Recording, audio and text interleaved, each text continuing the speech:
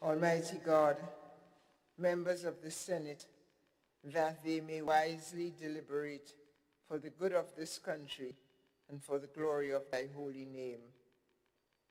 Honorable members, please join me in the Lord's Prayer. Our Father, who art in heaven, hallowed be thy name. Thy kingdom come, thy will be done, on earth as it is in heaven. Give us this day our daily bread, and forgive us our trespasses, as we forgive those who trespass against us. And lead us not into temptation, but deliver us from evil. For thine is the kingdom, the power, and the glory, forever and ever. Amen.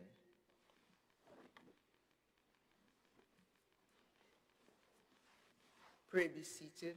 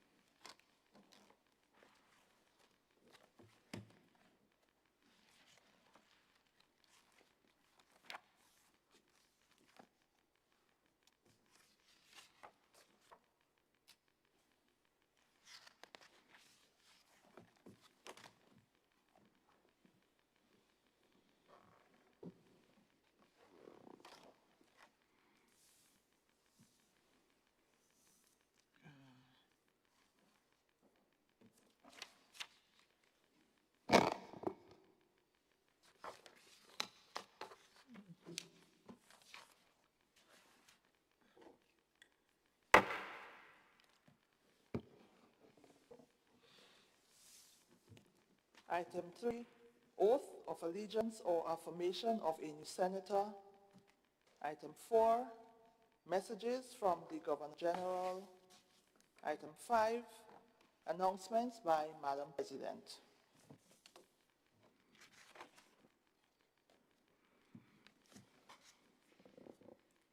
Honorable members, pleasant good morning and welcome, especially to all those of you who have traveled far and wide from the distant lands of Carriacou,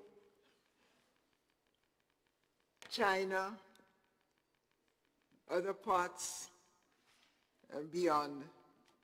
So happy that there has been a wonderful Grenadian presence in our sister Isle of Carriacou. Welcome back, everyone, to our sitting this morning. Honorable members, on your behalf and on mine and staff, I want to thank Ms. Melvina Golston, our former acting clerk, and Ms. Janelle Palmer, our former acting assistant clerk, for their service in the weeks and sittings preceding today. For a few weeks, we had an all-female clerkship, which may have been either the first or one of a few times that this was the case. As this comes to an end, I celebrate that it happened, and I thank you, Ms. Golston, Ms. Palmer. The women and girls of Grenada will see that females are in high office, and they are across the country, but here in Parliament I'm taking particular note of that, as they administered the nation's lawmaking process with skill, with will, and ease. Thank you, ladies. And with a different but equal measure of enthusiasm, and again, on your behalf, we welcome our new clerk, Mr. Findley Jeffrey. You are well known to us, Mr. Jeffrey, as an educator, public administrator, and national cultural leader and icon. And we are blessed to welcome you to the Senate following your sitting at the other side. We look forward to your role among us, and we have no doubt that you will serve and perform to the highest standard, thus supporting the high standard of the Senate. Welcome, Mr. Jeffrey. I wish to defer the Senate's thanks at this time to our former clerk, Mr. Andrew Augustine. More will be said on that at a later time.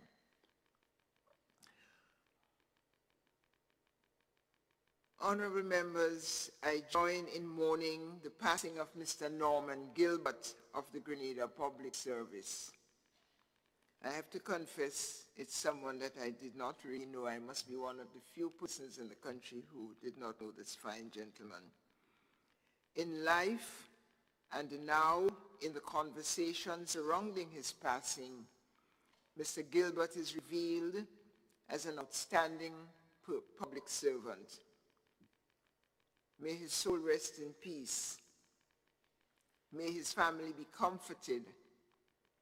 And may his legacy of contributions continue to help develop Grenada, especially in sports.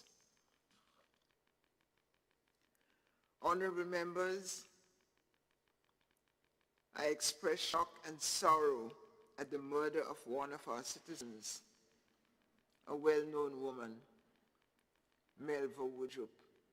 You obviously knew her well, Senator Andre Lewis. She was a very popular personality in the Grenville St. Andrews community.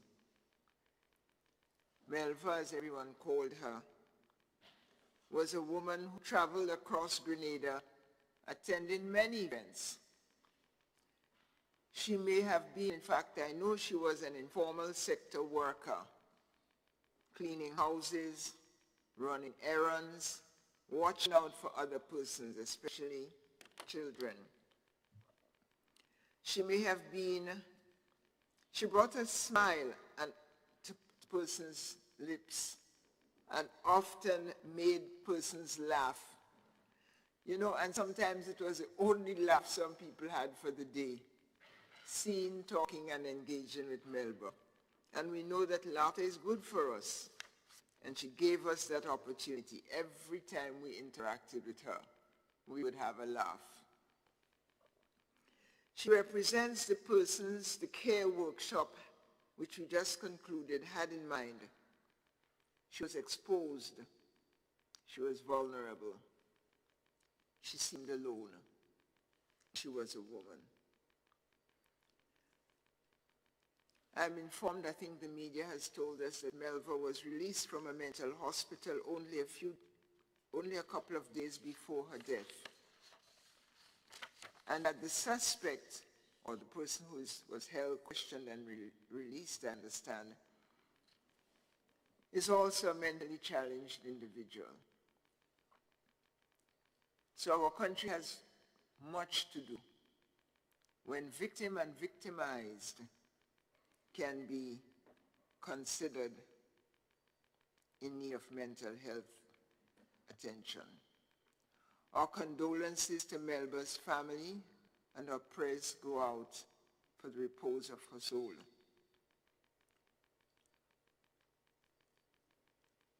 We unfortunately also have one, possibly two suicides to mourn.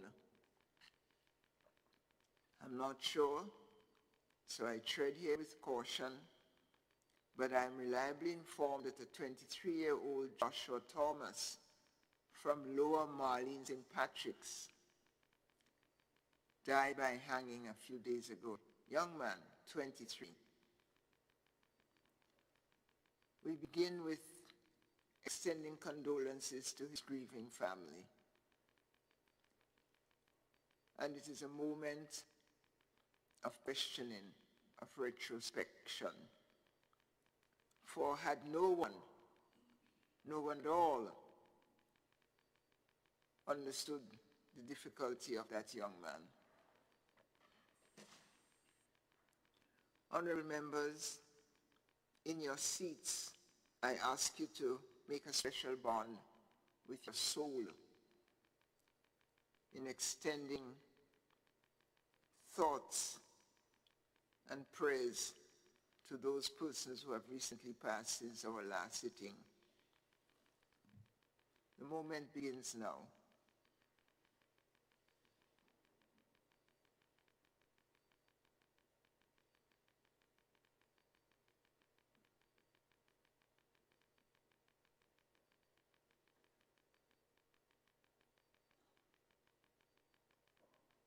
I thank you. Honorable members, for 2 days on the 16th and 17th of April, Grenada hosted a workshop on care sponsored by the UN Multi-Country Office of the Caribbean, Parliamericas, and this Parliament. Special thanks to the 10 present and former parliamentarians and the 3 parliamentary staff who attended the workshop, including the 3 other parliamentary leaders, our Speaker, Deputy Speaker, and the Deputy President of Senate. This was important that we attended because we were co-sponsoring, and some felt that care and understanding the care economy and the care society was possibly not among our priorities. Not members of the Senate or of the other place, but in broad conversations. So we were very pleased to see our senators present, our parliamentarians present, their leadership, their engagement. And there is a gallery of photographs passing around, not passing around, excuse me, on our site. And so I am sure that you will see the dynamic interaction, all who contributed, and we are indeed pleased that all went well for about 51 parliamentarians from across 15 Caribbean countries, not all CARICOM. For example, we had a delegation of 7 from St. Martin. We want to thank the Ministry of Foreign Affairs, thank the police and all others who assisted in making this parliamentary workshop a success. The outcome document of the workshop was sent to all, as well as it's posted on our website. And it was referred to by the president of the Grenada Women's Parliamentary Caucus in the other place. MP Kerwin circulated it, and we already have done so to you. It's an important document that suggests how we in the Senate can legislate or take actions to improve our own situation and certainly that of the nation. A special thanks to Senator Gloria Thomas, whose office was in close collaboration with the UN and who has responsibility for a lot of follow-up and is deeply embedded in being ahead of the Caribbean curve on some of these matters. Lastly, I wish to offer the apologies of Senator Claudette Joseph, who is attending to some other state matters out of her office and has asked to be excused until her late arrival. We couldn't close without saying that we had the sad news less than 24 hours ago of the passing of the stalwart Linda Straker, journalist, citizen, parent, advocate, representative of Media Global. What a force, what a woman, showing dogged conviction, dogged determination for what she knew or wanted to pursue as the truth. Whether you agreed with her or not, we learned of her dedication, her truth, her commitment. Linda Straker, media icon, rest in peace. Give us peace and give us power to pursue the truth.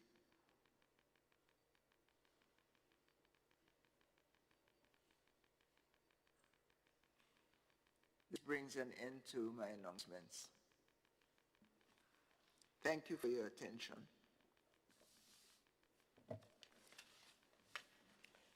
Item 6, confirmation of minutes.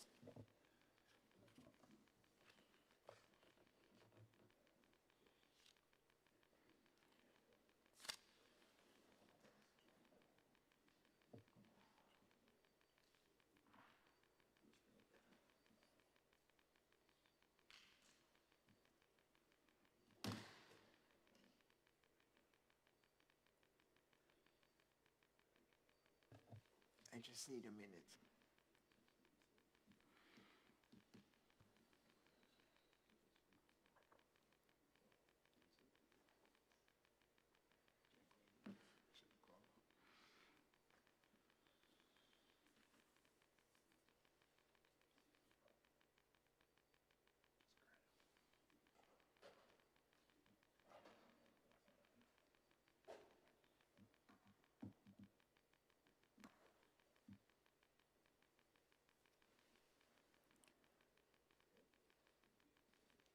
Leader of Government Business.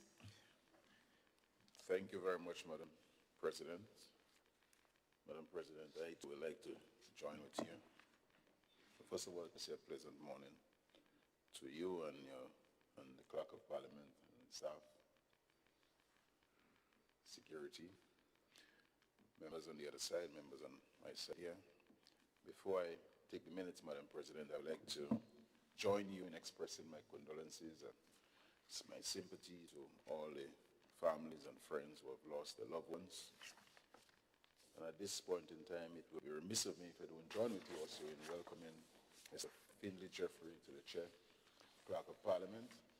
Mr. Jeffrey, I wish you all the best in your endeavors, and I look forward to working with you in this honorable house so that we can make it the best house as it has always been, especially the Senate.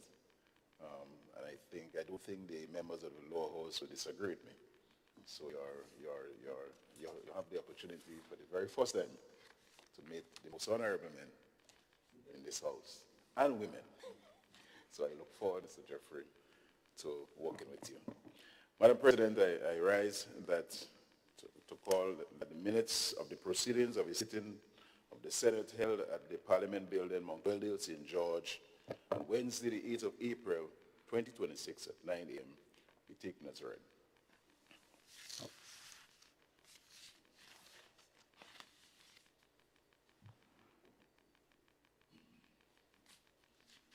Honorable members, the motion is that minutes of the proceedings of a sitting of the Senate held at the Parliament Building, Mount Weldale, St. George's, on 8th April, Wednesday, 2026, at 9 a.m. in the morning, be taken as read. All those in agreement say aye. Aye. And those opposed say nay.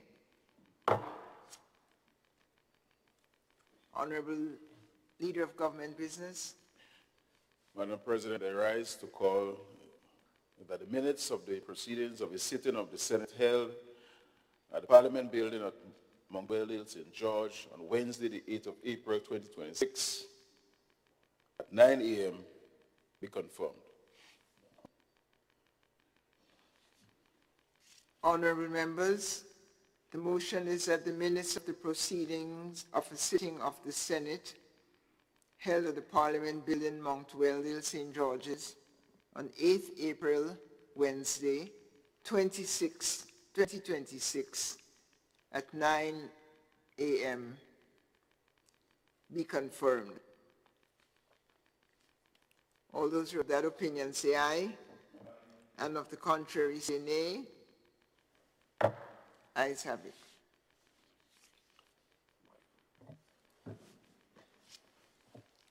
Item 7, presentation of petitions. Item 8, presentation of papers and reports from select committees.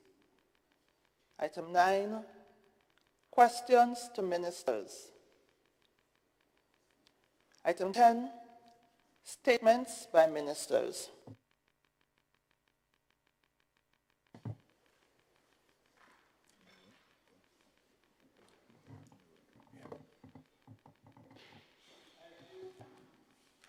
I offer the floor to the Honorable Senator David Andrew.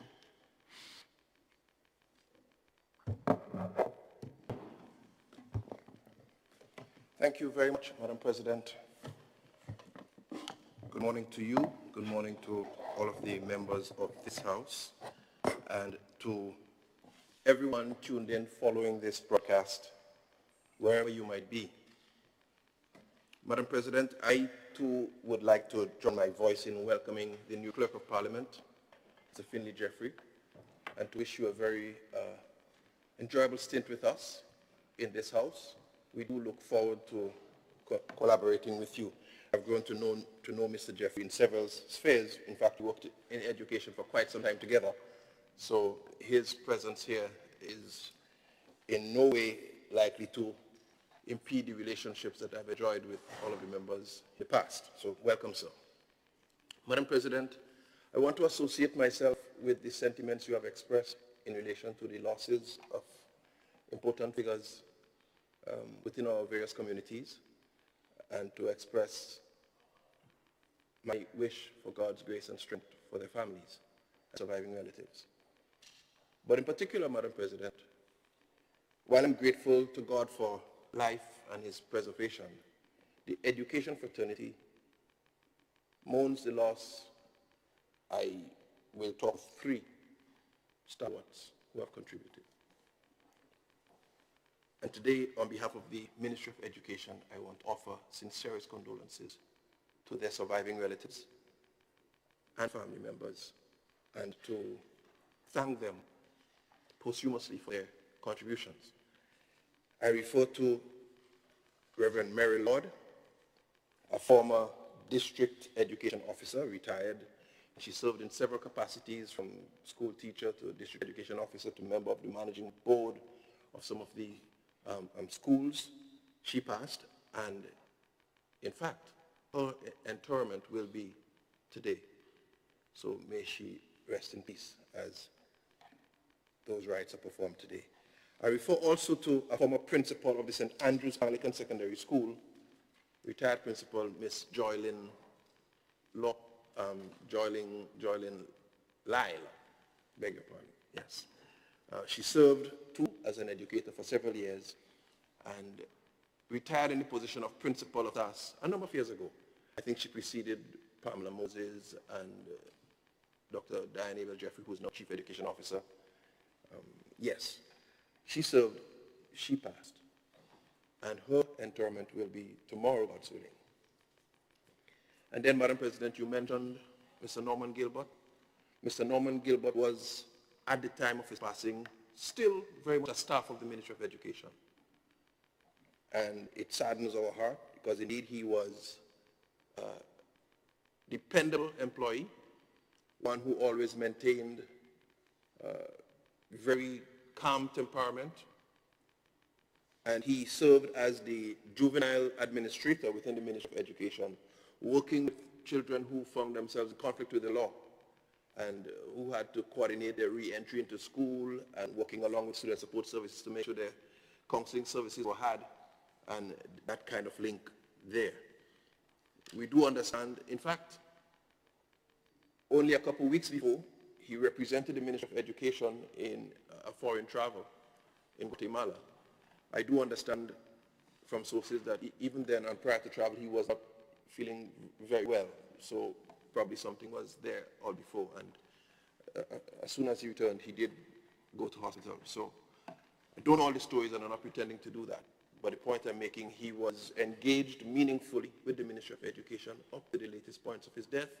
The ministry mourns significantly these individuals, and we extend sincerest condolences to his surviving relatives and all of those mentioned before.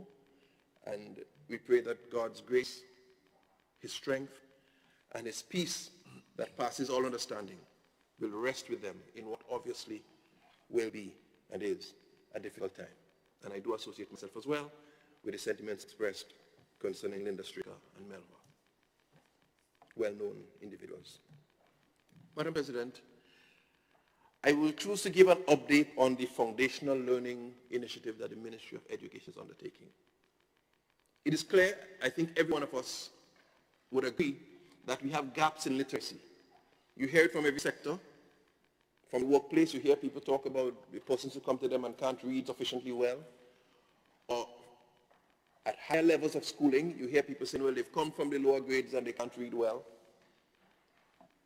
And we understand that if we get it right foundationally, if we get the correct foundations set, many of those remedial things that we attempt to do later down when they're 13, 14, 15, or even 18, we will have less of those fixes or these remediations to do.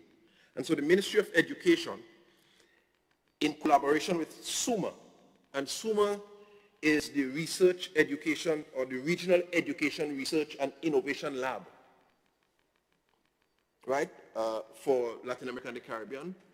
We are working together to support UNIDA in the implementation of a policy for foundational learning. And it is aimed at improving literacy and numeracy outcomes for our youngest learners, those from kindergarten to grade 4. And this is not going to be a one-off intervention. It is going to be something that is done systematically and systemically over a 3 to 6 year period. So we get genuine systemic change. And this will be done by addressing the gaps in education at that level. The policy will center around implementation of pedagogical approaches. How do we teach? The science of teaching, and that will include the latest researches on neuroscience. How does the brain work? How do people learn? What do we understand about the neuroscience that informs the acquisition of literacy and numeracy skills? That will be brought to bear. And you see, I think the work of SUMA was so impressive because this initiative was born out of a meeting we went to in Guatemala on early childhood development. And when we saw the research that was presented, the data, the scientific evidence supporting several things, and the methodologies for reading early literacy and numeracy, I was convinced. And so we signed then, together with the Minister for Education of a number of other territories, and Visit the Grenadines, Ecuador, and some of the other territories that were part of it, yours truly representing Grenada, we signed the Antigua Declaration, because it took place in Antigua, Guatemala, committing as Ministers of Education to promote foundational learning and literacy. And out of that commitment was born the need to do this, following the science. And they have connected us with a number of key players internationally, the Erasmus Foundation, Pratham, and some of these agencies that work closely with emerging sciences about learning and foundational literacy. And so we're in good hands. So this policy will work around the pedagogical approaches, how children learn. It's aimed at improving the quality of teaching and learning. Also, it will focus on teacher training and teacher mentoring.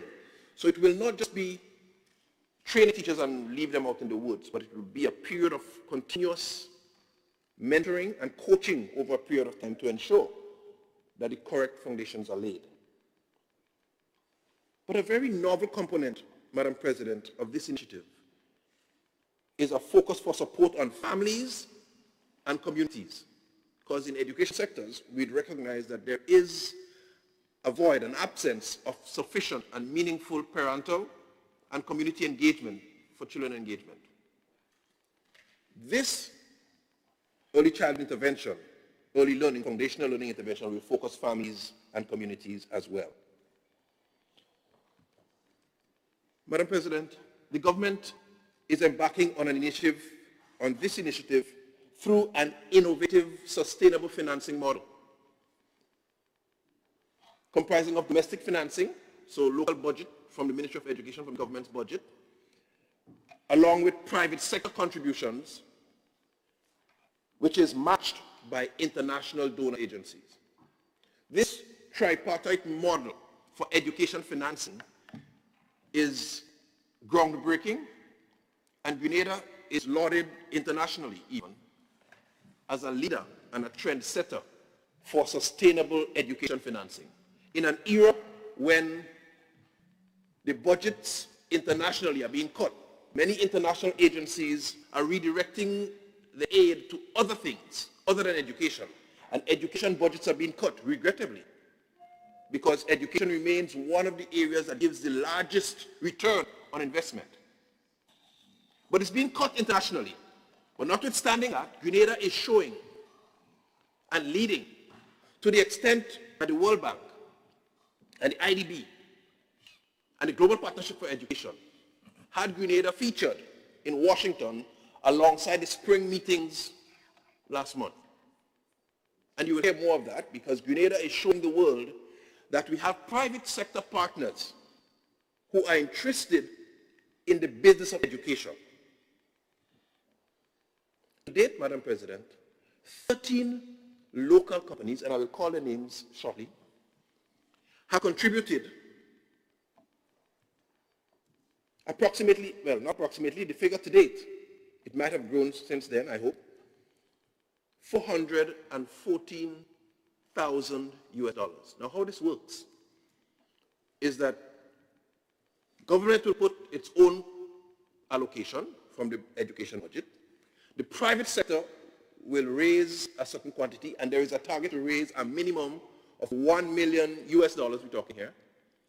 And whatever the private sector raises will be matched by the international community, by the Global Partnership for Education. So that's already established. And so Grenada's private sector has already raised $414,000 US, which we have commitment from GP will be matched. Now, the program that I'm telling you about, the intervention that I'm telling you about, to get it implemented completely over the 3 to 6 year period requires a minimum of $750,000 US. Now, if we don't get the $750,000 together with government financing and the private sector matching, we will have to scale back some parts of the program. We don't want to scale back anything. When we look at the program, from teacher training and support and coaching, all the way through parental and community engagement, we do not want to remove any component. So we want the $750,000, but we just are so thankful to the 13 local companies who have contributed the $414,000 to date. And so we still are targeting the $750,000 minimum, and I'll make an appeal to that shortly. To this end, we are going to form a private sector education alliance, an education for private sector education alliance, involving representatives from those companies who will work along with education for education matters, financing, guidance, and all of these matters, which is due to be launched on the 20th of May 2026, where representatives from those companies will be invited. Additionally, we have a planned visit next week, God's willing, of a delegation from the Ministry of Education to Sobral in Brazil, where many of these practices are being implemented for early and foundational learning, even though some of the conditions, we are told, are not as ideal and probably not as good as ours, but the practices have been implemented to good end and to good result. So, Madam President, I want to thank the private sector companies which have contributed to this effort so far, and specifically the Grenada Cooperative Nutmeg Association, La Luna Boutique Hotels and Villas, the Grenada Cooperative Bank Limited,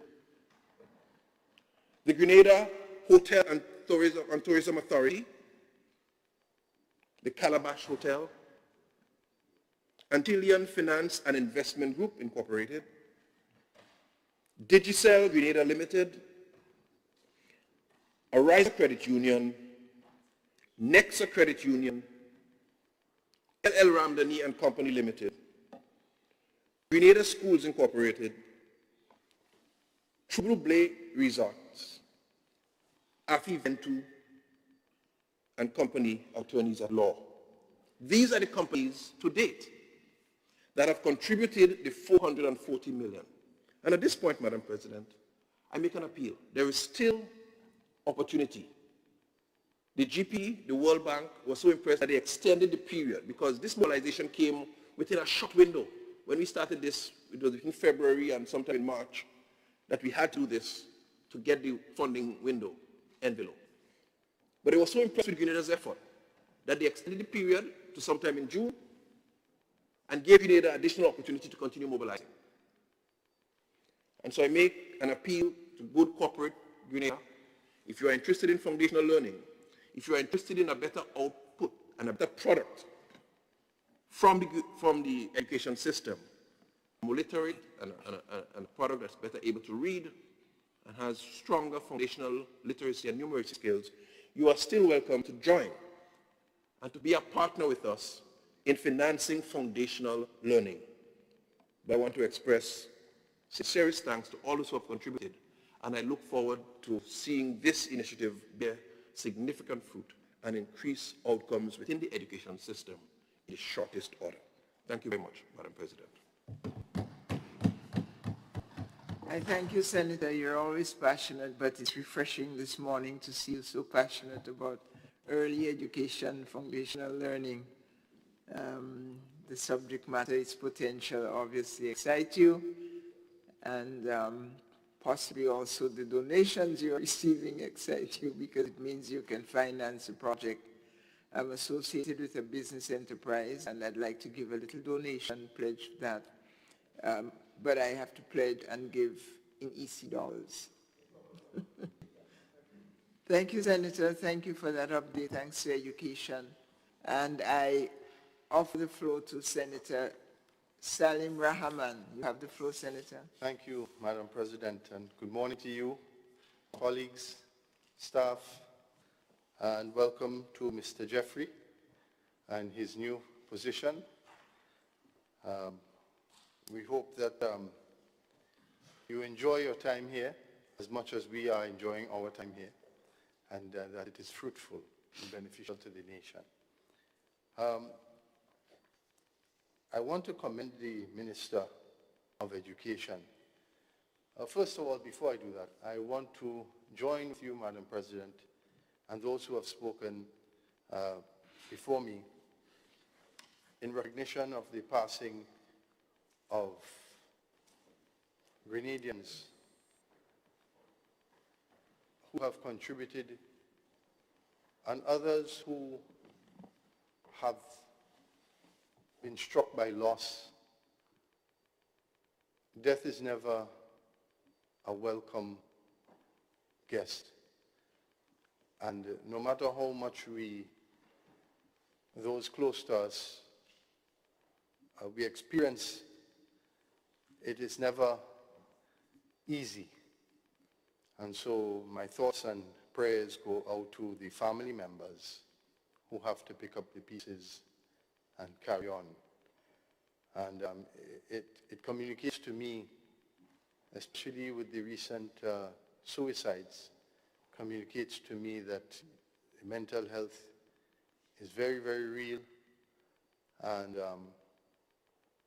as a society, we need to make sure that we reach out to our neighbor, at least as often as we can, to make sure that they are okay. And so, because we are all in this together. And so, to go back to my comments that the Honorable Senator made, Minister for Education, I'm very, very happy to hear that the private sector has contributed this much so far. And I'm not surprised. And I believe that a lot more can be done. When we attended that consultation, I was invited to attend that consultation. The time frame was very, very short, a period of weeks. I think it was only 2 or 3 weeks. And I said to them then that this is insufficient. Because something like this, to be honest, needs to be on beyond the headlines, Minister. Something like this needs to be on the evening news. Because there are little shops all over Grenada that might put $100, $500. They do their part. It's not only the big companies or the medium-sized companies that can play a role. The village businesses can play a role. And so this extension to June, this is the first time I'm hearing that. I thought this was over. It's very, very, very important and can give new life to this initiative. Because this program with SUMA, what struck me about this program is that it is long-term. It is not a little seminar that you come on a 2-day stint and you speak to the educators and so on. No. It is dealing with the core issues of early childhood education and training the teachers, training the trainers. And that is fundamental in changing the society. And that's what we need if we are going to improve our numeracy skills, skills in mathematics, and skills in reading and writing. So I commend this initiative, and I think that this can really have the effect that we're looking for because it is proven in Latin America. This is not just a project that they're trying to pilot. This is something that has been proven. So, you know, and I want to say something here, that business people travel to make their arrangements. I travel to make sure that I meet my suppliers, especially in a time like this where the cost of freight and fuel, we can't control what's going on in the world. But when I go to my suppliers, I want to make sure that that my supply is consistent and the price is also relatively consistent, so that the prices in the economy remain relatively stable. Every business does that. So in order to do that, you can't only stay on the phone. Sometimes you have to go. And so when the ministers travel, sometimes they get criticized. I'm not saying that all their travel is unquestionable. No, we have a right to question use of public funds. But when they do travel, and they need to travel to see what's done in other areas, then they can bring that back home, and this is exactly what we're seeing. So I'm very happy to hear what I've heard. I wish you continued success. I hope to be there on the 20th, and if there's anything I can do to assist in this program, I would be happy to do so. Thank you.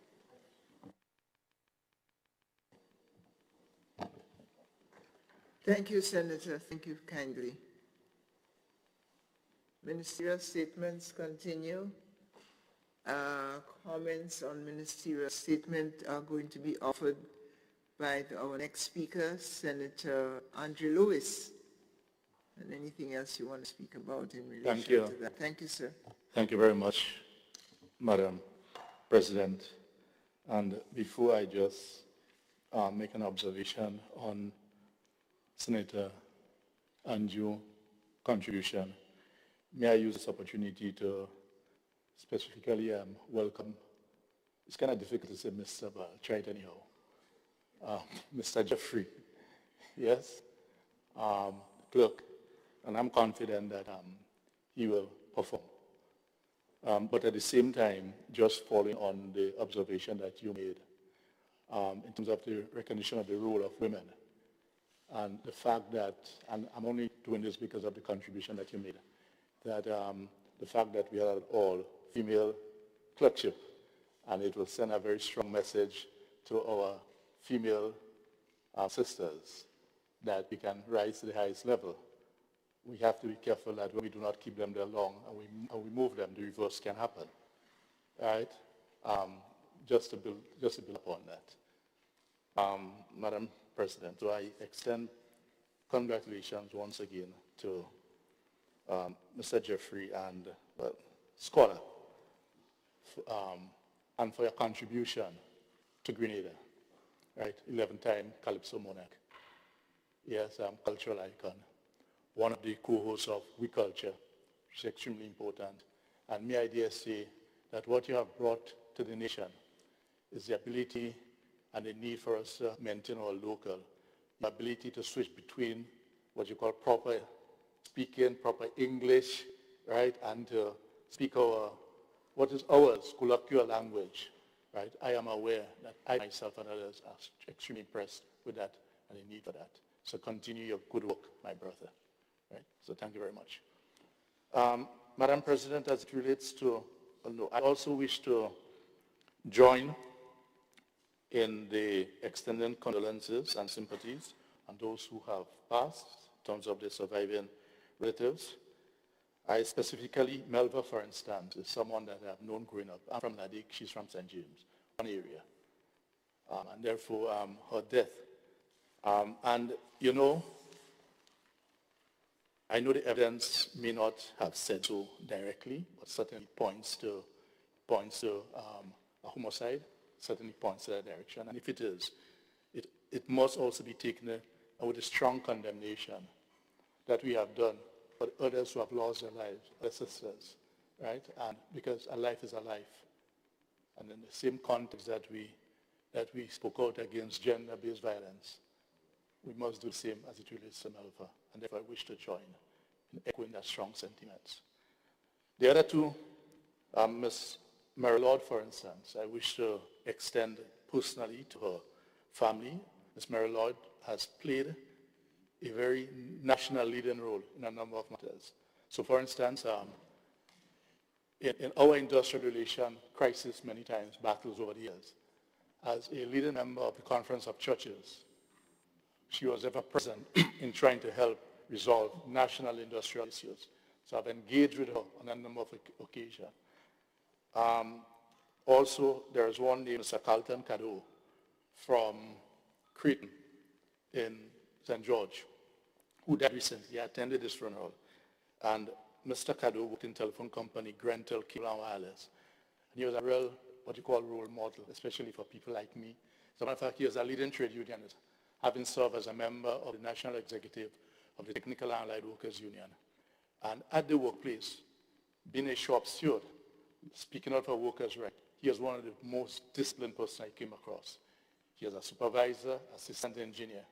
As a matter of fact, we have learned a lot from him, that even to the extent of his belief in workers' rights and workers' performing, that it impacted his promotion within the company.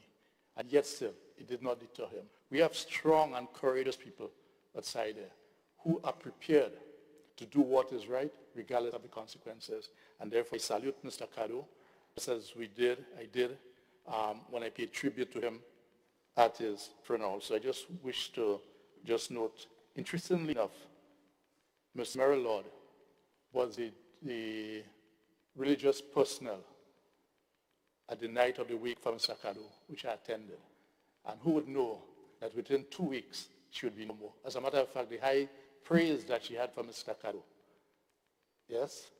And they were so close. So in a sense, these two people were intertwined because as a church grade member of her community and extremely close. But she's no longer with us, and therefore I wish to extend once again these condolences and sympathies to the surviving relatives of both Mr. Caddo, Mary Lord, and the others who have lost their lives. As it relates to the contribution by Minister Andrew, I noted with a lot of interest, and just to highlight what stood out to me is the recognition and the agreeing to implement the involvement of what I will call the extended family members in our education system, interacting with our youth. And that should not only be done in terms of what we call traditional education system, but even in social services. Our grandparents, who have a wealth of experience, right? We should find a way, our society should find a way where we can incorporate these experiences.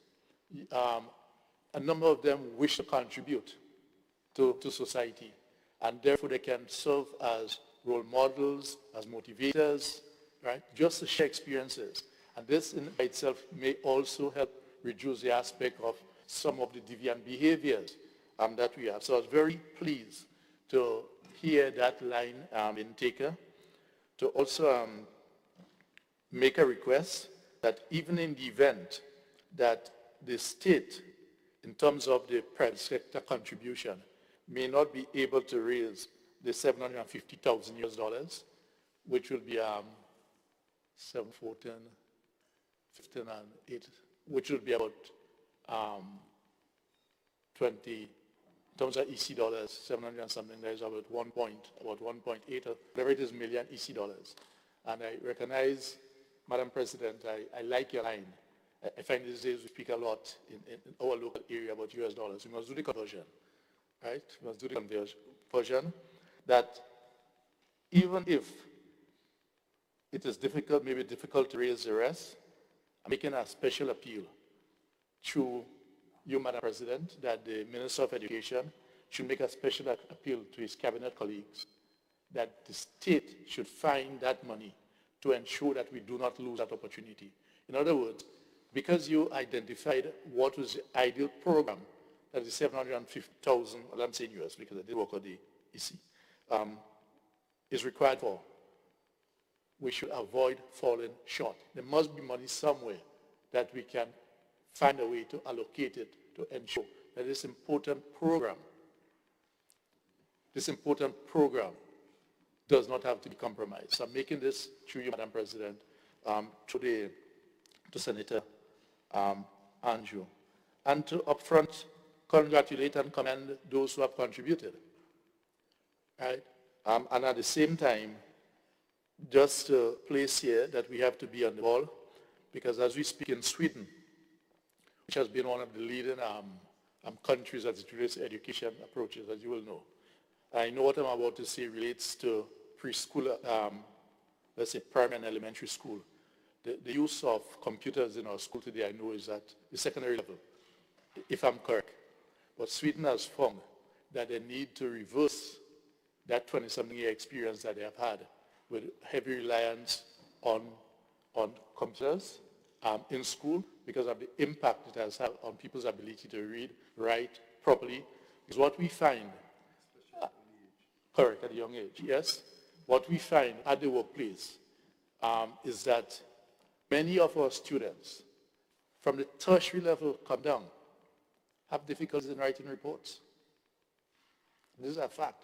And it is said many times that they have been taught the technical aspect. So if you have to produce a glass bottle, you produce a glass bottle. But for your ability to describe or write, which has implications for passing on knowledge and for writing reports. So I'm saying all of these that as we endeavor on these interesting programs, Senator, that we bear all of these in mind. We look at it holistic and we learn from others. So once again, I wish to commend the report that we have gotten today in terms of your focused approach to what we call the Private Sector Education Alliance. I think that's the correct. We should commend that and to give our encouragement to all who are involved in this. So once again, I wish to thank you for that report.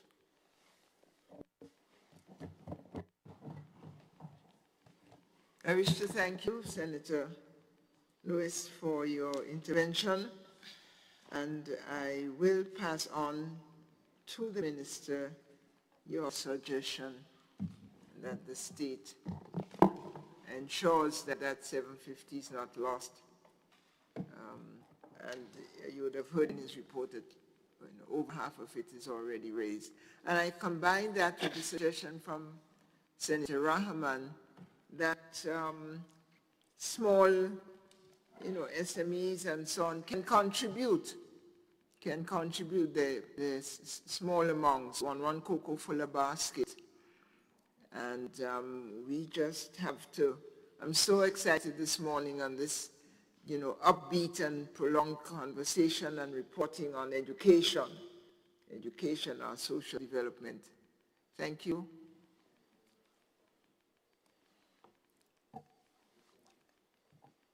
With a request for the floor, I'm delighted to offer it to Senator the Honorable Gloria Thomas. You have the floor, Madam. Thank you, Madam President.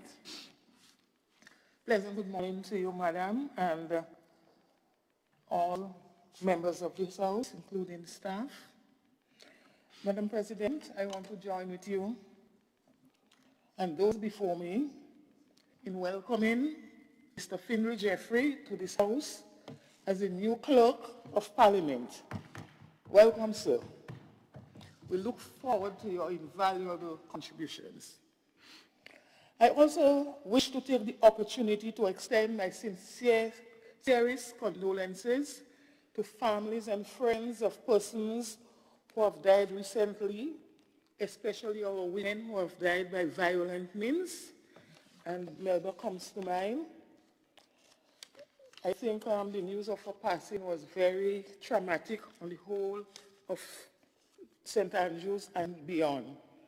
She was a well-known person, and she brought life, she brought entertainment, she brought joy to many persons in the community. And her passing was really devastating to learn of. In addition, for those who have made a national contribution and have gone on, and in particular Mr. Lord, Ms. Straker, and others who I am not able to name at this time. So my deepest condolences to the family, and I pray that their soul may find perfect peace.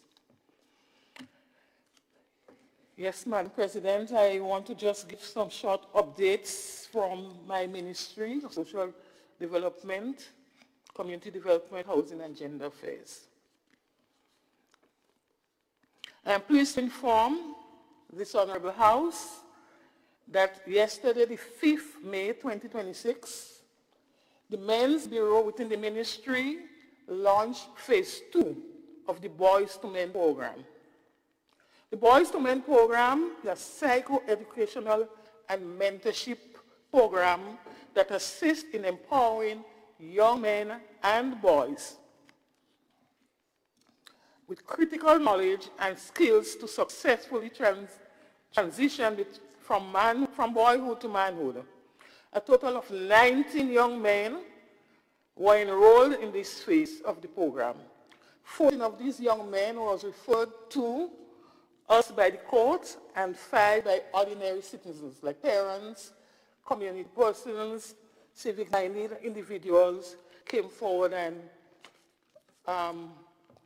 requested that we consider these young men for mentorship. The program vision is the promotion of positive male transformation through continuous grassroots engagement, male-focused empowerment activities, and increased collaboration. The young men will be engaged every Tuesday and Thursday from 3:15 to 5 p.m. and we'll be looking at topics like breaking out of the box, gender-based violence and child abuse, respectful behavior, consent and coercion, healthy lifestyle, healthy manhood, healthy relationship, suicide prevention, coping skills, cooperation and conflict, employment and career, and academic successes. So these are some of the topics that will be dealt with in this program. The Ministry of Social and Community Development, Housing and Gender Affairs, through the Men's Bureau, remain committed to working alongside our men and boys. Our goal is to promote healthy masculinity, strengthen family life, and build safer and more resilient communities. Social services. The ministry, in collaboration with UNESCO, will be hosting an in-person and virtual UNESCO cyber security workshop for older adults next week. This initiative is part of UNESCO's Small Island Developing State Inclusive Initiative on Media and Information Literacy in the Caribbean. This initiative aims to enhance media and information literacy and digital inclusion across selected Caribbean small island developing states, including Grenada. This workshop will specifically target our older persons since they are also targeted by cyber criminals. Therefore, the ministry has taken the opportunity to raise awareness among our older population on the issue of cybercrime and ensure that they are secure in cyberspace. National Parenting Program. Madam President, we continue to face complex social challenges affecting families, including domestic violence, child abuse, and neglect. Youth behavior issues in school discipline, and increasing social pressures on parents and caregivers are of great concern to our ministry. Therefore, the ministry will be expanding the parenting program by training 25 new parenting facilitators over the next quarter.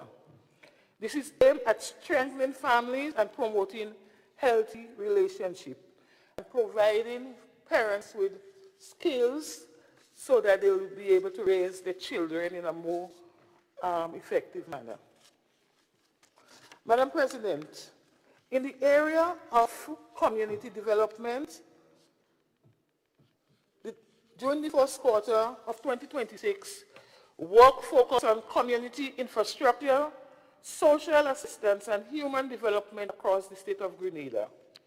During the reporting period, the division implemented 13 community projects across several parishes. These projects included the construction and improvement of byroads, walkways, drainage works, pavement, and community facilities aimed at improving access, safety, and the overall quality of life within community. Several projects were completed within this quarter, while others commenced or were prepared for implementation. We also installed a number of solar lights around the country to assist in safety, especially for persons who transverse on foot, pedestrians late at night. Special assistance to individuals. The division also provided special financial and housing assistance to individuals and households in need across the parishes. Beneficiaries were supported in areas such as St. John's, St. George's, and Andrew St. Mark, with targeted interventions responding to urgent social and economic needs. So those beneficiaries in this area receive what we call special assistance. This assistance reflects government's continued commitment to supporting the most vulnerable in our society through structured needs-based programs, training and skill development. In the area of human development, 4 training programs were completed by the end of March. These included plumbing, CVQ Level 2, electrical installation, CVQ Level 2, office administration, as well as community-based programs as sewing and self-defense training. One plumbing program successfully graduated 12 participants, contributing directly to workforce readiness and employability. The division also conducted joint parenting and community program, including activities held at Library Community Center, aimed at strengthening families, enhancing parenting skills, and building resilient communities. These initiatives underscore the government's holistic approach to social development. Madam President, the work undertaken in the first quarter of 2026 demonstrates tangible progress in community development, social protection, and capacity building. The Community Development Division continues to play a critical role in advancing inclusive development and improving the well-being of our people. I thank you. I thank you, Senator, for that ministerial report. Did you say 19 or 90? 19. Big start. Thank you very much for your report and the work that informs it.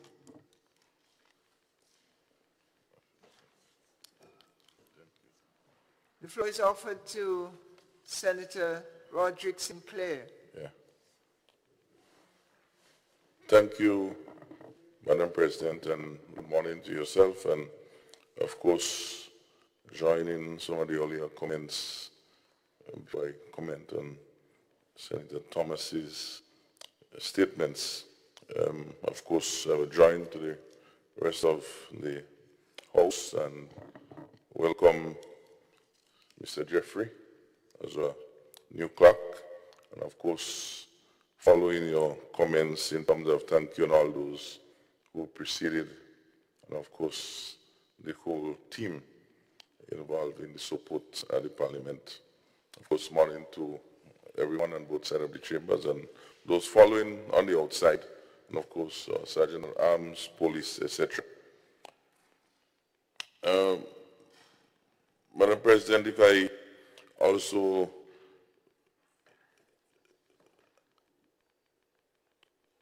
join in the condemnation of this violence against women and ladies, and as Senator Lewis rightfully said, we have to keep calling it out as it happens. We cannot go cold on it. I think we all inside here have taken certain positions against this, and we have to, if we have to call it out every time we meet, we have to call it out, not just when John and Mary or Jane, they're all human beings in this country, and we need to take that position and keep reiterating it. At some stage, the message will get out. And of course, I know Melva very well around Grenville area and all those, you know, whether it's in a party, whether it's in carnival, whether it's just in social, and those things sadden us. She provides our own happiness and our own happiness for ourselves. And of course, as was mentioned by yourself, and we have to be very careful and use words like allegedly and other things like that. Again, the circumstances with the accused and the victim in terms of that state of mind brings home the point of the efforts that we need to continue to look at overall. And at the school system, not only after school, during school, you know, how do we ensure that persons think positively and program our mind? And of course, what are all the other activities outside of, where are the volunteering groups, where are the evening activities, where is the Home Cookers Association that keep person involved? I haven't seen a guides, scout, you know, where are all these things? So we have to look at different strategies, you know, even in churches. They normally would have different activities and evenings going on in the communities. Not only the police has to do those things. So it means that we have to relook those strategies, because through those ways, Madam President, and to lean a little bit on the social development, we're able to see what's happening in the community, who need those sort of help and support quickly, you know. Where is the little village cricket on an evening, and where is that? I'm not too sure if, as Senator Lewis mentioned, the computer and the technology have us so glued, we forget all of those things. So the challenge is great in terms of strategies. I think the will is there, but I think strategies we have to look at. At the same time, I want to join with Senator Andrew regarding Ms. Lyle.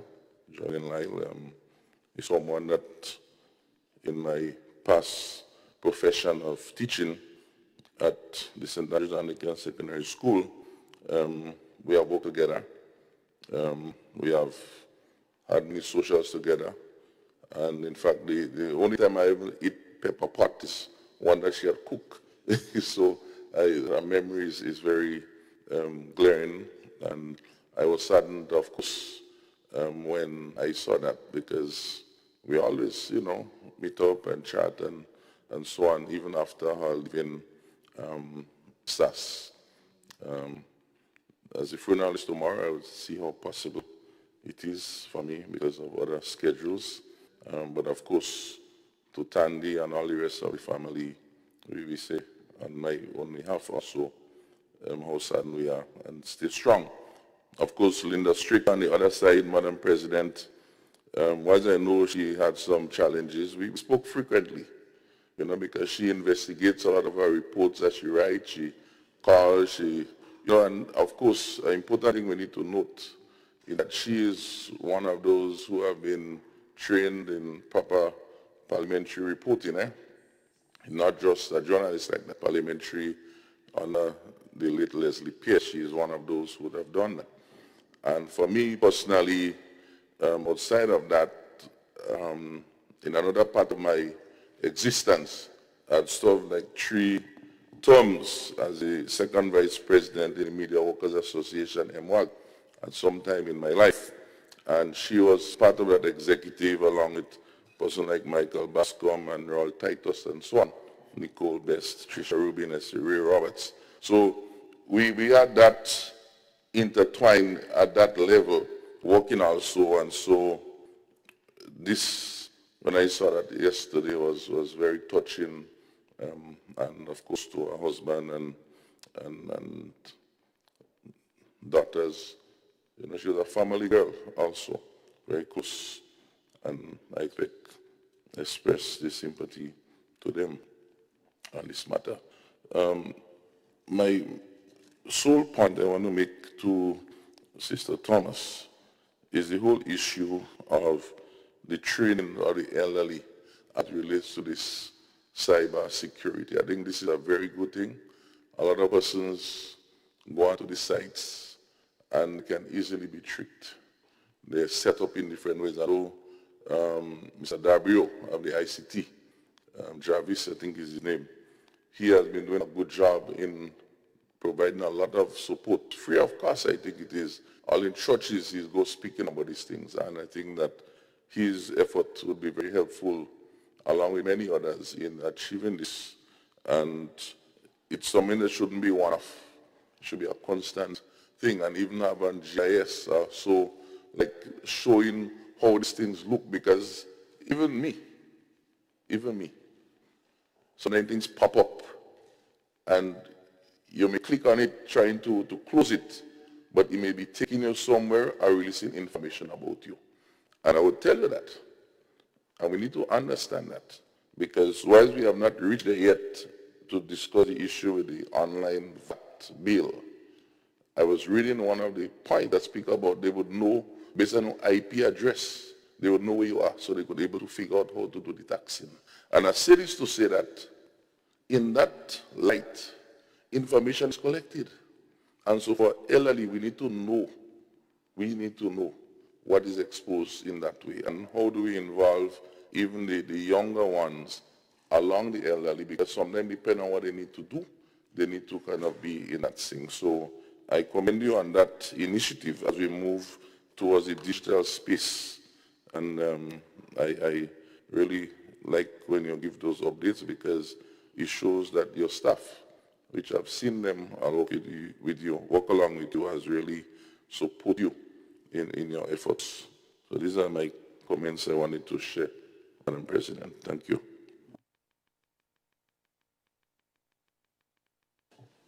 I thank you, Senator Sinclair.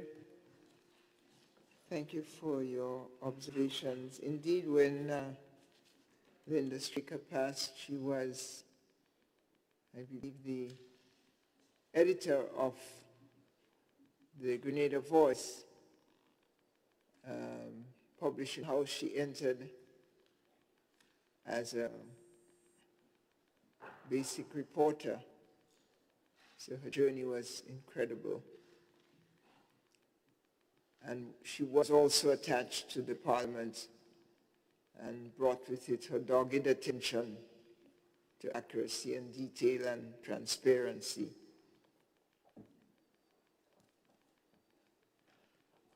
Senator Rahman?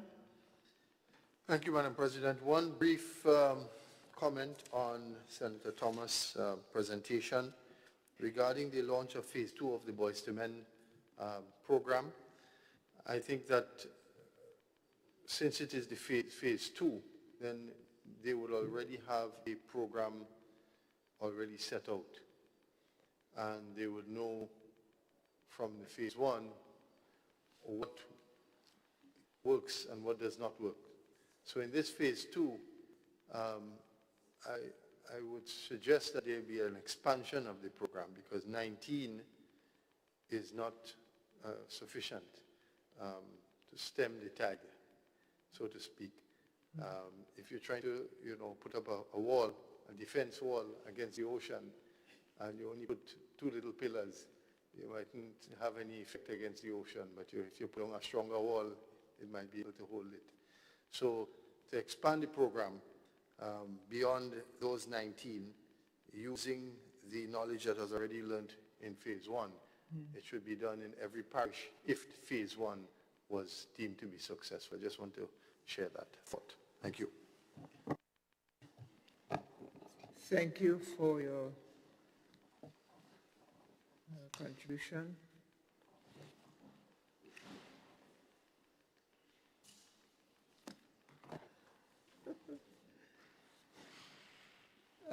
Senator Quince Britton, you have the floor, Senator, and good morning. Greetings to you, Madam President, and the staff of Parliament, those who are viewing us online. Pleasant morning and warm sunset greetings. Madam President, I too would like to lend my voice in joining welcoming our clerk of Parliament, our new clerk. I almost said Dr. Jeffrey, but remember his wife is Doctor. But I consider him to be a giant, especially in the Calypso arena. And I've had the pleasure of working with Mr. Jeffrey, and I know he will do well here because wherever he works, he makes a positive impact, and I expect the same, Madam President. So welcome to you, sir.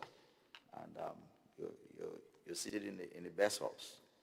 That's where the real love is in the house. Notwithstanding there is not love in the other place, but that's where the real matter is.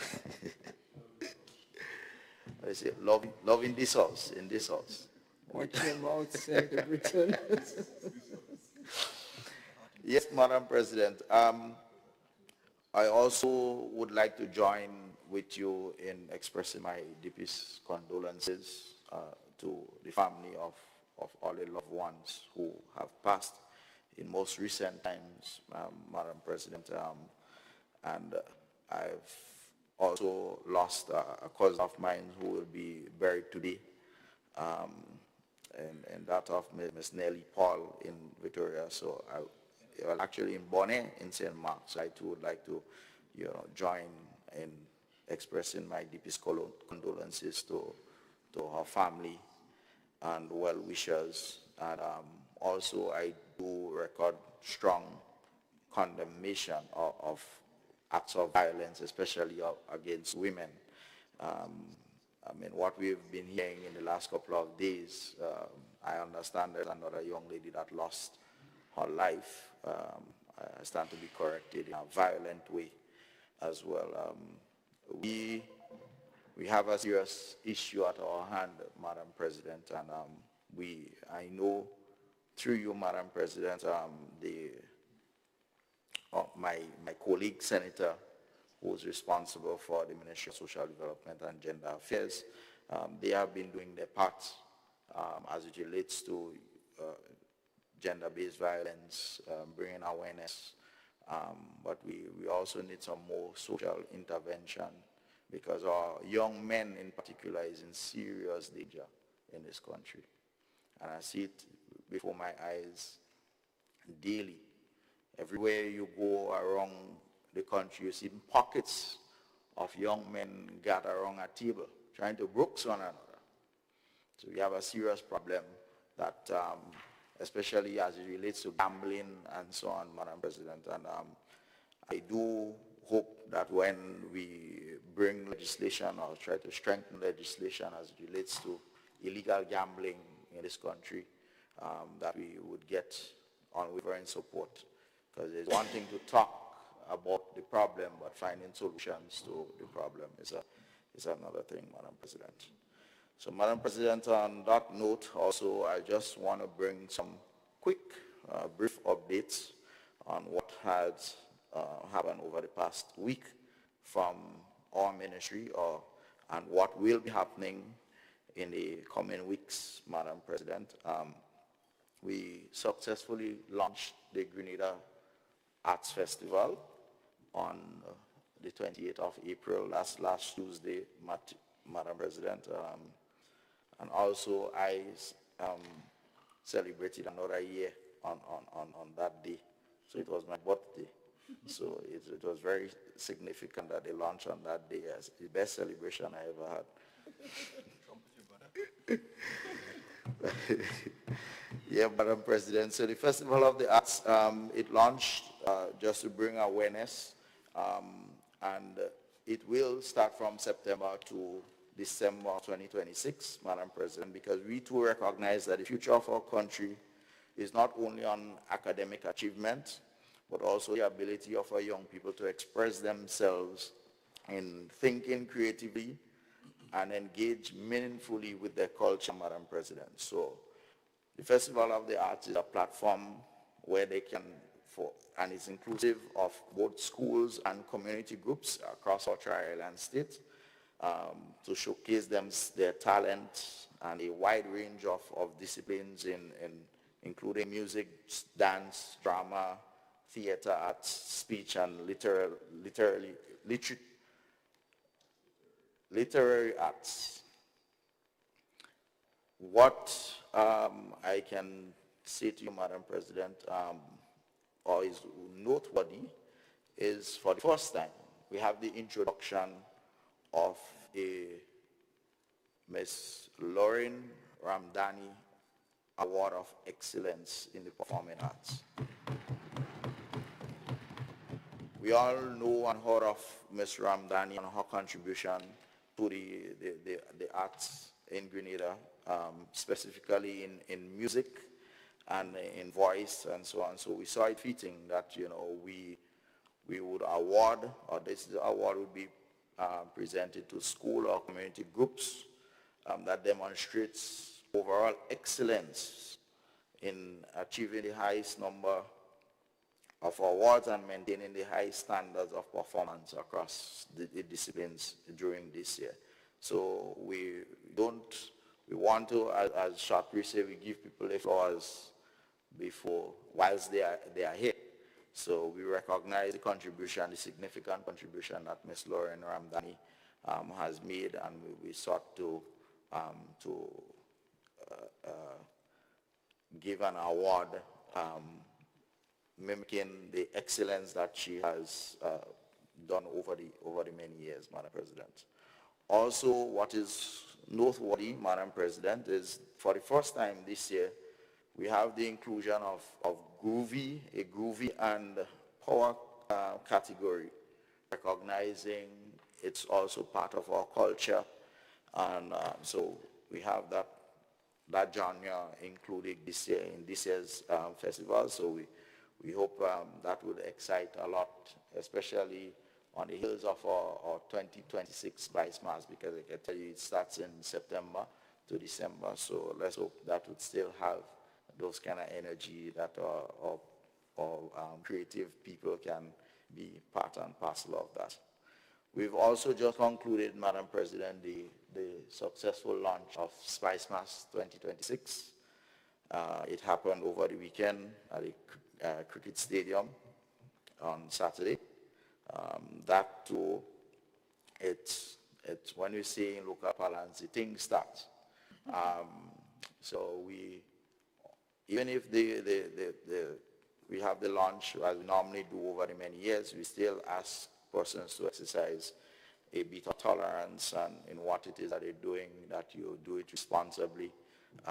We know once it's a launch, then you would find people masquerading, especially with those guys in the various community where the jab culture is very strong.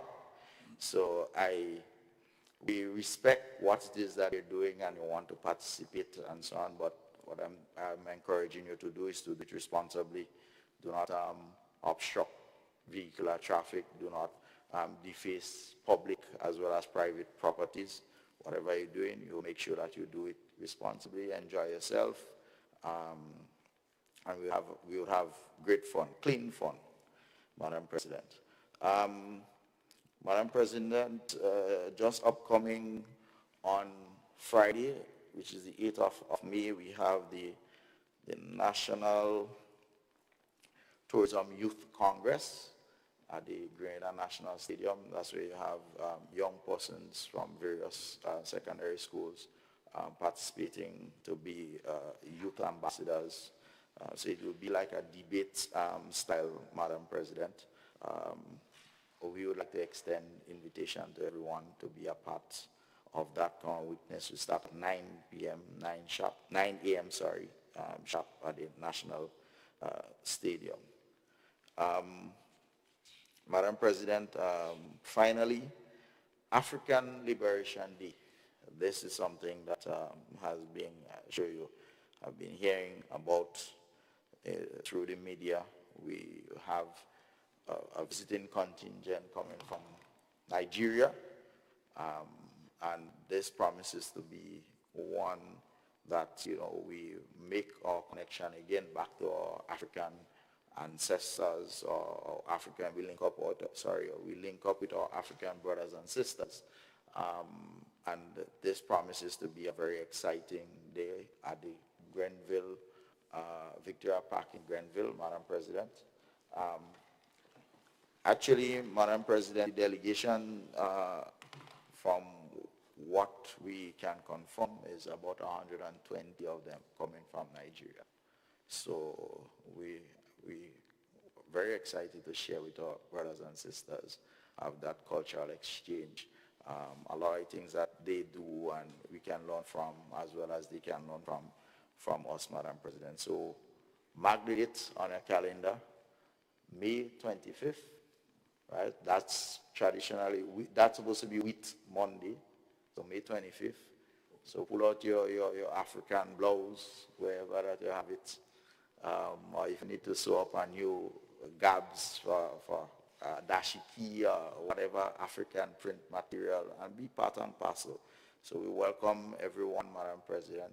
Well, I know you will be outstanding in your African way. So, so I just want to brief updates, like I told you, Madam President. Thank you very much for the opportunity, and enjoy the rest of the city. I thank you, Senator Britton, and congratulations on the launch of the Arts Festival and the Lorraine Ramdani Festival of the Arts Award. May I send early congratulations both to the festival and to our dear cultural artists and pianist and giver, Lorraine, who has done so much for so long, for so many. And to say that I actually wanted to begin by extending condolences on the passing of your relative and greetings on the celebration of your birthday.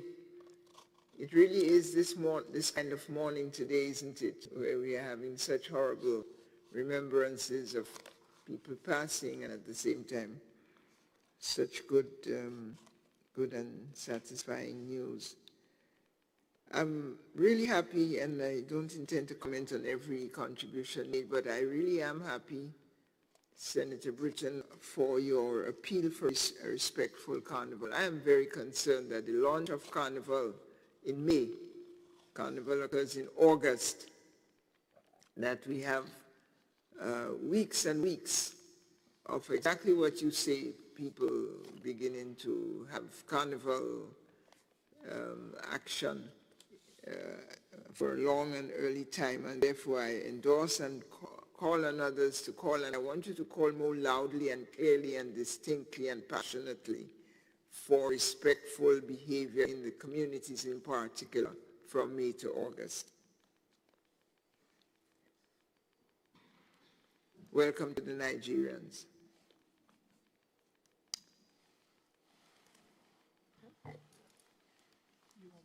Senator, the Honorable Civil Francis.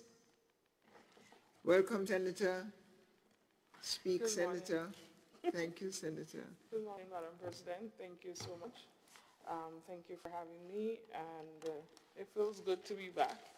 I know I did miss the last sit-in due to unforeseen circumstances, but I know my colleagues did justice on that day because I was able to look on and support virtually. Madam President, I do take this opportunity also to say good morning to the staff of the Ministry of Youth and Sports and to the young people of Greater Carriacou and Petit Martinique. I must also join with my colleagues to welcome to the House my dear friend, scholar, Mr. Finley Jeffrey. Welcome, and I hope that your contribution and your tenure here will be as memorable as you are everywhere else that you serve this dear nation. Madam President, I must absolutely say my condolence to those who have lost their lives, their families, and those who are bereaved at this point. But I must drive home my condolence to the family of Mr. Norman Gilbert. Mr. Gilbert is one of the few men that during my earlier youthful years that has really shaped who I am today.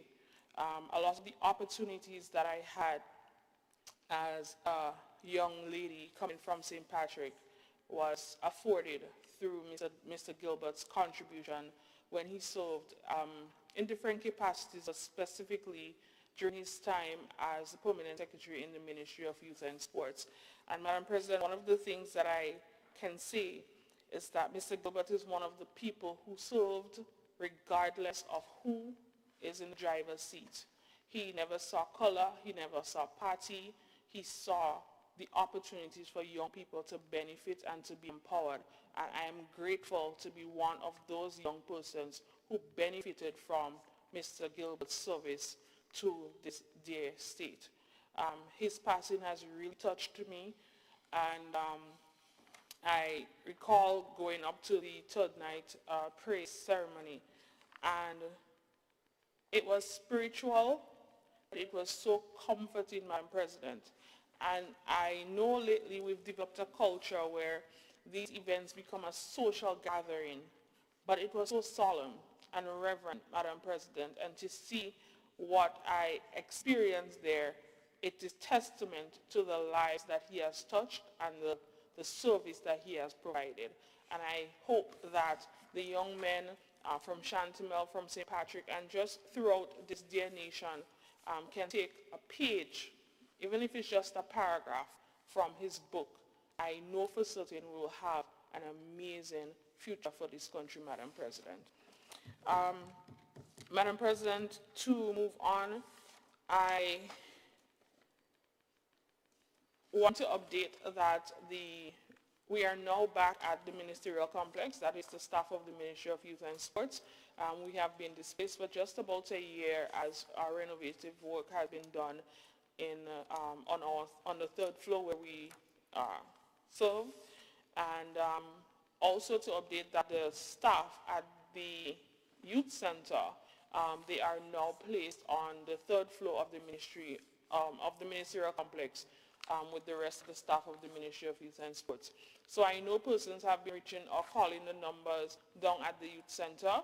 I'm just putting it out there that the staff there now sits at the ministerial complex. It is also part of the work that we are doing to upgrade the youth center to make it more productive and useful for those who use it. Madam President, this is a place that is really, really utilized.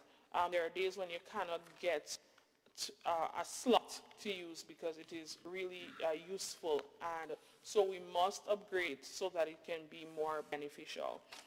Madam President, I also want to place on record that the Empower 4.0 program or project has been completed, and that also includes the phase at His Majesty's Prison.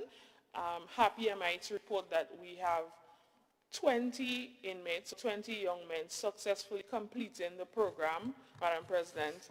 I know I am told that I cry for everything, but on that day, it was hard to control my emotions because for a minute I forgot I was in the prison. The quality of the young men that are up there, I asked myself, and I actually asked some of them, what are you doing here?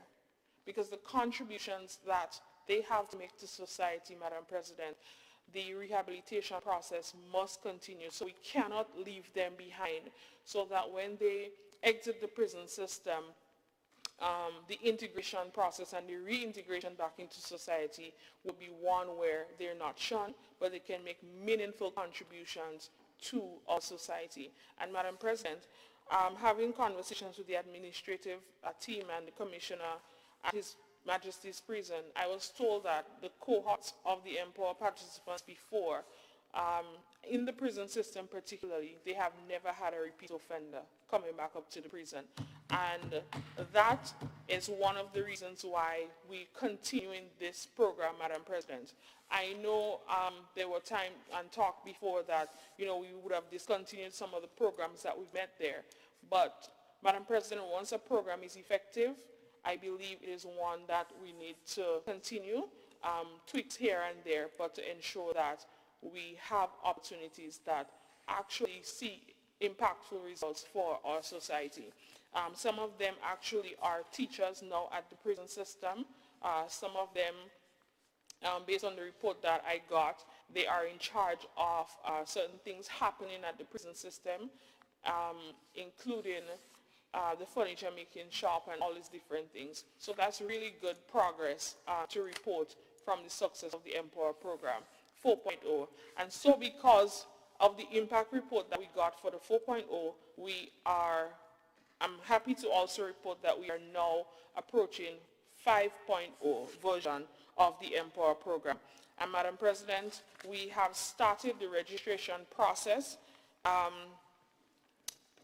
So far we have completed the registration process for St. John, St. David, St. Patrick, St. Mark, and today we are doing all of St. George's today, and that will be at the National Stadium. And so if you, and we're there from 9 to 4, we have on site with us working collaboratively, and I must place my sincere thanks to them. That is the National Insurance Scheme and the different banking institutions, credit unions, to make the process easy and seamless. So we're starting the empowerment phase very early in terms of we have a lot of young men who don't even have a bank account, Madam President, or an NIS card. And so we know these little bits and pieces really help a person to feel a sense of belonging and feel like, they belong to this society. So even if they do not qualify or to go on to get onto the actual program, because we know there's a vetting process and all of that, they still get the opportunity to open a bank account and NIS and so on. So we are encouraging our young men, once you're unemployed between the ages of 18 to 35, or you need a second chance at life, you want to upskill, learn a skill, this is a unique opportunity for you. And it's a non-discriminatory program, Madam President, I must say. So no matter your background and your history, you are able to be a part of this program. So tomorrow and Friday, that is the 7th and 8th of May, the registration continues for St. Andrew. As we know, it's the biggest parish, so we have 2 days of registration, and that will be at the YWCA building in Grenville. That's right next to the car park, right after KFC upstairs. So you can encourage the young men of St. Andrew to participate. And also for Carriacou and Petit Martinique, that will be happening on Tuesday, the 12th of May at Mermaid Conference Room. Madam President, as I move along with my updates from the ministry, we have the National Youth Awards nominations currently open, and that nominations closes on the 15th of May, that's next week.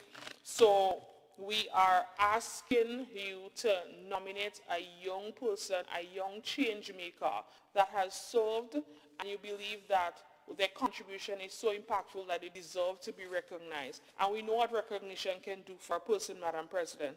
So some of the areas that we have on the nomination form: entrepreneurship, innovation and professional excellence, environmental, health and wellness, leadership, service and community development, arts, culture and creative economy. So I'm encouraging you, once you know someone within those categories and they have made contributions, you can nominate them. Madam President, also I wish to update that the National Youth Parliament program has started at the parish level, or continuing this cohort at the parish level right now, and we have training ongoing with stalwarts like Ms. Joan Purcell, Dame Joan Purcell, and Madam President, so far what we're seeing is very successful and very promising. As you know, the National Youth Parliament cohort, they run for a two-year period, and that is quickly coming to an end. So we are ensuring that we have that continuous flow, and we are calling facilitators, persons who are interested in becoming facilitators of the National Youth Parliament program for the different parishes. You can reach out to us at the Ministry of Youth and Sports to be able to make your contributions to this program. Also, Madam President, I want to remind our young people that we have the Youth Entrepreneurs program that is currently ongoing. It's a collaborative effort with Grenada Development Bank, and it's called Youth Entrepreneurs because it's our youth as entrepreneurs, and that is any area that you have a small business within the agricultural field. You are able to qualify for grants up to $3,000, even if it's just to test your business idea, incubator ideas and so on. And we have the loan aspect of that program with a maximum of $30,000 with a 1% interest rate. So whether it's aquaponics, hydroponic, animal husbandry, crop production, you want to upgrade your business. Once it falls within the agricultural field, you can contact GDB. We have a special desk set up, so no longer will our young people have to go through GDB and be clogged up in the system and the backlog. We have a desk dedicated, and we have one staff there, a business development officer, to assist our young people speedily, Madam President. We have a couple more things that I can speak about, but I know usually our sit-ins are very lengthy, and so I would leave it here for today. But what I would say is that we have all of our updates happening concurrently at, as fast as it's happening, on our social media pages. But Madam President, there is one thing that I must, before I have my seat, speak on. And I know I missed the last sitting, so I'm taking the opportunity now. We have successfully hosted the 53rd Games of Character Games here in Grenada after hosting a year before, Madam President, and that was a huge success. And every time I think of character, I smile because sometimes the question is asked or it's mentioned that we travel a lot, Madam President.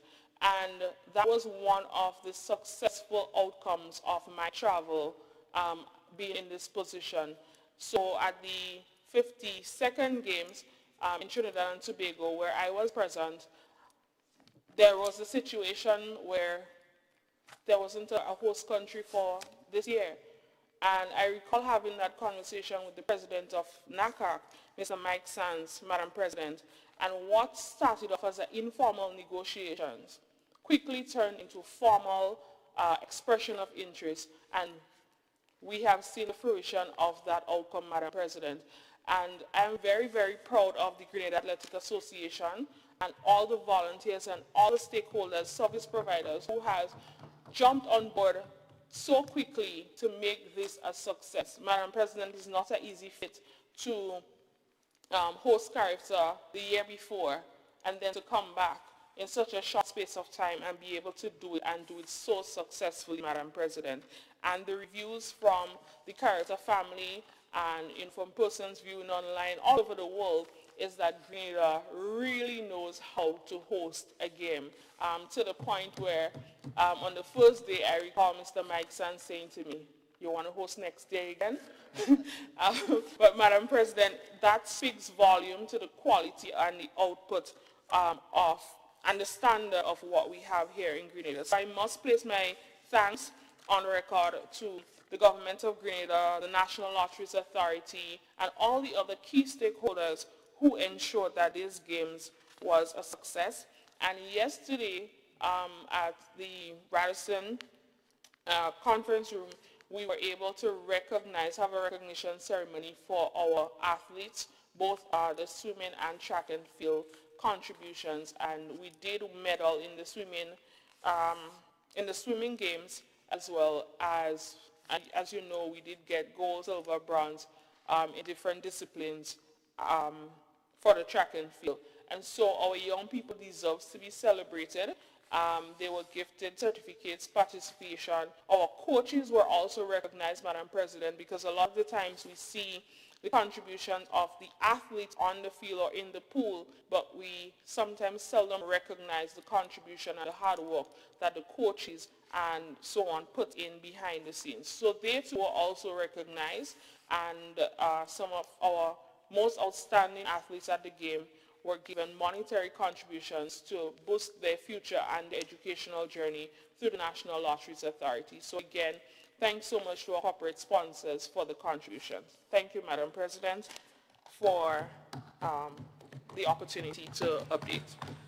Thank you for your update, Senator Francis. Thank you very much, and we join the senators through you in congratulating the Grenada Athletic Association. And thank you for the wonderful commitment you have for our youth, the Empower program and the Youth Center, and, you know, launching the National Youth Award. And thank you, and thank you. Can we hurry along now? We have heard all ministerial statements and responses for the morning. We thank you. At the high hour of 11 o'clock, we have concluded this very informative and important section of our schedule. Thank you for all your comments and reports. Ministers. Item 11, personal explanations. Item 12, motions.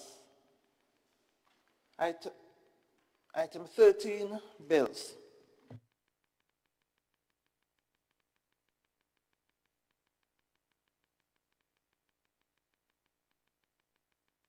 Leader of Government Business.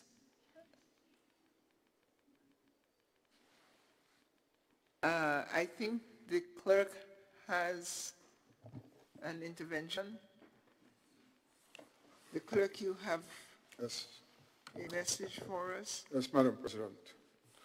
Madam President, other members of the Senate, the House of Representatives at a sitting on Tuesday, 28 April 2026, concurred with the amendments made by the Senate at its sitting on Wednesday, 8 April 2026, to the bill for an act shortly entitled Possessory Titles Amendment Bill 2026. Thank you, Clerk. And the Senate sends its thanks and acknowledges receipt of the message from the House of Representatives. Floor is offered to the Leader of Government Business, the Honorable Senator Adrian Thomas. Thank you very much, Madam President. Madam President, I beg to introduce the first reading of a bill for an act. Madam President, before I introduce the bill, I want to inform this Honorable House that according to the order paper, the act that I'm about to present now appears number 2 in the order paper. So we'd like to take it first before we take the cruise ship visitors levy amendment bill. Okay. The bill, Senator, your request is that we present the value-added tax amendment bill before the cruise ship. Yes, your order is allowed. Proceed. Right. Thank you. So, Madam President, I beg to introduce the first reading for a bill for an act shortly entitled the Value-Added Tax Amendment Bill 2026.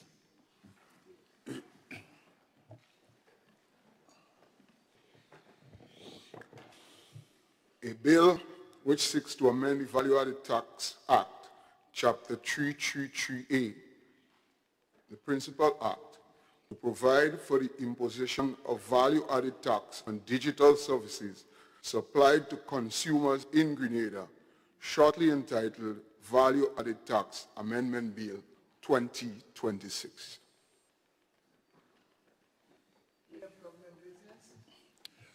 Madam President, I beg to move that the irrelevant standing orders of the Senate be suspended to enable the bill to be taken through all its stages at this sitting.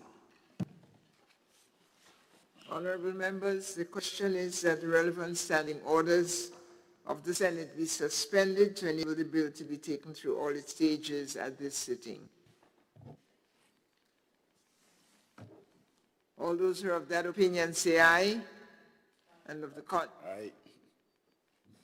And of the contrary, say nay. Ayes have it. Honorable Minister, Leader of Government Business. Madam President, I beg to move that the second reading of the bill be taken at this time.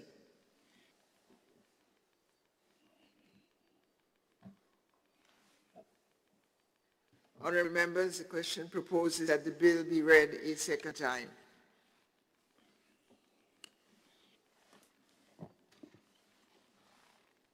Honorable Leader of Government Business.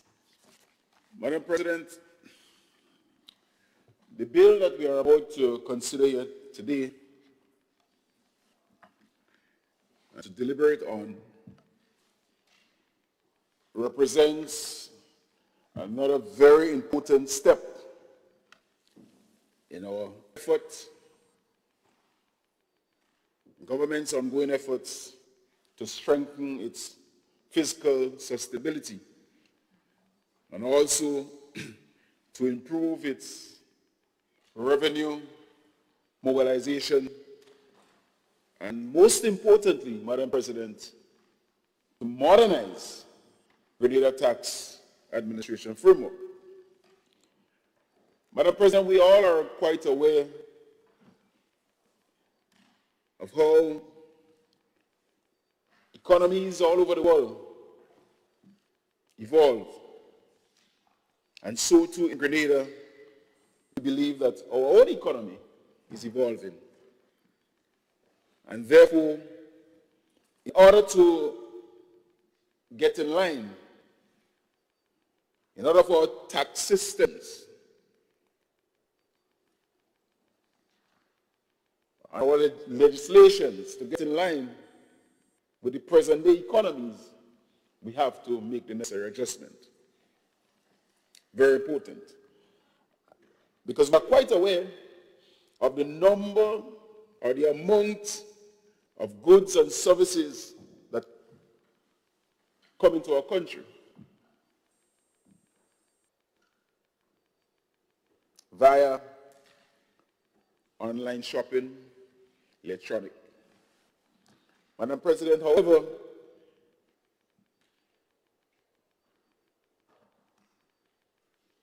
the goods, to a certain extent, coming through the post, coming through the ports, may be captured by the customs at the various ports.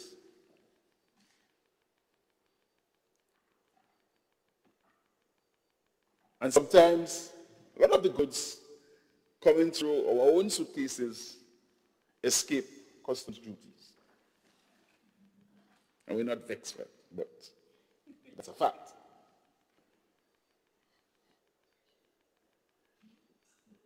So the goods and services, Madam President, they have been purchased, they have been delivered, they have been consumed, and they have been paid for at a number of digital platforms. And so we feel as a government, and as a state, and the advice of the technical staff that work in the public service,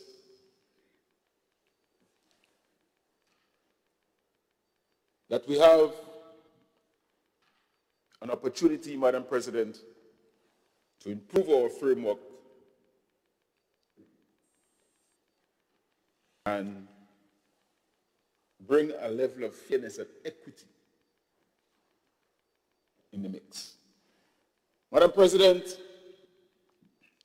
there are a number of services that are being offered online or electronically, including streaming platforms, software subscriptions, digital advertising, online applications, cloud-based services, and other electronically supplied services. All those services, Madam President, are consumed in Grenada. Madam President, the value-added tax amendment bill 2026, having said that, it seeks to amend the value-added tax, chapter 333A, and to introduce provisions for taxation of digital service supplied consumers in Grenada. Digital services. As I said before, at the time when our laws was implemented, digital services was something in the future. And maybe it was a little impossible for we to anticipate that it would have been here today. But the fact is, it is here today. And so, Madam President, the fact that goods provided by suppliers in Grenada, goods and services consumed by Grenadians in Grenada, pay the full share based on our system of taxes.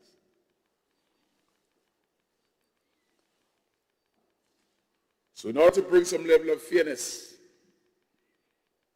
and equity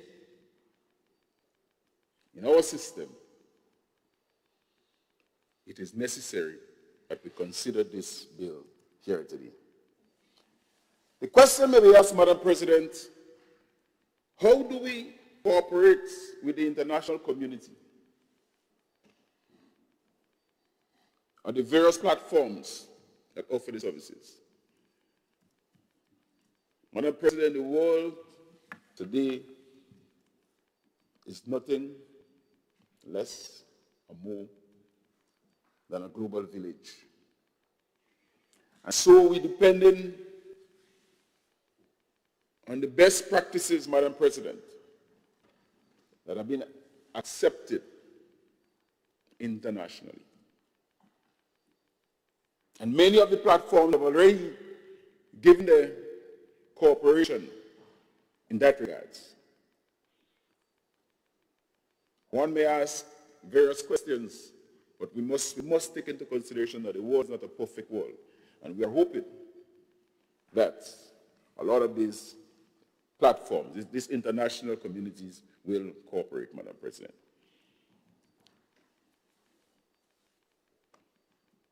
Madam President, so as I present this bill to this Honorable House, I must say that it contains 11 clauses, and clause 1 provides the short title of the act and for its commencement and a date to be fixed by the Minister by notice published in the Gazette. Clause 2 deals basically with definitions of quite a few important terms that need to be understood based on context.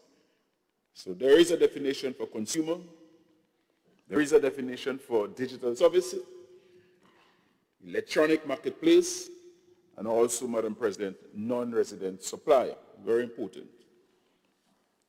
Clause 3, Madam President, of the bill amends Section 6 of the Principal Act to clarify that digital services are treated as supplies for the purpose of value-added tax. Clause 4 of the bill inserts and caters for inserting a new section, Section 8A, in the Principal Act to provide for the treatment of supplies made through electronic marketplaces, including circumstances in which the marketplace operator is treated as the supplier for value-added tax purposes.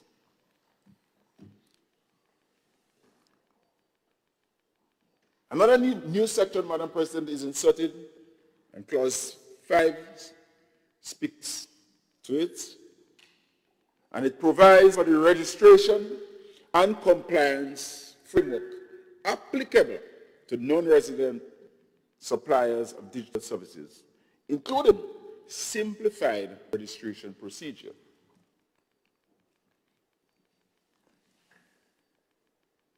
Madam President, Clause 6 of the bill amends Section 17 of the Principal Act to ensure that the existing time of supply rules apply to supplies of digital services, including subscription-based services where each payment is treated as a separate supply. Madam President, in Clause 7 of the bill, it amends Section 18 of the Principal Act to establish rules for determining the place of supply of digital services based on the location of the consumer, including the use of specified indicators. Another new section, Madam President, that has been inserted, Section 22A. And here, Clause 8 speaks to that. And it is to introduce a reverse charge mechanism for digital services supplied by non-resident suppliers to registered person intermediary. In Clause 9 of the bill, It amends Section 53 of the Principal Act. And this amendment is to clarify the record-keeping obligations of non-resident suppliers, including requirement to maintain adequate records and make them applicable to the controller upon request.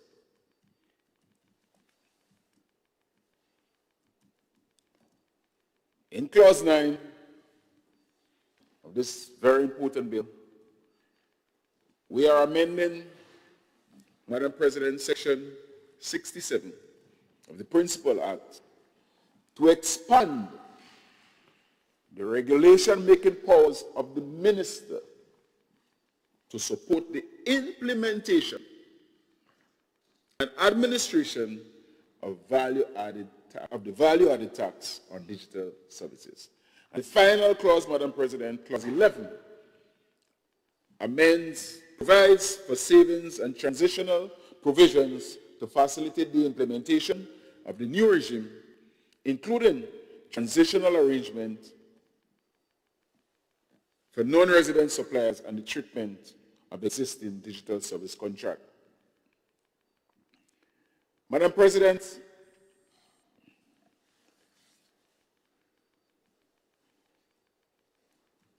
within the 11 clauses that are presented, each is designed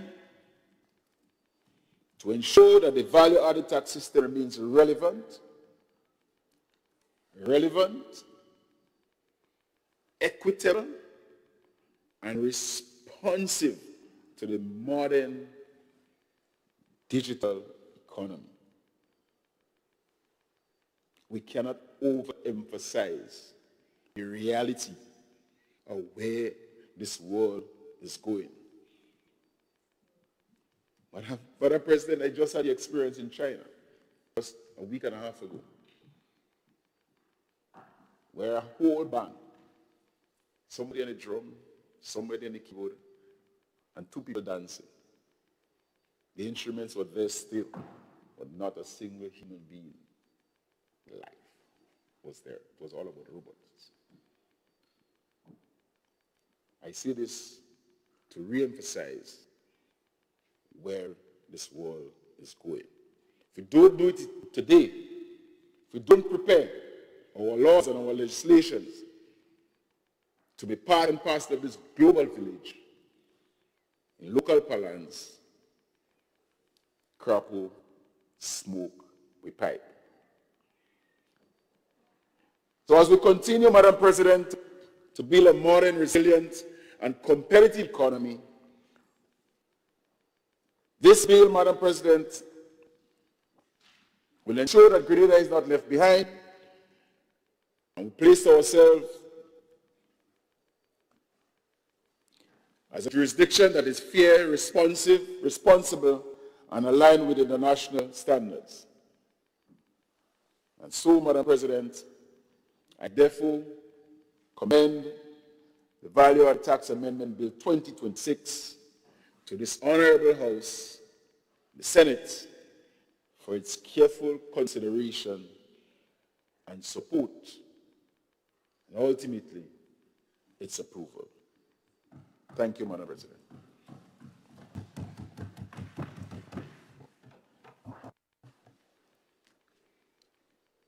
I thank the Leader of Government Business for his presentation of the bill, and I open the floor for interventions on the same.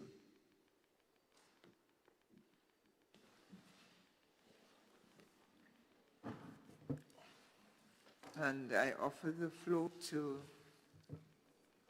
the Leader of His Majesty's Opposition in the Senate, Honorable Nolan Cox.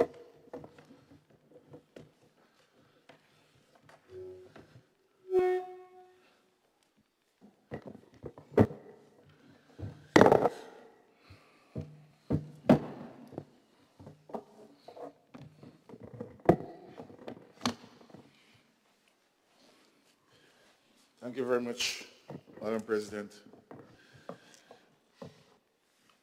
Madam President, with your leave, I just want to take this moment while I'm on my feet to welcome the clerk, our dear brother Jeffrey, to the Parliament, and to concur with Senator Britton that the Senate is, of course, the most interesting and exciting place. But as Madam President, also, I think we may have to have a further conversation.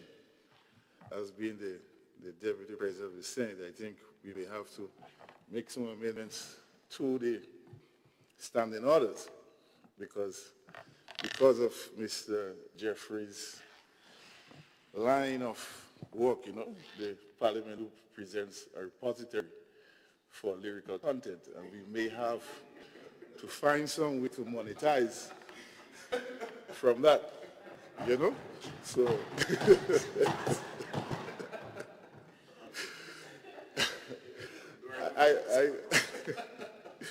I don't know if I'll be fortunate enough to be part of that content. But I believe that it will be very difficult for me to escape from it. But I just say it for what it's worth. But it's a pleasure to have you here, Mr. Jeffrey, and all the best on your tenure.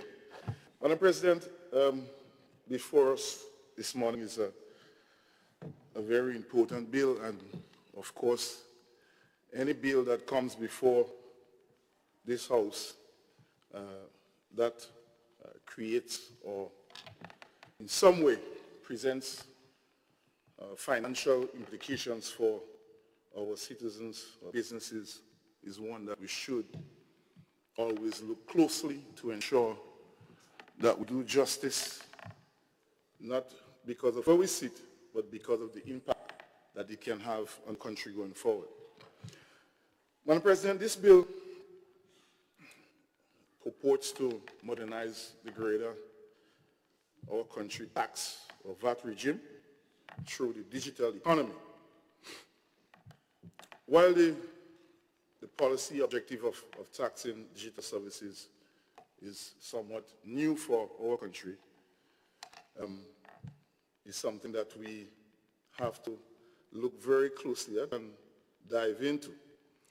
I will spend some time in a surgical way trying to look at some of the clauses of this bill and the implications, and also maybe make some recommendations for possible amendment, if not today, sometime in the future, based on what I see. Madam President, this taxing of digital services supplied by non-residents has some merit, but this legislation obviously do have some gaps that can possibly harm the Ghanaian consumers, impose unreasonable compliance burdens, and also not only so, also for local businesses, and can create enforcement mechanisms that are neither practical or not equitable. And I did hear the leader of government business presenter of the bill spoke about fairness and equitable. But Madam President, I beg to differ that there are stark contrasts to his suggestion of fairness and equitableness. This bill is, I think, is very, very far from that. Madam President, the first area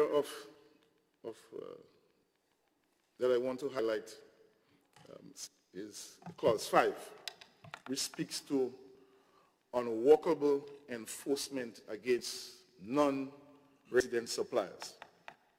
Clause 5 introduces a simplified registration regime for non-resident suppliers, yet provides no meaningful enforcement mechanism. The controller cannot in any way compel a company like in Silicon Valley to register,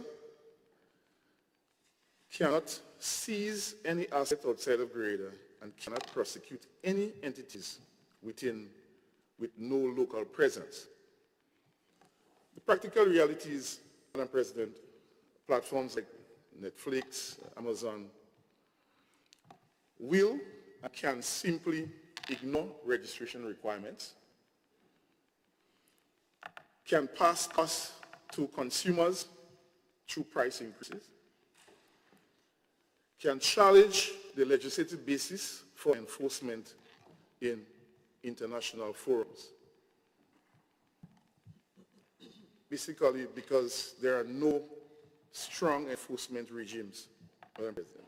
So in comparison to the local businesses, this is what the non-resident suppliers have to contend. So there is no equitable approach in terms of registration, Madam President. Clause 11, subsection 2 provides a 6-month grace period during which non-resident suppliers pay no VAT whatsoever. Madam President, I contend that this is not a transitional relief. It is a government concession to non-resident suppliers will not comply. They don't have to comply. Meanwhile, local businesses face immediate liability. So that is not equitable. Madam President, this provides a clear opportunity to amend so that non-resident suppliers should not receive preferential transitional treatment denied to Grenadian businesses.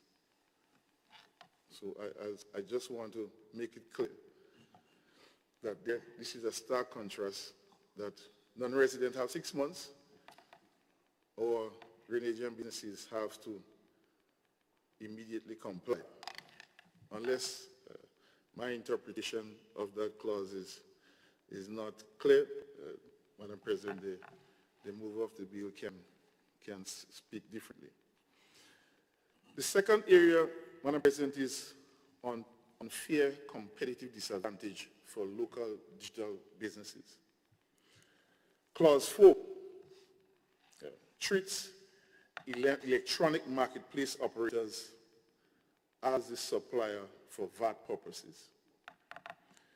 A Grenadian platform, for example, a local delivery app, or tourism booking service, will become fully liable for VAT on every transaction where the underlying supplier is not registered. And here is the scenario, Madam President, just to explain further. Let's say a Grenadian marketplace connects to a consumer, right? An artisan who is not registered, who doesn't meet the threshold for VAT. The marketplace must charge, must collect, and remit VAT on full supply. That is what that clause is basically stating. This creates an administrative burden that foreign platforms can simply ignore. Local innovators, local businesses are penalized, while the non-resident marketplace like Amazon or Airbnb face no effective consequences for that. Clause 4, subsection 3, provides an exemption only if the underlying supplier is VAT registered, a threshold many small creators cannot meet. Yes, clause 4, subsection 3 provides an exemption only if the underlying supplier is VAT registered, a threshold many small creators cannot meet. Simply stating, Madam President, there are a number of businesses who will have to pay VAT, but basically they would not they don't meet the threshold for VAT. So I don't know if there is an intention later on to amend the threshold for that so that some businesses who currently does not, based on the revenue generated annually, I don't know how they are wrapped into this, whether or not that threshold will be amended. Madam President, the third issue, the third area of concern has to do with this reverse charge mechanism. And from my review of this bill, Madam President, this can have some crippling effects for small businesses locally. Clause 8, and that speaks to Clause 8. Clause 8 introduces a reverse charge for business recipients of digital services. So any registered person receiving digital services from a non-resident must self-account for VAT. This means that a small accounting firm, for example, I'm using a cloud software like, say, QuickBooks, becomes a tax collector, basically. For example, a hotel using an online booking engine must calculate VAT on that service. Even a restaurant that is using a delivery platform software, they will have to file additional returns. That is basically what Clause 8 speaks to in terms of the reverse charge. Straight away, Madam President, the compliance costs will exceed in terms of whatever revenue that small business may have to collect. So our small and medium-sized enterprises, they are already struggling. We still have recovery costs from burial and of course even the pandemic. The whole issue of inflation that a number of small businesses have to contend with because we have increasing fuel costs worldwide. So now this additional administrative task to perform, to collect tax on this reverse charge, basically they are not being paid for that, Madam President. So that in itself is another burden. Research, Madam President, shows in jurisdictions, other jurisdictions in the world, like in South Africa, where similar reverse charge mechanisms are employed, this can cost small business up to 15 to 25% for digital services that they import. Those are research figures. So it's something that we have to pay attention to. And while we may not see it now, it may look simple on paper, there are implications. And that is from other countries who have implemented this reverse charge mechanism. The fourth area of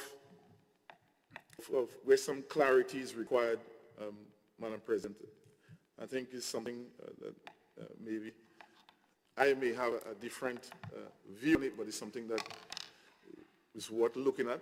It has to do with the definition of consumer. I think it creates a bit of confusion, and maybe it's worth for us to have some discussion on it. So Clause 2 defines consumer as any person not registered for that and who does not acquire services in the course of a taxable activity. This, Madam President, I believe creates a perverse incentive where registered persons will simply not provide their VAT registration number to non-resident suppliers to avoid the reverse charge obligation. We are saying that that is a possibility. All right? The controller in any way cannot verify where a person in Grenada purchasing cloud storage, let's say from Apple, is using it for business or for personal purposes. So I think that is where the challenge comes. Like for example, so let's say a self-employed, somebody who does consultancy work, who might be a consultant, is self-employed as a consultant. And so you use, like for example, your Google Drive or your Microsoft software. You may use it for personal purposes. You may use it for your business. How does a non-resident supplier determine and how to treat with VAT on that purchase? So they are unable to differentiate. And so I think in terms of the definition of consumer, I think there might be an opportunity there for some more clarity to define that, so that we don't find ourselves somebody who might be using those services for personal as against business. So I just wanted to raise that, flag that as a possible issue going forward.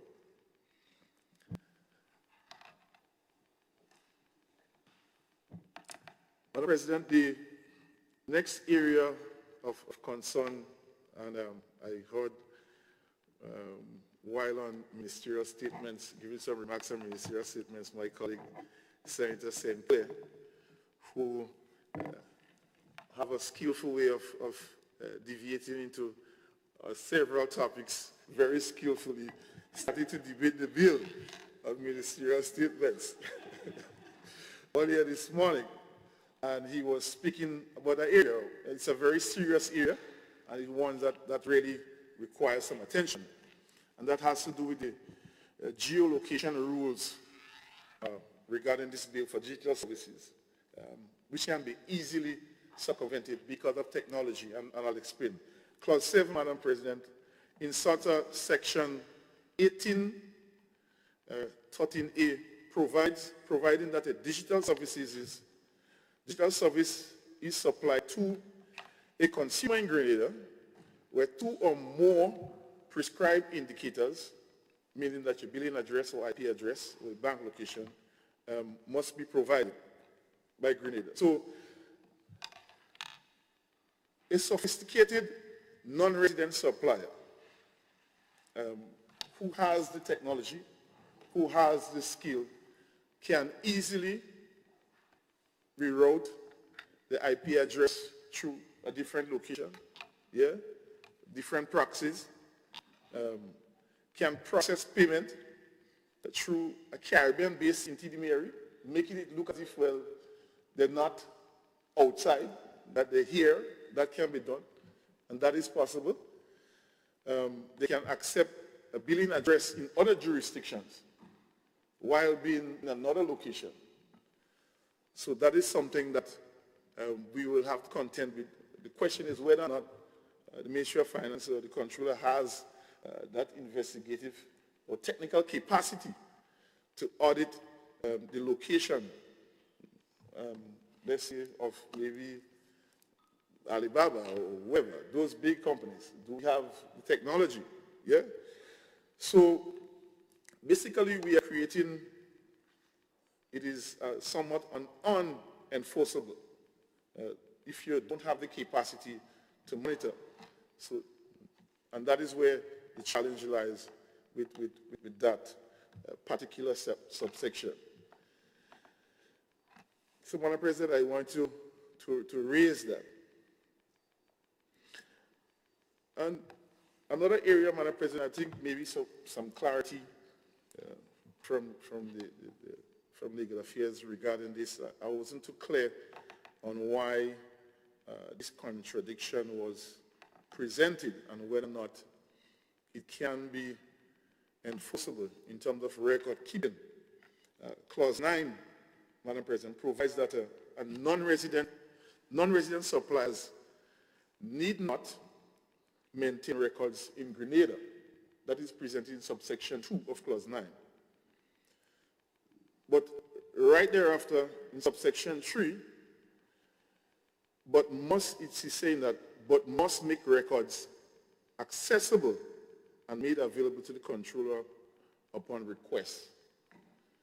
So what I'm getting here is that a non-resident who is outside, they are not required to keep records locally, but they are required to keep records where they are, and upon request, they're supposed to make those records accessible to the controller. That is what I'm gathering. So my colleagues will look at it closely. So what does this mean? What does accessible mean? That is what I'm trying to get at. Can the controller demand access to servers to non-residents or outside of Grenada? I don't know how practical that would be. I don't know if we do have the forensic to look at data centers. I don't know. So that is a little bit of a confusion for me. I think it would be easy or maybe practical if they were to keep records locally as well as keep records outside of Grenada so that we can quickly access those without having to request them. So, Madam President, I just wanted to highlight that as a major issue. I'm getting into, I think, one of the most important matters, and that has to do with privacy conflicts, Madam President, and whether or not the Constitution or constitutional rights may come into play at this particular point, which has to do the whole issue of privacy. The bill requires non-resident suppliers to collect and retain consumer location data. And that is a very, I must say, alarming request. And I do understand why. And so person's IP address, person's banking information, person's billing address are required to be retained by non-resident suppliers. This, Madam President, I believe is one that we have to look very closely at. I'm not certain whether or not that this is entirely legal based on other laws outside of Grenada. In my research, it is indicating that this conflicts with the European Union General Data Protection Regulation. It also conflicts with Grenada's own data protection bill. I do know we do have a bill that is pending, coming. And also standard international practices limiting data collection to what is necessary for service permission. So these are critical areas. I think probably, Madam President, this is one of the most critical area of this bill which can create some uneasiness with persons' information being collected like that. I don't know, Madam President, whether or not we are ready for something like that, but it's something that we need to look closely at. As I said, we do have, we do need and request some guidance from the ministry in terms of whether or not that is correct in terms of the approach and whether or not other countries are doing the same and how they are going to deal with this issue of the data being collected. So, Madam President, this in turn creates an issue for the supplier who has to comply with this legislation, in turn may be breaking another legislation in their country or another country. So that is something that we have to look at very closely. Madam President, those are the main points I want to highlight regarding this bill. While I do understand the importance of the bill and do understand the context and the purpose of it, I think there are some significant areas which we can look closely at and obviously an opportunity for amendments. Like, for example, Madam President, where in Clause 8, where exempted registered persons with an annual, something, for example, with an annual turnover below $500,000 for reverse. So putting in some measure. So just saying that persons have to do reverse charge. Maybe ascribe a particular annual revenue intake as a measure so that some businesses are not going to fall within the regime of having to deal with this reverse charge obligation, as well as the minimal threshold for marketplace liability as well, Madam President. So there are clear areas, I believe, where we need to look closely in terms of making this bill more effective and more enforceable. But as presented by the leader of government business speaking on fairness, it is clear, Madam President, that this doesn't present any fairness. But I think probably the Ministry of Legal Affairs, they have to navigate also other legal conflicting legislations outside of the country to ensure that they have something that is workable. But, Madam President, I believe that there is a clear room for improving this bill. I do not know if there's any opportunity for it to be done now, but those are some clear areas I think we need to pay attention to as regards to that, especially on the issue of the definition of a consumer. I think you don't want to create any conflict out there between who is consuming for personal reason, for business purposes. I think that is something that you need to look at as well. So, Madam President, with these few contributions, I just want to register those objections for this important bill, as the leader of government business indicate that they're looking to looking at an evolving economy. Madam President, I think it's just a way of just saying that we are just adding another tax regime. That is what is taking place. There's nothing evolving about that. Only expense. So, Madam President, with those few contributions, thank you very much for your time, and thank you to the House for indulging me. I thank you, Senator Cox, but before we turn the mic to someone else, I wanted to ask you two clarification points as I listen to the debate. One is to your central point of sort of new unfairness. I wonder if some of the concerns you have, for example, around collapsing or at least the ambiguity of the private versus the commercial usage or supplier behavior, if any of that is currently occurring, and this represents an escalation, or is it new by the legislation, masking something commercial as personal or vice versa. That strikes me as significant. And also your second and third points, if I got them correctly, your first point was on gaps. Your second point was on unfair competition. And I think your third point was on, I'm not sure what, you spoke about reverse charge mechanism, but is it also, you see it as an unfair competition as well? So in effect then, the issues you raised concerning clause 4.3 and clause 8, to your mind, are they the same? Those are my two questions. Thank you very much, Madam President. So, Madam President, yes, to some point, in just looking at the whole issue that most of what contains in the bill, we see that non-resident suppliers do undergo less scrutiny and are required to comply less. There are not much mechanism in place to enforce what they have to do or what they have to comply with where this law is required.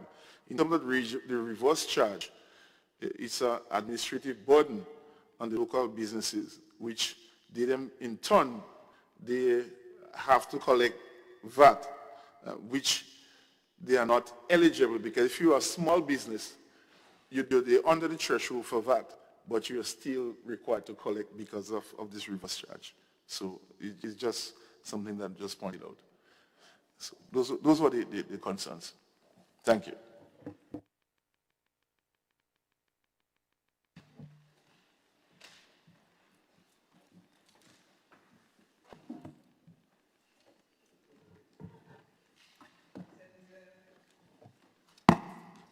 Sybil Francis, you have the floor, madam.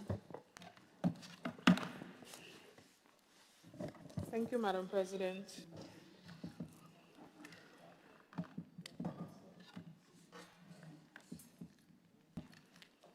Madam President, I am grateful for the opportunity to stand before this honorable House to lend my support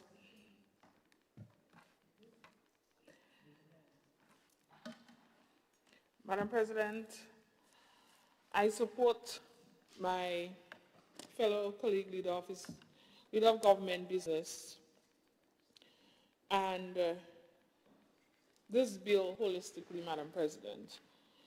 I do so with a clear understanding of the rationale and necessity behind this legislation and with an appreciation for the responsibility we as legislators carry to the people of Grenada, Carriacou, and PC Martinique. Madam President, I believe very strongly that the opportunity and power entrusted to us in this honorable House must always be used for good. We are duty-bound to be responsible, transparent, and accountable to the people who elected us and who placed their confidence in our democratic system of governance. And because of that responsibility, Madam President, I believe it is important that we explain this matter to the public in simple, everyday language, not in complicated economic jargon that causes confusion and fear, Madam President. Madam President, VAT, as we commonly call it, or value-added tax, is essentially a consumption tax placed on certain goods and services. In very simple terms, it is a way for the government to collect revenue from economic activity so the state can function and provide services in return to the people: roads, hospital, schools, youth programs, social support, infrastructure, national security, and economic development initiatives. Madam President, I hear lots of the talk that we need better health care, and we need better this, and we need better that, Madam President. And there's also talks that we're borrowing, and why should we have to borrow? But Madam President, the question I therefore ask in turn, if we don't borrow, if we don't travel, if we don't tax, then what are we doing, Madam President? Why are we fooling the people, Madam President? Madam President, the purpose behind this amendment is to stabilize and modernize the tax base in an evolving economy. Note I said evolving. I'm almost tempted to say an evolved. Because the reality is, Madam President, and not just this bill, but a lot of our legislative pieces is not even current, Madam President. It's not with the time. Just recently, we had to amend one of the bills that introduces cybersecurity, cyber stalking and all of that. I think it was a domestic violence amendment, Madam President. A lot of our legislative pieces does not take into account the reality of our society. And so, Madam President, as I said, the sole purpose is to stabilize and modernize the tax base in an evolving economy, particularly as more services are now being accessed digitally and online. And Madam President, we know, we use it. Madam President, just recently, I went to Inland Revenue to make a payment, and the line was so long that I stood inside of Inland Revenue, went on my phone, and I paid for the service, and then proceeded to jump the queue to go to the cashier. So we are using it, and we see the evolution of what is happening in the digital space, Madam President. The bill seeks to ensure fairness and sustainability in revenue collection while adapting to the realities of a digital world. Madam President, it introduces provisions for digital services, non-resident suppliers, and electronic marketplaces so that the tax framework reflects how commerce is now taking place globally. Madam President, there was a big debacle some time back where a person was shopping online in an appropriate time, Madam President, but it just shows that we're no longer having to take time from our busy schedule to go to stores and so on. We are evolving with the times, and so our system must reflect same, Madam President. We love the convenience of it. We do. Is it fair that someone who has a store in the town of St. George has to pay tax, but someone who is using e-commerce for same, providing the same clothing and so on, and they don't have to do it? Madam President, as the business owners, how they feel about it. I am sure they are going to agree that what is good for the goose is also good for the gander, Madam President. Madam President, before I proceed further, I wish to highlight a dangerous and growing practice in our society, one that slowly eroded public trust in politicians, governance, and even democracy itself. Madam President, too often there is a tendency for every tax-related matter to immediately become politicized without context, without education, and sometimes without honesty. And that has to stop, Madam President. Madam President, the public is sometimes made to believe that governments wake up one morning and arbitrarily decide to burden citizens with taxes for no reason at all. Madam President, I do not believe that any sitting government willingly introduces taxes simply for the sake of doing so. That would amount to political suicide, Madam President. Madam President, governments understand very clearly, no matter which side of the fence they sit on. I can tell you that governments understand very clearly that taxes are unpopular. And nobody wants to take the unpopular route, Madam President. But governments also have a responsibility to maintain the country, stabilize the economy, and ensure that the state can continue to function effectively. And Madam President, since we are talking and speaking about honesty today, let us also speak factually. That was first introduced in Grenada under the administration of the new National Party government in 2010 through the Value Added Tax Act. Yet today, that has become an established part of the fiscal structure of Grenada because successive governments have recognized its role in revenue generation and economic management. Madam President, what I'm saying here is that, why is it that we are saying or making it appear that this addition to the value-added tax system is a bad thing? Madam President, it is because we understand that it is necessary, Madam President. So this debate should not descend into political theater, Madam President. It should instead be about good governance, sustainability, accountability, and ensuring that our tax system evolves alongside the modern economy. Madam President, it is also important that we address misinformation responsibly and honestly, because fear can spread very quickly when matters of taxation are discussed without clarity or context. You see, Madam President, I've listened to the leader of government business, and by just listening to his presentation, I was able to understand what this amendment is doing and why we are here today. And so I do not wish to spend the time to go over what was already presented by Honorable Adrian, Madam President. But I want to address the realities of what is happening out there.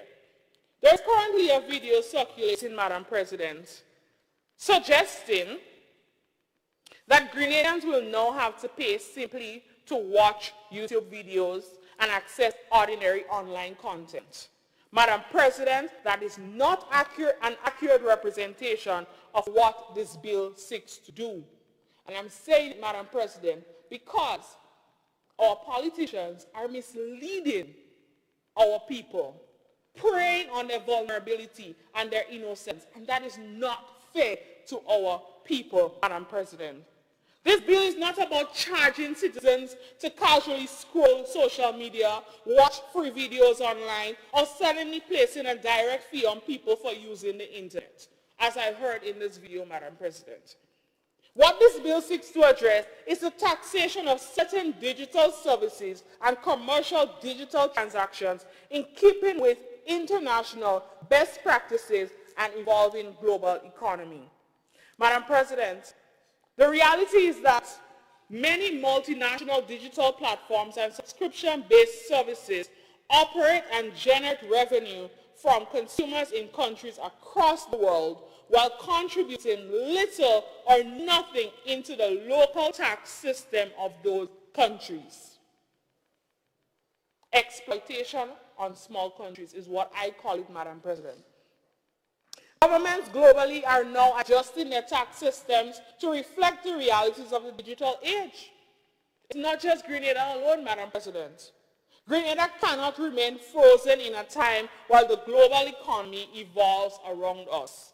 And let us be careful, Madam President, because when misinformation is spread recklessly, especially by individuals in positions of influence, it creates unnecessary panic among citizens, particularly vulnerable citizens who are already struggling with the cost of living and economic uncertainty.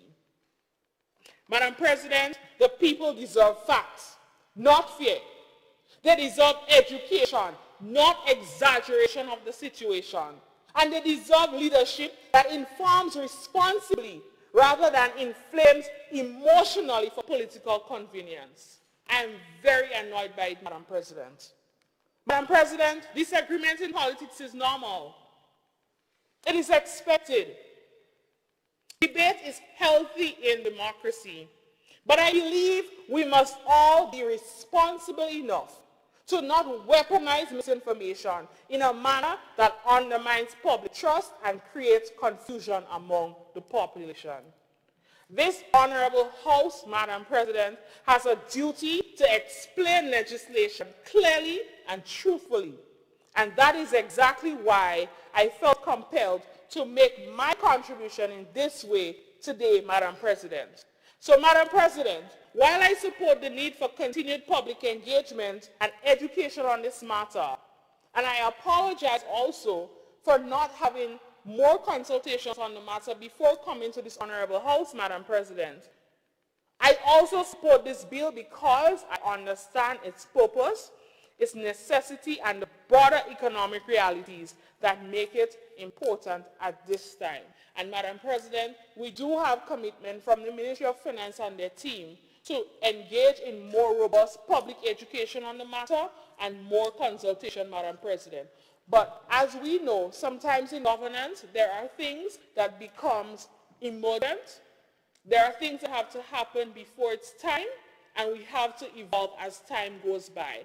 And so, as I said, I apologize to the public for not having more consultations on behalf of our team, Madam President, but I believe that with time, our people will understand, as long as us as the legislators, we as legislators, Madam President, take the opportunity to educate our people, help them to understand and see how this is valuable, not in the immediate or short-term purview, Madam President, but futuristically for the development of our nation. I thank you, Madam President. I thank you, Senator Civil.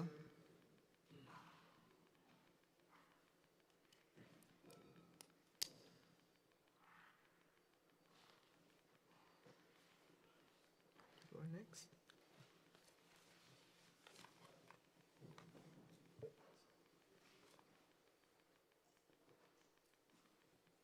Senator Lewis, Andre Lewis, you have the floor, Honorable. Thank you very much, Madam President. And it's an interesting bill, as usual. But what is also interesting to me is the upfront admittance by Senator Francis, but the need for more consultation. And therefore the question arises, was the rush? I have not heard from the President of Government Business that the international community, sometimes we come here with certain bills that we didn't want to do, but we have a deadline to meet. And therefore the question begs itself, why weren't there more open discussions on this matter? I am really not clear on some of these matters. To be quite frank with you, Madam President, through you, I'm a bit confused as it relates to business versus private individuals, how they may be impacted, because I do not wish to doubt any of the presentation made by my colleagues on the other side. But there seems to be a presentation which has now said that this most likely ought not to or would not impact what we call regular users. Because anything that the concerns I've heard from our people, workers and others, is that does this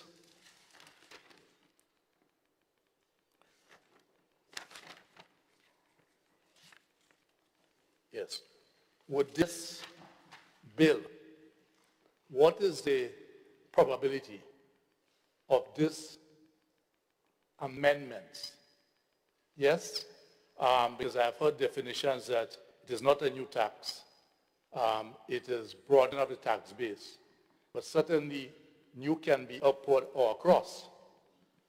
And if there wasn't something there before, my understanding of new would be that which was not there before is now here. Yes? So I'm not going to get involved in the semantics as to whether or not it's a new tax, or if an expansion of applying VAT across, but even in applying it across, it appears to be capturing those that were not captured before. So there are new items or areas to be covered. So it is increased. And therefore the question is whether or not these will result in increased payments from our pocket by those who would do this digital consuming. Also, whether or not does this now change who must register for collecting or carrying out VAT? Example, a registered business under one, I think the VAT threshold is 120 per year.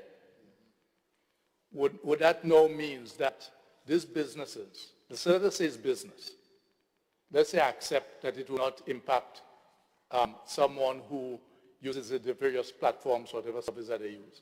And I'm doubtful of this based on some of the comments I've heard from people in that field. But I've not researched it deep enough. So let us say that. Would the businesses, as Senator Cox and others may have asked, now require them to perform that role that they were not expected before in terms of collecting VAT?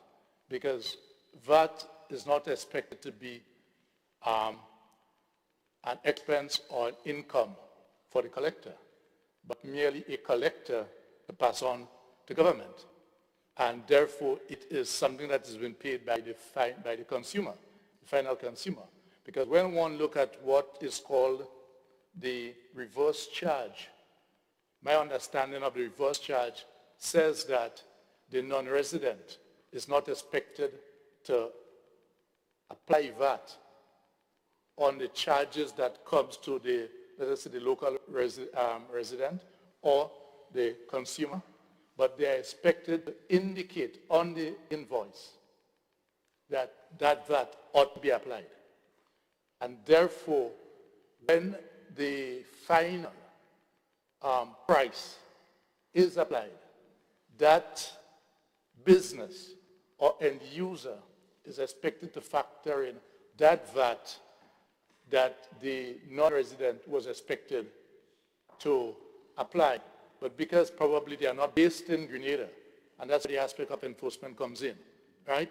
That person or business is expected to do this. So therefore, that will be passed on to the end user. So the question is whether or not, and which set of end users. If some examples can be given.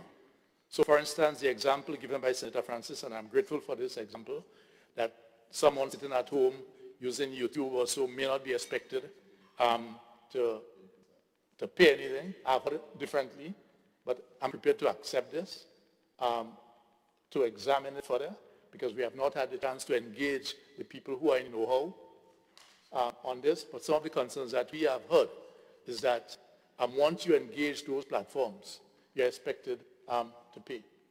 Yes? No, that's what we have heard. Yes, subscription-based. So once you're subscription-based, so let us say, for instance, a local person, so thanks for that clarity, Julia. You know, you may be speaking off the mic, but I've heard it and probably I can. And I don't want to say I didn't hear. No, I know. Right, yes. You know, in this place here, we are Everything. very open. Yes, in this place here, we are very open. So that whether a mic is off or not, sometimes we do hear and we do respond. Yes. I don't have anything to distribute. It's only ideas. Yes. So for instance, let us say I am subscribing to X or Y platform. I'm not a business. So I'm not a business. I'm a regular someone who subscribes for whatever service. My understanding now is that I will be expected to pay VAT. Yes, I'll be expected because I'm subscribed. What that means is that a lot of us in this country have subscription services. And I'm not here making a value judgment or a financial judgment. I'm talking here of what it means, because at the end of the day, and especially timing, that is why you should, Madam President, the goodly senator and the government has said, look, we need to address our fiscal sustainability to generate revenue because we have services to provide.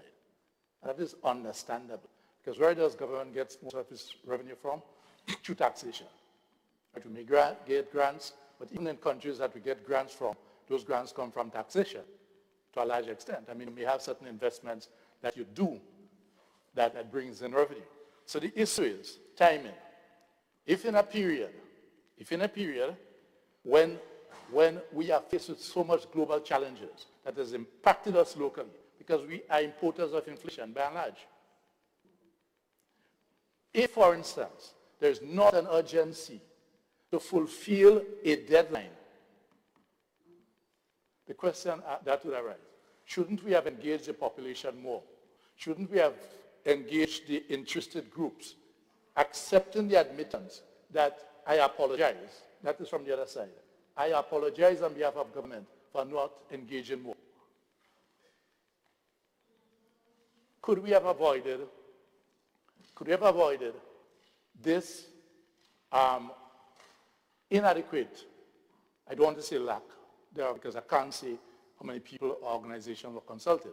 I'm certainly not aware of any consultation, but I'm leaving some room, right, for the possibility that that was done. Why wasn't it more extensive?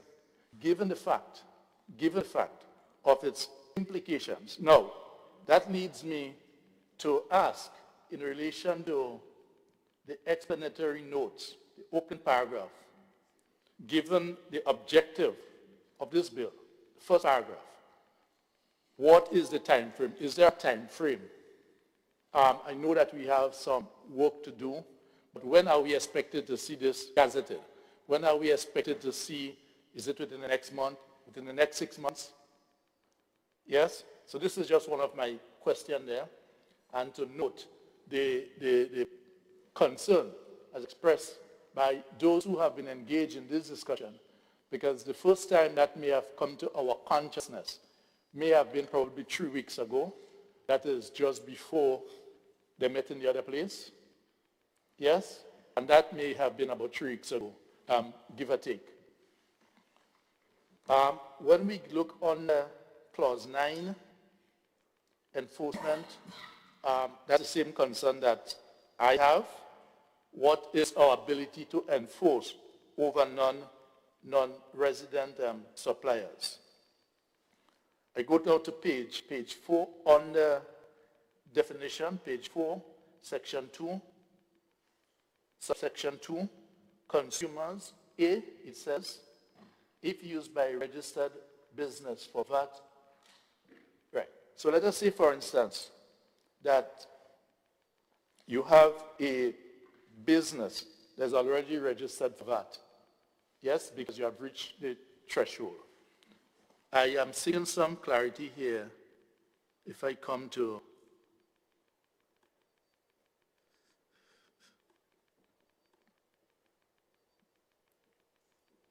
that is on the definition, sorry, page 4. Page 4, section 2A.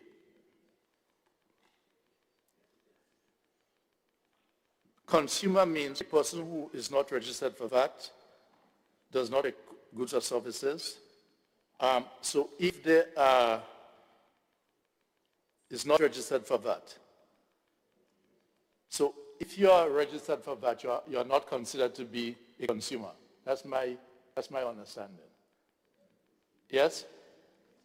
Right? So I'm just seeking clarity on this. Right? As I said, just seeking clarity. And would they be exempted? So if you are not, because once you're already registered, you're not considered a consumer, would you be exempted? I don't know.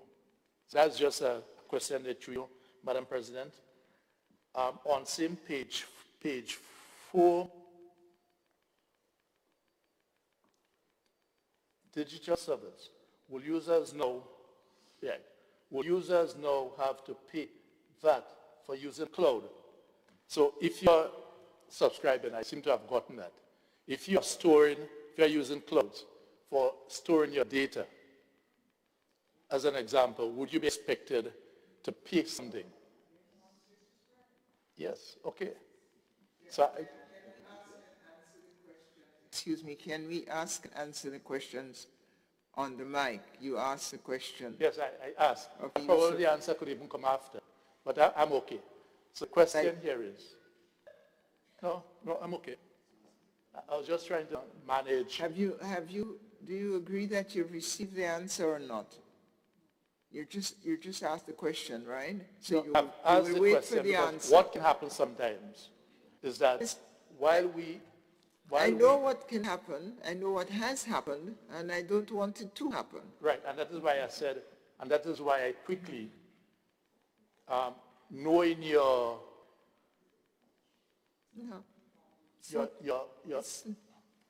for order, I indicated that these answers can come after. Yes, I'm asking questions, and I'm assuming that when a member of the other side, probably leader of government business or someone else, right? That's correct. Thank Yes. you. Continue. That's Yes, correct. yes, thank you very much. Right, and I know that, may I just observe the presence of my colleague, the Attorney General, who has come in. Morning. Yes. I am happy that I'm speaking also well, no, I wouldn't go there. Would users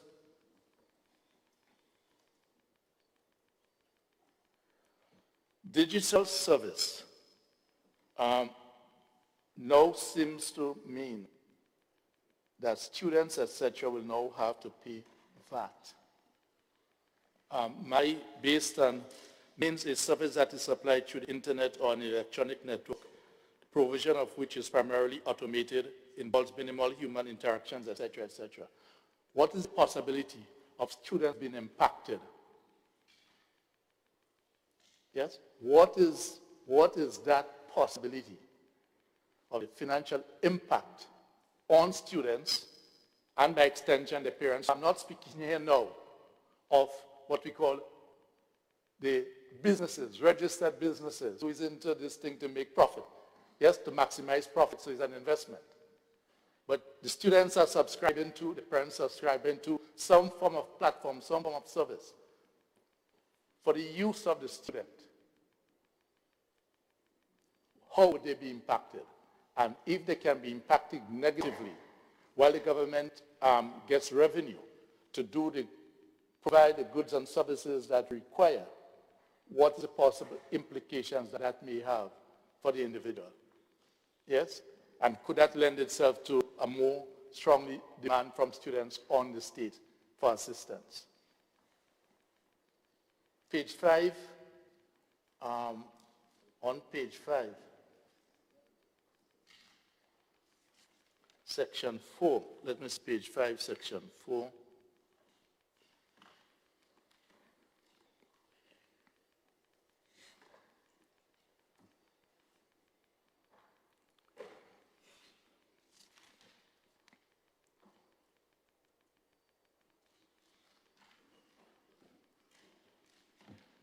So let's say, for instance,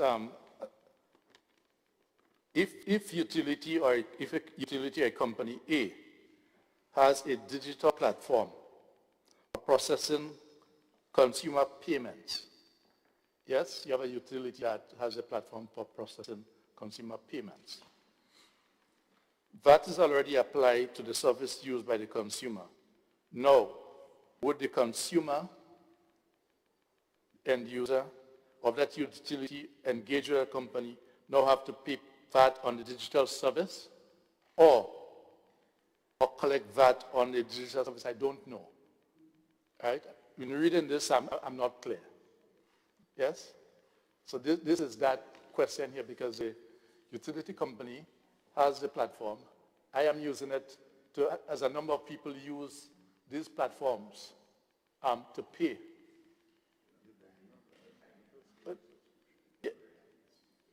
Well, I don't know. So I'm asking through you, Madam President. At the end of the day, there may not be an issue for that, but it is just a concern. Page 6, subsection 4.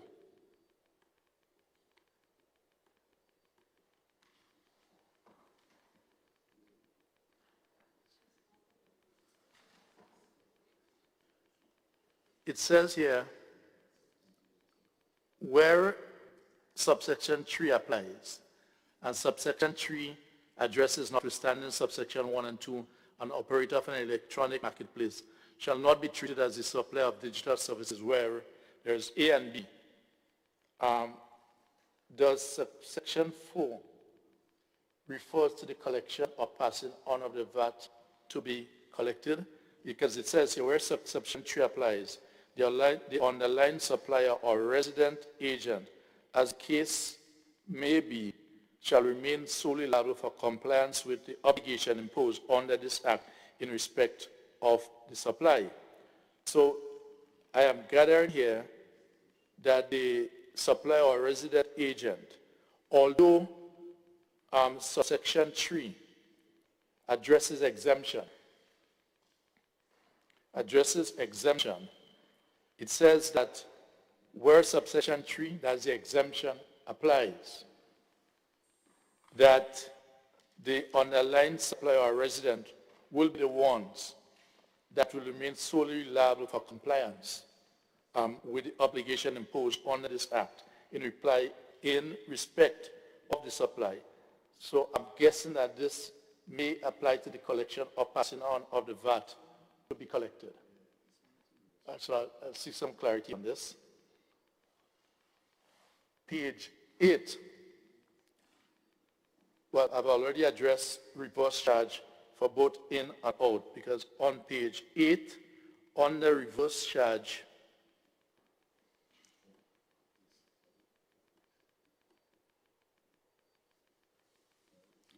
it says here,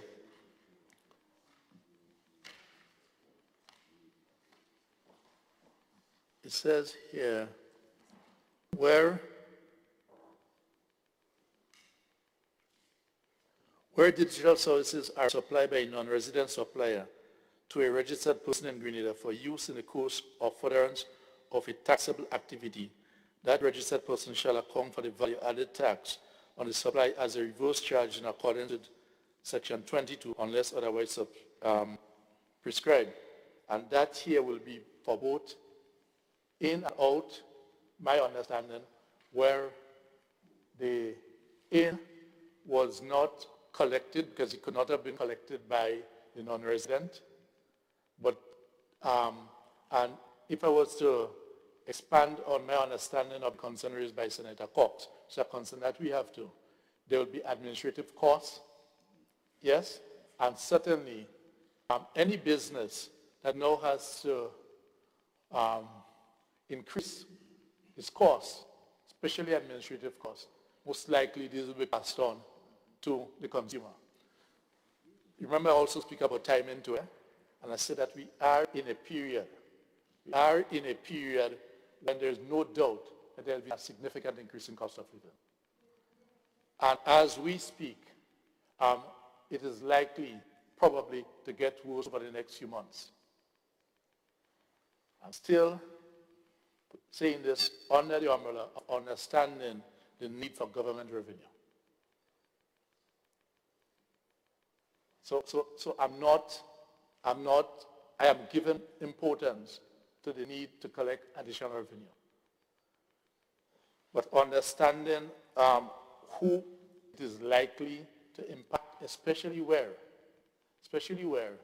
the consumer most likely may not be the business place per se, but the consumer in these cases, in terms of subscription and using platforms, the end user, in this case the consumer, will be the ordinary, most times, rank and file citizens.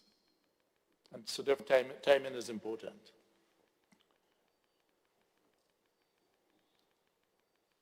Page 9. We agree that it is very important. Page 9, section 10. Let us see what section 10 addresses. Section 10 addresses basically to simplify the registration process, especially for non-resident suppliers. But although you will simplify the registration process, the question of enforcement is something that is hanging over our country. Yes, because you are relying a lot on non-resident suppliers. But what is in place? Or could there be anything in place? For instance, what legislations or agreements or treaties that we have in place that address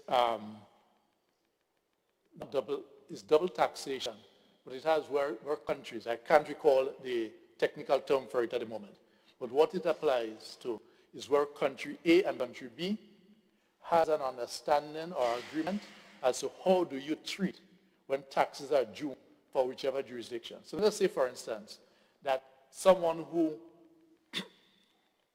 is based in the U.S., from the U.S., but is working in Grenada, receiving a salary in Grenada, there are understandings or agreements that will prevent or ought to prevent that person from paying two income tax, meaning paying tax based, because they are registered in the U.S., they may be working here and Grenada from charging them, and vice versa. Do we have systems in place, or do we need to put systems in place? How advanced are we?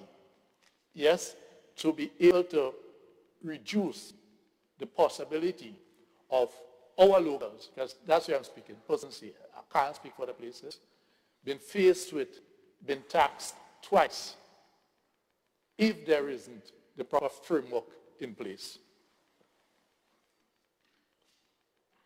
On savings and transitions, that will be page 9, section 11, subsection 1.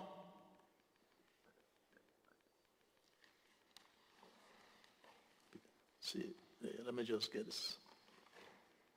Savings and transition.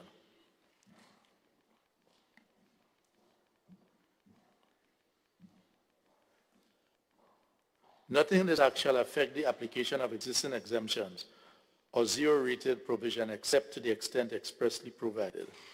So I am taking this to mean, and if I'm not correct, I guess I can give them some clarity, that this savings and transitional is not expected to impact anything that is already zero-rated. But the question that would arise, even if something is zero-rated, but because I'm now subscribing to that service, because to me the tax, this VAT, is on digital services. It's not on the goods. It's not on the goods. So that something that I'm accustomed to using that is zero-rated, right? So as my colleague, leader of government business, and I guess we all have local knowledge, rightly pointed out that, look, you can order online and you may have to pay if you come to the post office or you come to the port because customs would apply. But for those who are able to put something in a suitcase, right, and come through, because that was identified clearly by leader of government business, on an item that was zero rated, so that even if customs, because there's also customs on the airport, because customs that has to see that item, if it is zero rated, my understanding is that tax would not be paid on it. But no, because you order it, right, on a subscription service.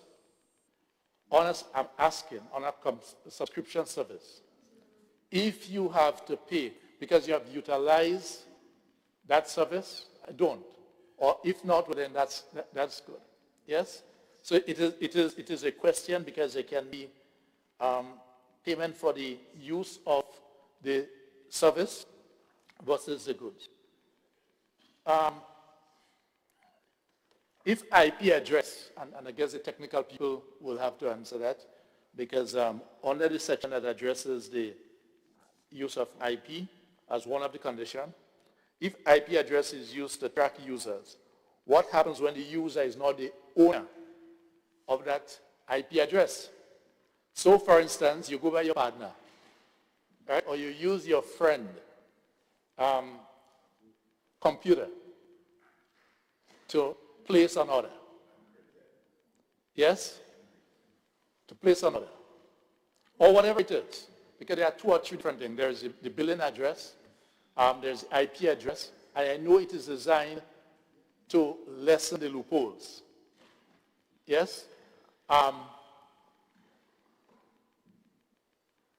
Well, you might be able to order some stuff with, I think, does PayPal use credit card? You have to add a card, right? Right, once you have a credit card. Right. So whoever it is that you use on someone, you'll have to pay. So I could understand that. So it is not just IP address. So you can use, because there are 2 conditions that you had to meet. At least it gave you, I think, about 3 or 4 elements. So I could understand. It's a bit clearer now. Not completely address the issue. Madam President, probably the leader of government business in his closing may be able to explain to me better the example used and what happened in China with the robotics. I really didn't make the connection between where I think you're exposed to some entertainment or something so, and there were hardly, it was robots. Digital world.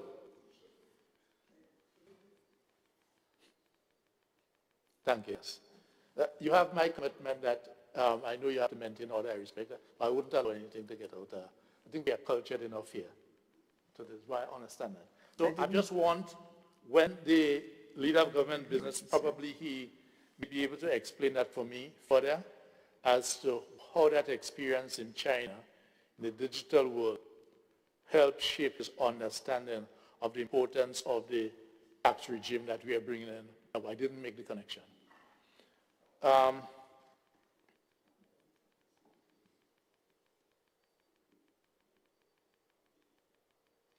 I also heard Senator Francis, in an attempt to address what is good for the goose is good for the gander, spoke of it is unfair for a business in town, right? I guess it's established, right? To be paying VAT, and then you have a business in the country. That term may not have been used, right? But outside of town, a small business, been able to do some service online and not pay. And this is about the goose and the gander. And I'm wondering, and quite understandable so, if, and correctly so, because different interest groups will look out to protect their turf. And my colleague here, the representative for the private sector, will understand that. whether or not big business, just as how, for instance, there's the aspect of some of the sodas and others that may be coming into the country from outside of Grenada, and how some of the established business may be complaining that it is unfair competition. Yes, whether or not representation was made by, or discussions were held with the established business, right, to help address these concerns that they have, but it was not done with us as working class organizations and consumers in general to hear some of the concerns that we may have as to the possible implications. So with that, Madam President, I just want to end. The leader of government business, I think, answered the concern for us that of enforcement of non-residents, where the goodly senator said that the state or the government is hoping for cooperation from the international platforms. In other words, we seem to be operating on the basis of hope, and therefore what else could we do? What can be done to ensure that there is fairness and equity across both local and those who are non-residential, right? What can be done, and how much investigation was done in that matter, understanding that there are some countries that have already done so, and they seem to be given words of caution about the need to engage with those who have had that experience to be able to avoid some of the pitfalls that they may have had. So this is our concerns, and anything that will result in an increased cost of living for our people, must be of concerns, especially when, for instance, we are not satisfied that enough effort has been made so far to help mitigate the impact of the cost of living on our people at the moment. And these are just some of my concerns, Madam President. Thank you very much. I thank you, Senator Lewis, and the questions you raised, I'm sure that they've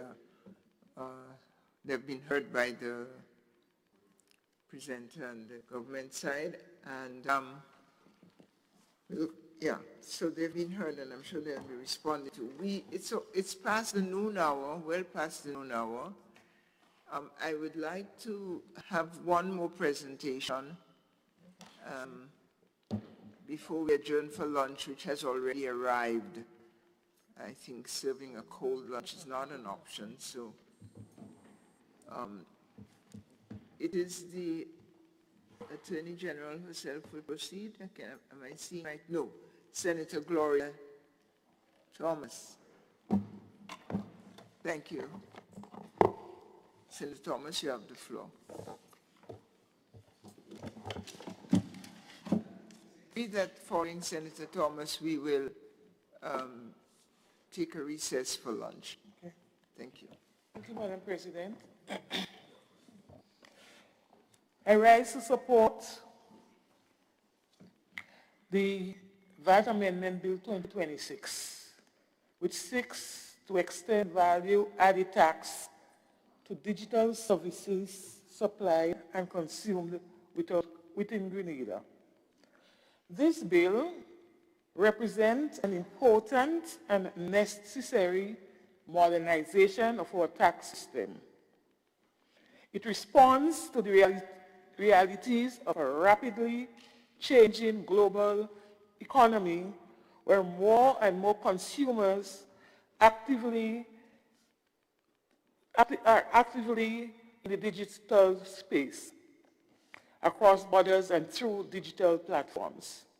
Today, many Grenadians subscribe to streaming services, purchase software online, pay for cloud storage, advertise on social media platforms across online gaming services, and engage in various forms of digital commerce provided by companies located outside of Grenada.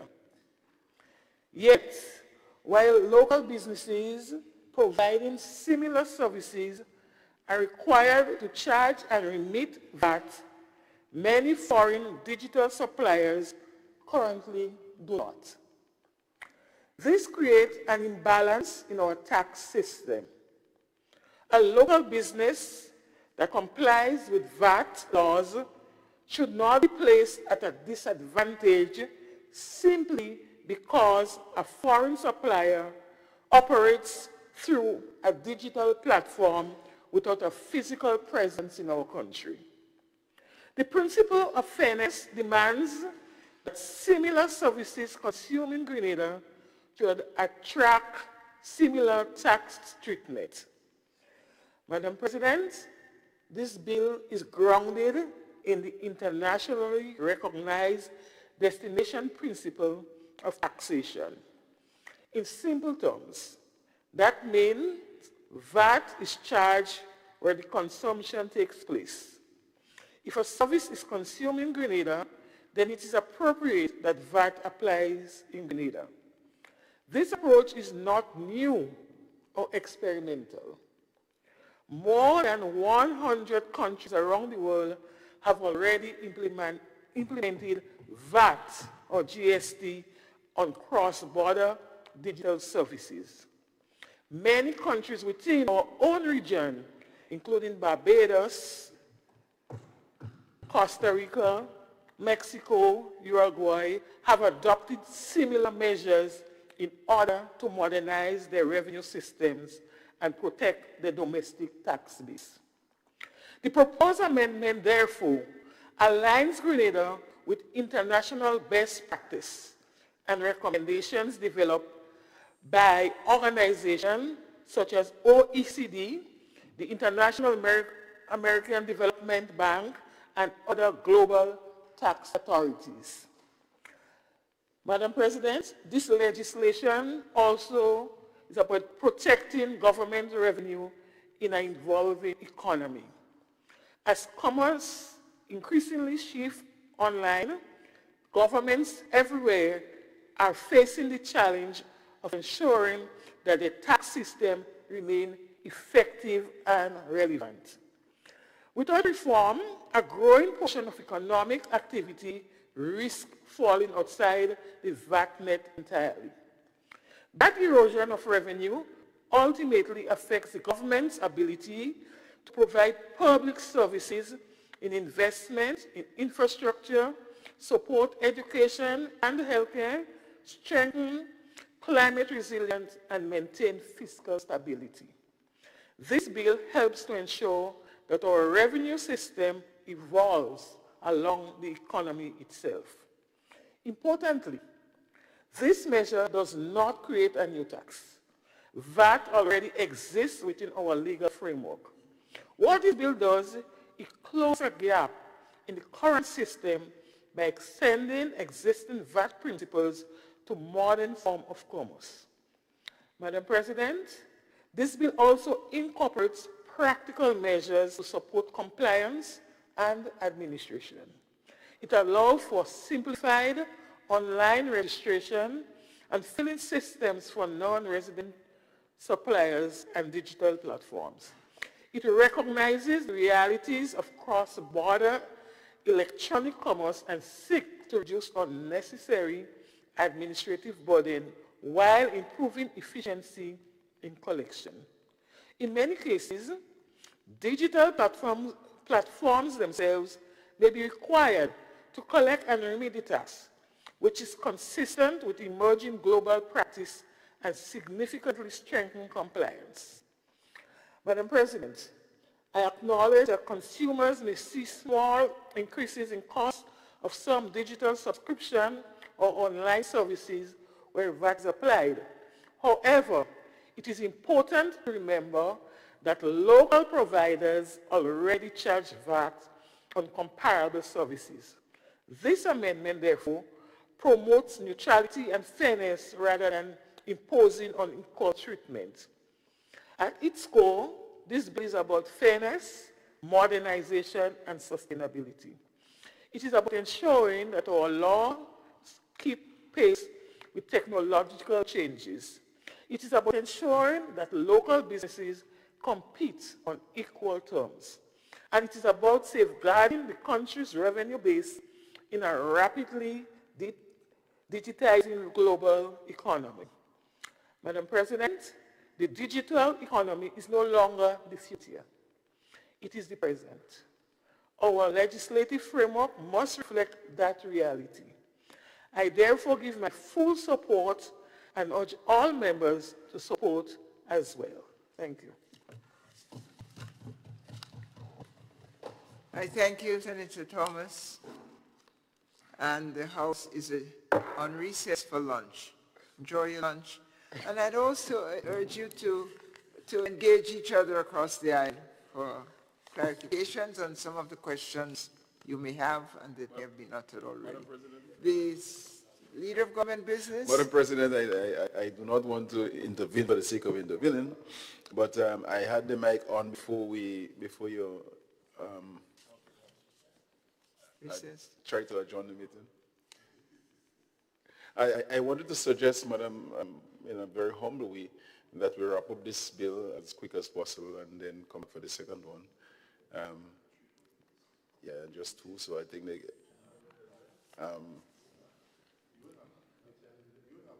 Thank you for the suggestion, but I think there are a number of speakers left still,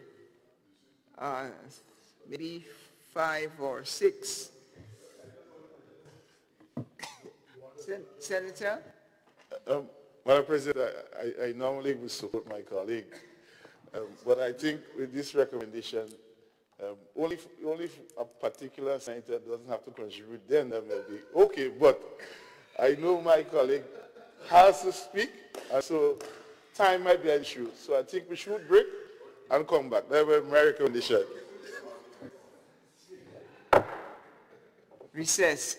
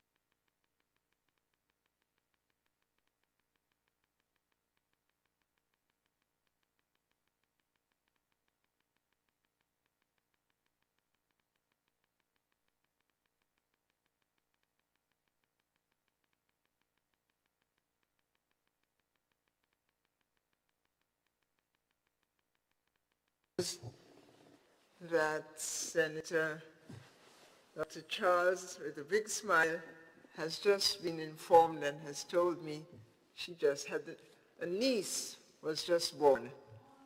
She's very happy. Congratulations, Senator Charles, to you and your family.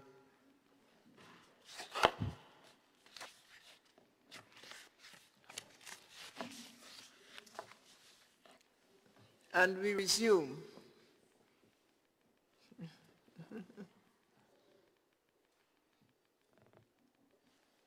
Our next speaker, I believe, who has requested the floor is Senator Salim Rahman. A fitting start for the afternoon.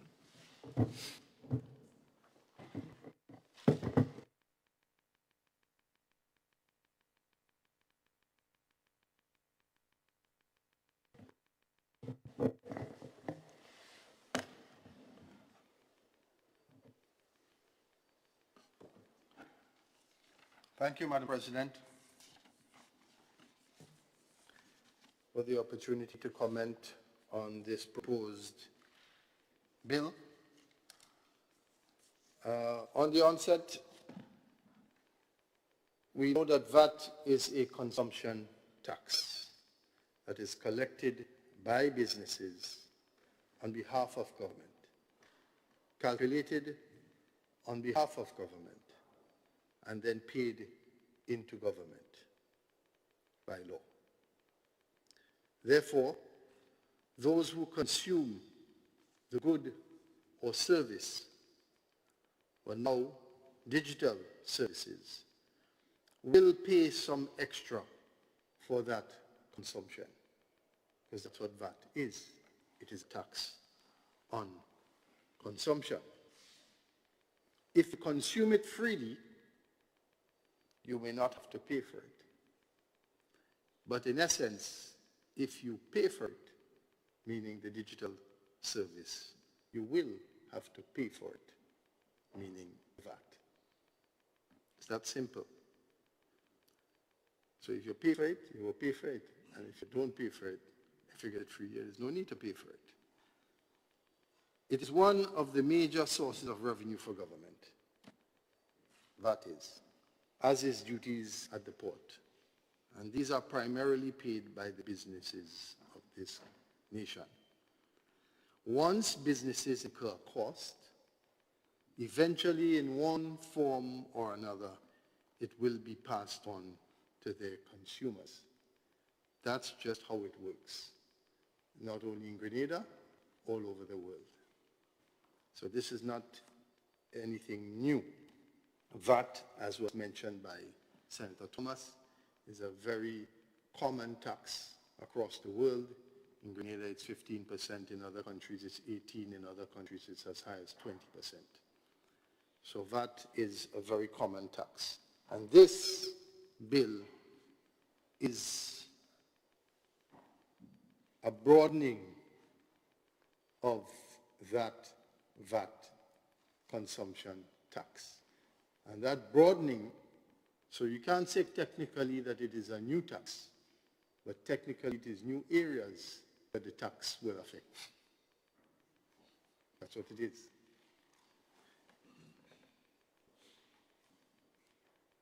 The challenge is that businesses already have to contend now, this time, with unstable and ever-increasing supply of goods that we didn't cause that, and services in an ever-connected global economy. So even if the war in the Middle East stops tomorrow, the damaged refineries, the shortages that have occurred in the market, that currently will continue to put inflationary pressure for several months ahead, at least the end of the year. Some analysts say 2 years. God knows best. The government, through its procurement, labor negotiations, and revenue that it gives up from time to time, like what they are doing at the pump, which is very important, and very good that they are doing that, they will also have increasing expenses that need to be met. And clearly, if the economy is shifting digitally, government has a right to capture that. Because if they don't capture that, and that is where the economy is going, then they are not adequately applying the tax, as was mentioned by Senator Thomas. So we see that, in a certain sense, so it does not come as a surprise that this tax on digital service is around the corner. What comes as a surprise is the lack of consultation on such an important issue. That's what comes as a surprise. Because Barbados has done it already. I think Barbados did it in 2019 or 2020. So it is something that has been around, and it is something that it will naturally come for reasons I've just mentioned. We heard that one senator on the other side apologized. It's good to hear, by the way, for not having done proper consultation. But I think that that is an area that it needs to be done. Because where there is doubt, there is confusion. And where there is confusion, there are errors. And what comes when you do not follow the law? Penalties. And how can you apply a penalty when you did not explain the law to the people that you're taxing properly? How is it going to affect them? You need to know that. So we know that it is to come. We understand that it is necessary, because this is where the economy is going. But the fact is that for it to become law, there must be a penalty for breaking the law. And how can you implement a penalty for breaking a law if you don't explain the law in the first place? The law is not clear to the people who you're going to charge it to. So the Act speaks about non-resident suppliers, which are suppliers outside of Grenada. It gives them time, 6 months to comply, while to my understanding, there is no similar period or no period for compliance for local businesses, except for the time it may take for the law to be gazetted. And to me, that is not sufficient enough. The government, when considering this digital broadening of this tax, note here that this is not a digital tax. So they are right when they say that it's not a new tax. It's not a digital tax that they are imposing or applying.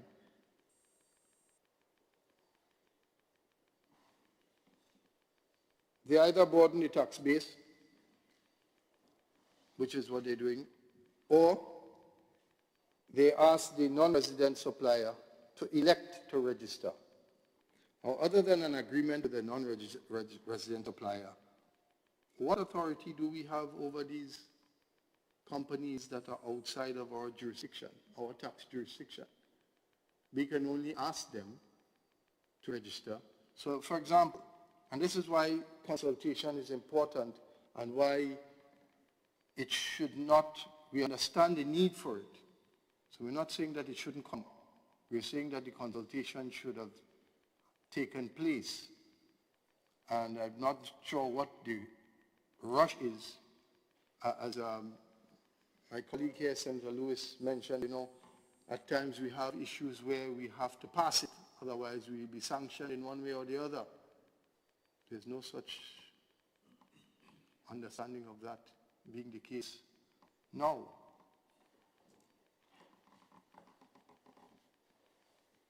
So if you have a QuickBooks subscription, most businesses have that. Most businesses have a Microsoft Office subscription, an HR payroll subscription. We do not anticipate that Microsoft will then send us a VAT bill. So we now have to go back, and that's where we hear the term reverse charge being applied. So we need to understand clearly how will this reverse charge work, because it has administrative concerns, mean more work for the businesses in-house to report it properly so that they don't not fined, because under the VAT Act there are significant fines I want to make that clear. Very hefty fines under the VAT Act. So in order to comply, these reverse charges, the proposed act does say that it will start from whenever the law comes in, which makes sense, not necessarily when the subscription is there. But how are these reverse charges going to be applied? So this is an administrative burden for the business now, giving them extra work to do. And then the extra cost that they will have to pay for these subscriptions. And what comes to mind is a bank or an insurance that is heavily, the banking industry and the insurance industry is almost all digital now. That's heading in that direction. And so they would have a lot of subscriptions, and we've been complaining about the fees that banks have been charging over the last 5 or so years, before that, perhaps even more. So how will that affect the cost of banking?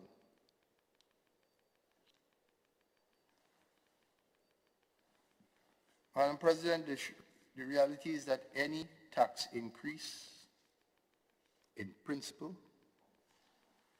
on a business will come as an increase for the consumers. And so this is something that we will have to contend with. It is something that the other issue that comes to mind is the definition, as Senator Lewis pointed out, of a consumer.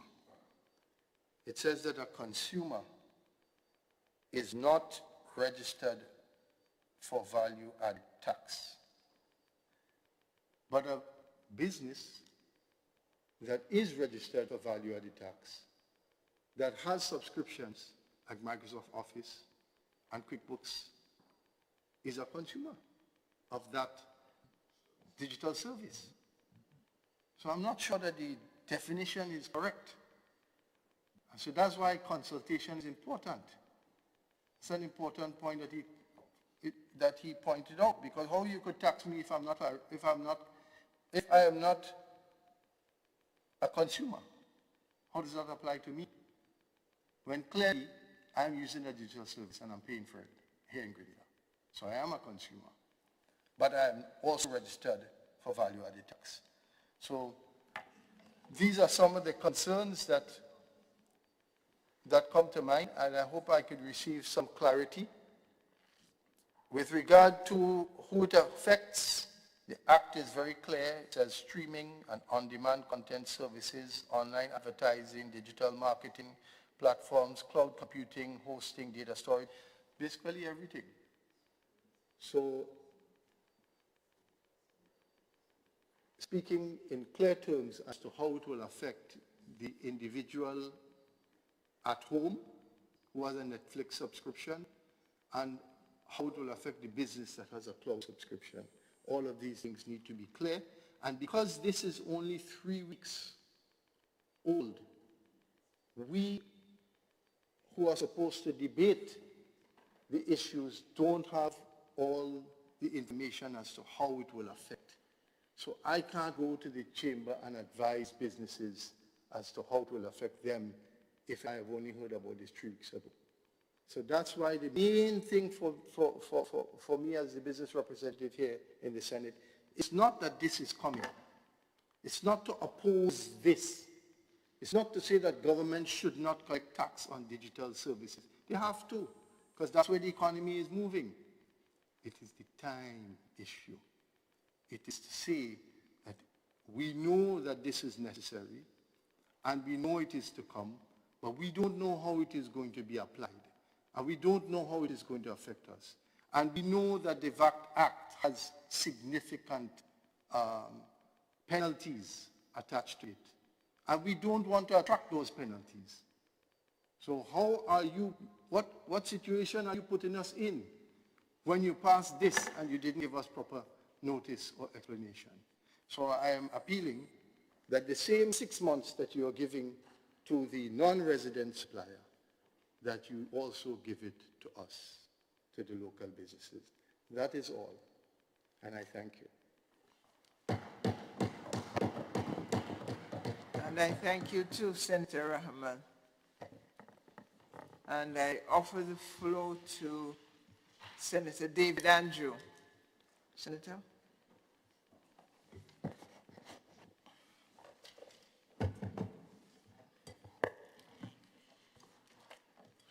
Thank you, Madam President. I rise this afternoon to give my support to this bill, the Value-Added Tax Amendment Bill 2026.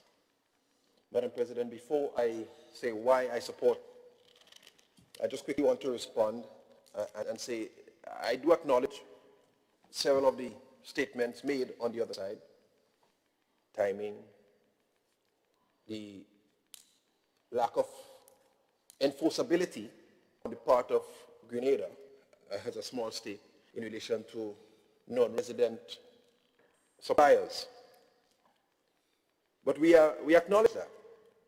But truth is, many of those agreements exist in several jurisdictions, and it remains international best practice that you negotiate with several of the companies to arrive at agreed upon positions while we may not be able to enforce.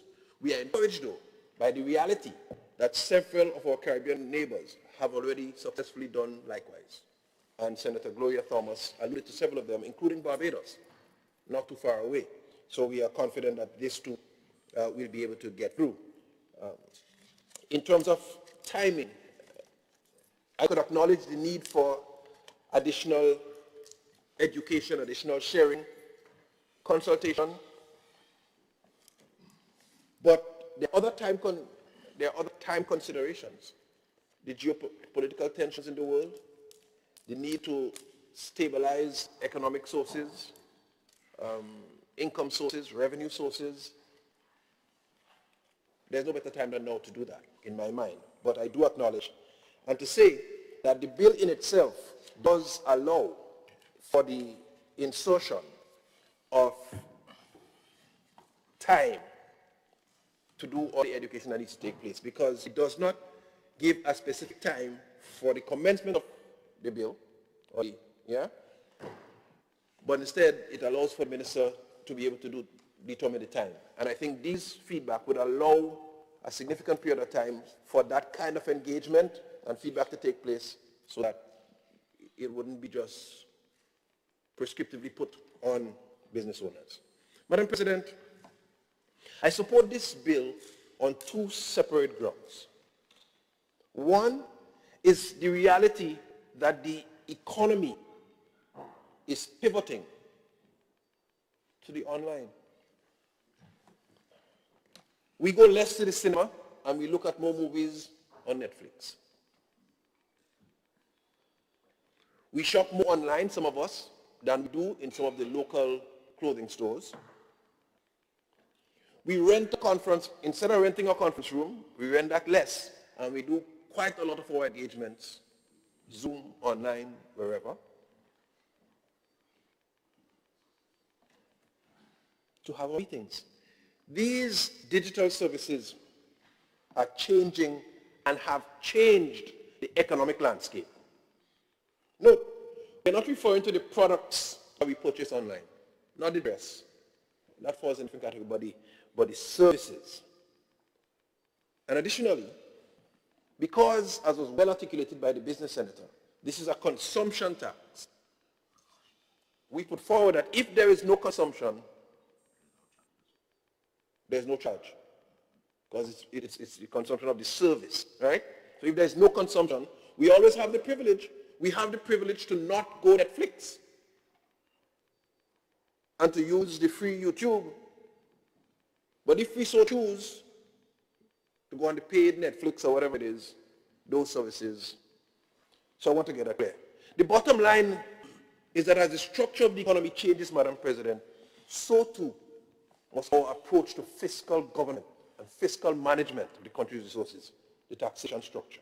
If we don't do that, it would be tantamount to a dereliction of duty. We will be failing to do our duty to manage the economy prudently if we watch the economy shifting this way and stay static and not respond responsibly to broaden the income and the revenue base reflective of where the economy is going. You see, Madam President, we make these adjustments in several other areas. So let's just examine. In education, the children of Form 1 and 2 are now going to Form 3 can boast about e-books. So no longer the heavy book bags because you go in electronic, they get in devices and they get in e-books, and you have online harmonized OECS curricula that member states are sharing. We pay our taxes online. We do filing online. We pay for passport applications and license fees online. We bank online. We do banking transactions and transfers online. So this amendment, Madam President, is timely. And it's very necessary. Because there is an IT infrastructure that has to be upkept, has to be maintained, that has to be serviced as the economy shifts this way. So it's very necessary, and I support it on that ground. But the second ground, Madam President, upon which I give unreserved support to this bill is the context in which this bill is brought before this honorable House. We would all recall, Madam President, that in 2024, Grenada drew down on $20 million US after Hurricane Beryl from the World Bank Catastrophic Deferred Drawdown Option, normally called the CAT-DDO. As part of Grenada's access and drawdown to those funds, Grenada made commitments since then to strengthen its fiscal resilience and taxation sustainability so that we become less reliant on ad hoc borrowing and stress in the times of disasters. That was a commitment they made. And this commitment was reflective in several different parts and different areas, not just for taxation. In fact, I can tell you in education, there have been some things that we have had to make adjustments to in terms of the same resilience infrastructure. Because you see, it's one thing to be able to access $20 million because you've had a hurricane, but it's another thing to assure us that, listen, while we have access to this money, we are putting structures in place to make sure we become less vulnerable and we are more resilient should we have to face something like that. So in education, there's a particular part that we have responsibility for to ensure that schools have better safety. There are some safety standards and protocols, and while we've done some work in that regard, it has to become more policy-oriented and more structured.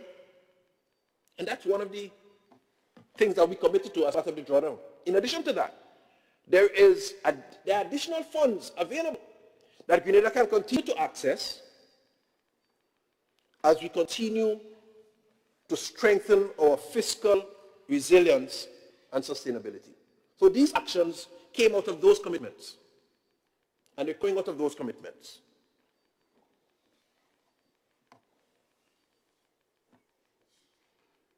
So Grenada, as part of its access to this drawdown, CAT-DDO, committed to making these reforms, which would strengthen our fiscal resilience and reduce our reliance on ad hoc borrowing after disasters, right? So including broadening the tax base, improving domestic revenue mobilization, right?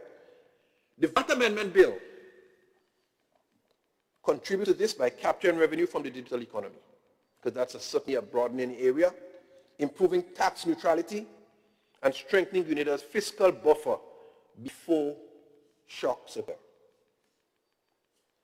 This, in truth, is about long-term resilience and policy credibility.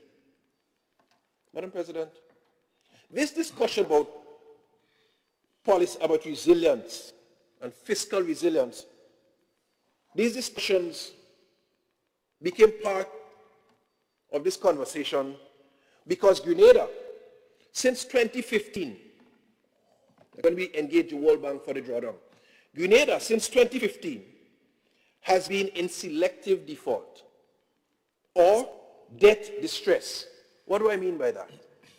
It means that Grenada was in a place where internationally it was in a book or in a state of record that was negative, that allowed it not to be able to access concessional financing, not to be able to get borrowing, and there were specific things internationally that Grenada would be denied access from because of its status as being in selective default or debt distress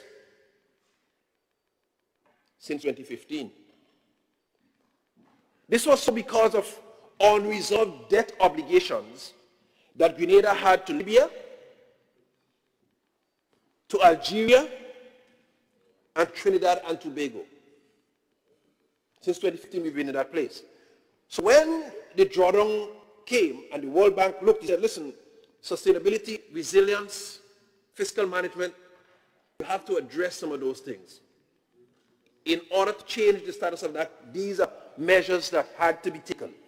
And you have to work and commit to improving. Now, those measures are obviously not bad. Now, I can admit maybe there could have been longer term consultation. But to think that these measures are harmful, no, certainly not. They're in the right direction, in the right time, if you ask me. There are other measures too that have been implemented. Things like concessional financing. So Grenada does not, or under those terms, does not go out to access financing or take loans without the terms being concessionary. So the percentages of interest must be less than 2% if we are to keep working towards building the resilience that we committed to. This bill, Madam President, expressly treats digital services as taxable supplies, regardless of whether the suppliers have a physical presence in Grenada or out. So services, and I think that was mentioned well by the Senator, streaming and on-demand content, online advertising and digital marketing, cloud computing, hosting, data storage, software application are all in that zone as services, online services, that if consumed can be taxed or will attract the VAT. This bill is about fairness, Madam President, because I think one of my colleagues mentioned it. The young processor who decides, there's a vendor in the market in Benville who has to pay a monthly charge, but there's a person who buys a platform, pays for a service, and markets the goods online with no charge. But the online infrastructure has to be maintained anyway. So it's about fairness, it's about modernization, and ensuring that Grenada's tax system reflects the realities of today's digital economy.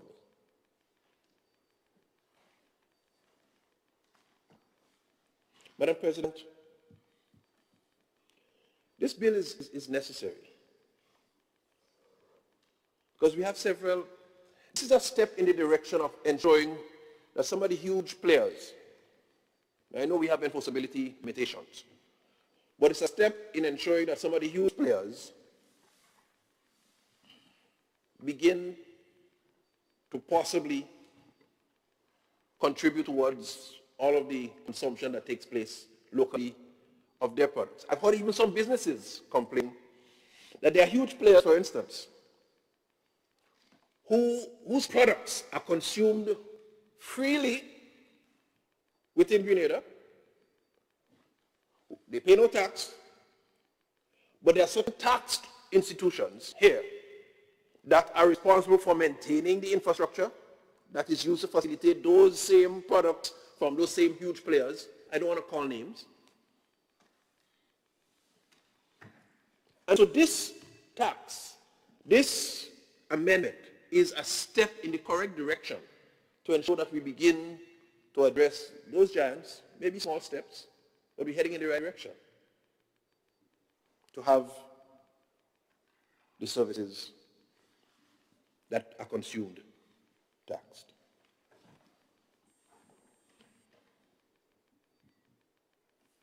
So the bill is not a tax on internet access. I want the average person listening in Greater Carriacou PD Martinique to know it's not a tax on internet access. So it's not a case that if you go on YouTube, you'll be taxed. It is not a case that if you go regularly online, Facebook, if you put up something on Facebook, you'll be taxed. It does not mean that.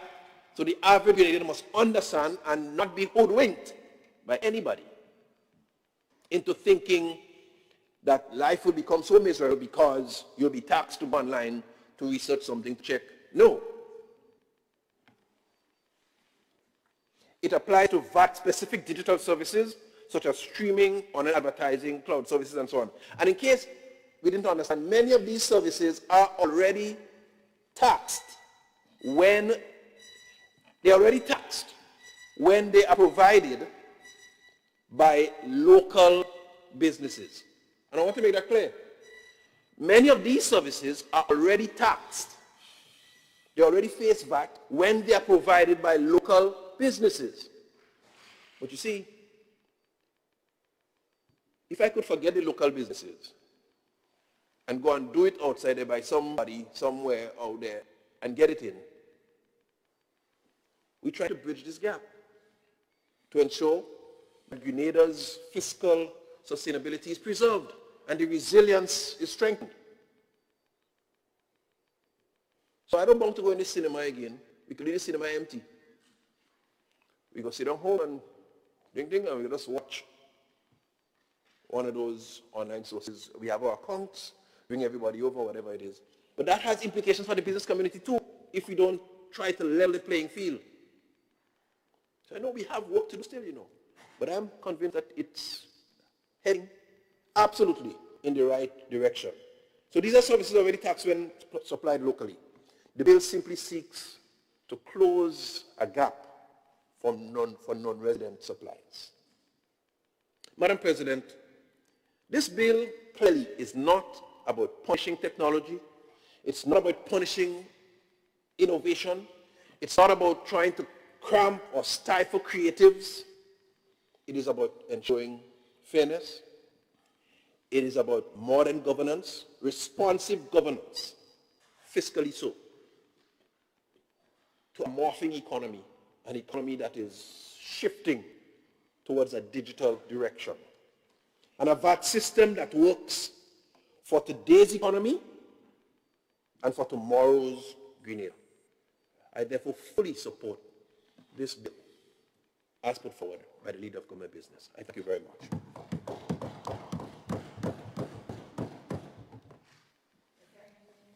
Thank you, Senator David Andrew.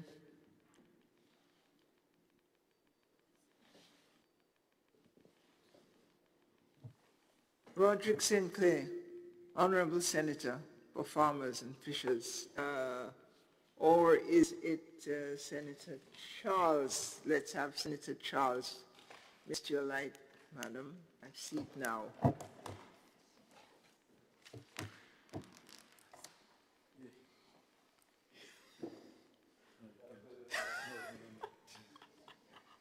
We don't want to get into this. All of the mics are, cameras are.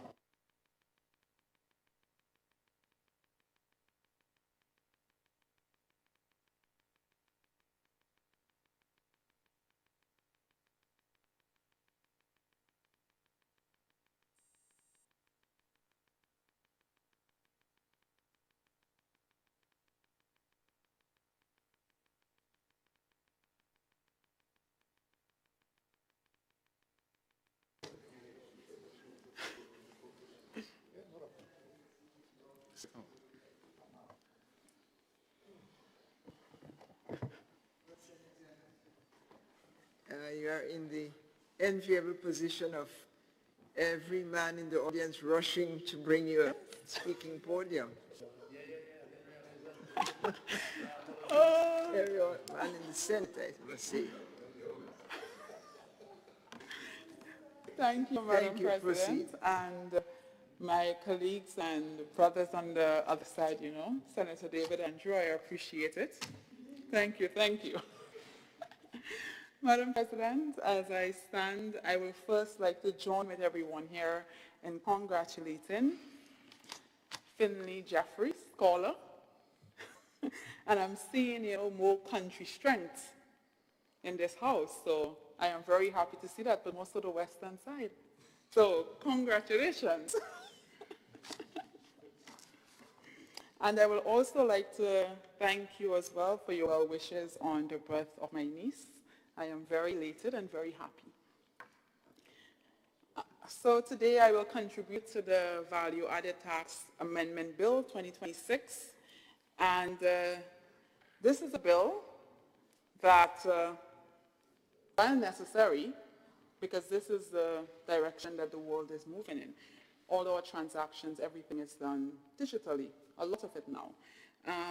It carries implications for the everyday Grenadian, and it has generated a lot of public discourse, genuine concerns, and a bit of disgruntlement among key stakeholders and even the wider general public, as they have expressed that they want to consult on such an important bill. And the matter of consultation, you know, that is something that is serious and it has to be addressed, because as my dear colleague, Senator Rahman, alluded to, if persons do not understand the bill, the context of the bill, how it can impact them, the implications of not coming in compliance with such a bill, then where are we really going? What direction and what precedents are we setting in regards to this bill? So the issue of consultation is something that definitely has to be addressed regarding this bill. Before addressing the bill directly, and like other members have done, I would, you know, first like to put VAT, or value-added tax, in simple terms. So this is a tax that is charged on most goods and services in Grenada and in the wider world. And registered businesses basically collect it from the customers and pay it over to the government. So you see that the tax is collected on behalf of the government. All right, and that tax is passed on to who? The consumer. So when you go to the supermarket and I see my bill, sometimes I see the value-added tax and I may want to leave without groceries. Or when I go to the pump these days, you know, it's really high. Cost of living is going up. And it is something that is significant. And the truth is the cost is falling on the consumers, on me, on you, and all my colleagues here. That cost is falling on them. So just as an example, and for the wider public listening, if an item costs $100 before VAT, the customer will pay an additional $15 because we know 15% is the standard generally here. And that makes the total price $115. But the business does not keep the $115. In fact, they don't keep the $15 they collect, they pass it on to government. But who incurs the cost, who pays it, is the consumer. Right? So that is a reality that we are dealing here with right now in the context of rising cost of living and things being really, really difficult for most persons and the average Grenadian in the country. Now, at its core, the bill appears and it seeks to bring, based on what I'm seeing, digital services into the Grenada VAT system. So as other colleagues would have expressed, it's an expansion. So it is not a new tax, it is not a digital tax. And I've heard that expressed here before. So in simple terms, it means that digital services supplied to people in Grenada, even by companies outside of Grenada, may now be subject to VAT. That's my understanding based on the bill. And the consumers, as I mentioned before, are the ones that are taking up that burden. And, you know, Madam President, there is a bit of confusion out there about this, and this is something that has to be clarified. Because in listening to the public discourse, some people are saying, well, this is a digital tax, and under the impression, well, it's not me taking the burden. This is going to be taxed on the big tech companies, on their profits. It's not on me. But based on what I'm reading, this is a tax on the Grenadian people, not those big tech companies. So this is something I think that needs to be clarified so the general public on a whole can really understand the bill and the context of the bill. And as my colleagues rightfully explained, we are talking about services as streaming platforms, online subscriptions, cloud storage, software applications, digital advertising platforms, online learning platforms, and one that is dear to me that falls under that umbrella. I'm not sure if my colleagues thought of it, telemedicine. It falls under the umbrella of that digital service.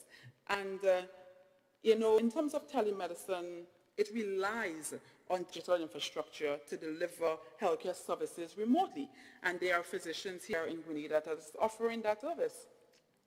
And it does that through video consultation, mobile health apps on your phone, patient portals, remote monitoring tools, and secure messaging platforms. So, you know, what does that mean for the patient who utilize that service? And there are patients in Grenada who have insurance in the US and they utilize mobile app and telemedicine services through that. So what does that mean for that patient? Does that mean that this is an increased fee at the point of care or the point of utilization? I'm asking, I need clarity as well because persons have asked me, but I'm not able to explain it. The other thing that this can affect, in my humble view, is X-rays and CT scan cost and reporting, because it also depends on digital services. In terms of radiology, generally how it works, and in a lot of places, the images it is captured in one location and it is uploaded to a secure platform. It is reviewed remotely by a radiologist and then reported back electronically to the healthcare provider, through patients, through digital services. So again, does that in itself will imply or cause an increase in X-ray and CT scans? Because in our context, we do send images out of Grenada for interpretation and reading. So these are, I think, important conversations and questions that, you know, I would like to have addressed. The other thing, and in looking at the bill or the other group, I mean, just by looking at it, it can also affect the students taking an online course. We know that we have a lot of young persons who are doing professional development. They do through digital educational platforms and online services. The small businesses using Canva and Microsoft 365, the young businessman who's advertising on social media, the family paying for Netflix or Spotify. I know my good friend said it will not affect my YouTube. Well, it is free. I don't pay for it. But I do pay for Netflix and other services. So would it affect those things? So my monthly, well, you see, another cost for me. The monthly Netflix bill, I guess it might go up, right? What about the local professionals that is using cloud-based tools to do their business? Because we do have quite a number of persons. I don't have the exact number, but quite a number of persons, due to the direction of things, are using digital services. And again, the healthcare provider that is using telemedicine and our CT scans and so forth, would that increase the cost of a CT scan at the point of service? So these are all important considerations. Now, in terms of what the bill may mean, you know, in looking at it, you know, for one thing, and the first thing I want to highlight, it may mean that some digital services will become more expensive. Now, if a foreign company is required to charge Grenada VAT, that cost will be passed on to the consumer, as I mentioned before, and the same monthly subscription that it will increase as well. And as it stands now, when one goes to the supermarket, a restaurant, a hardware store, a school supply store, the 15% again is on the consumer. Now, second, it may affect businesses. Now, many businesses, as I mentioned before, depend on online tools for marketing, design, communications, sales, you name it. So if these tools become more expensive, the cost of doing business, just regular day-to-day business, can also increase. That cost burden, again, is passed on to the customers. Third, it may affect access, and I know a lot has been said about other countries who have implemented this. I don't know the specifics. This is not my area of expertise. So somebody with expertise in that area might be able to highlight that, but it is my understanding that some countries who have implemented this indeed have special agreements with the US, for instance. Now, a lot of our business exchange and trade and so happens in the US market. That is a huge market. And one thing we have to consider, there may be some foreign suppliers that may easily comply because they already collect VAT in many other countries. But other foreign companies may decide that the market, our market is just too small to justify the administrative or compliance costs that they might incur, right? So the real question is, could some services become harder for Grenadians to access generally if this person decide, well, I'm not going to put that additional administrative or compliance cost for that, and so I'm just not going to provide my services. So this is another consideration. But in standing here now, one thing, even in the businesses that decide, okay, we're going to put that administrative cost, in addition to the VAT, most of them wouldn't absorb that administrative cost. Again, that would be something additional passing on to the consumer. So it might actually be more than that 50%. So these are just some things that we need to consider. Now, other thing is that the bill raises enforcement questions. The bill requires non-resident suppliers of digital services to register. But how will Grenada ensure that large foreign platforms and companies actually comply? What happens if they don't? What happens if they just simply stop offering those services, as I mentioned before, to Grenadians? How do you ensure compliance? I mean, and there's a lot of loopholes and everything, as we know, and compliance becomes a huge issue. Do we have the facility here in terms of managing that and ensuring compliance in that regard? Now, in terms of the bill, right, it talks about location indicators and some other specific things, building address, IP address, and so forth, the location of the bank and account used, and other indicators that may be prescribed by the regulation. Again, it sounds good and reasonable on paper, but the average person may ask, what happens if you use a foreign bank card here on the soil? What happens if I just put on my VPN on, and it appears that I'm not really here? And in fact, I'm looking like I'm somewhere else when I'm actually in Grenada, right? What happens if a Grenadian abroad uses a Grenadian account? What safeguards are in place to avoid any sort of confusion or double taxation, meaning you're taxed in the country you're purchasing from, but you're also being taxed here? So what mechanisms are in place to avoid such things from happening? Because this in itself can become a serious issue. Madam President, I just want to say, and to my colleagues, that I do acknowledge that the world has changed. And as I said earlier, more goods and services are being provided digitally. But, we really need to break it down for the average Grenadian so they can really understand how this is impacting them. And this has serious impact in a time, as I mentioned, as rising cost of living. I feel the impacts every day. Every time I go to the supermarket, I want to walk out, or the gas pump. So this is a real issue. So, the implications of this, it has to be assessed. And I don't know if it was assessed, but it will be nice that if the implications were assessed, that we can see that. And some of the questions just I want to ask that as I close, how much additional revenue does the government expect to collect from this measure? Has that been assessed? Will there be any exemptions for critical services? So would you consider exemptions for education, health, the telemedicine I spoke about, or any sort of essential digital tools? Would that be added or included in the legislation? Because this is something very important. We were looking at the education and the cost of online school and learning. We're looking at providing care to patients through various modalities. How will this affect students?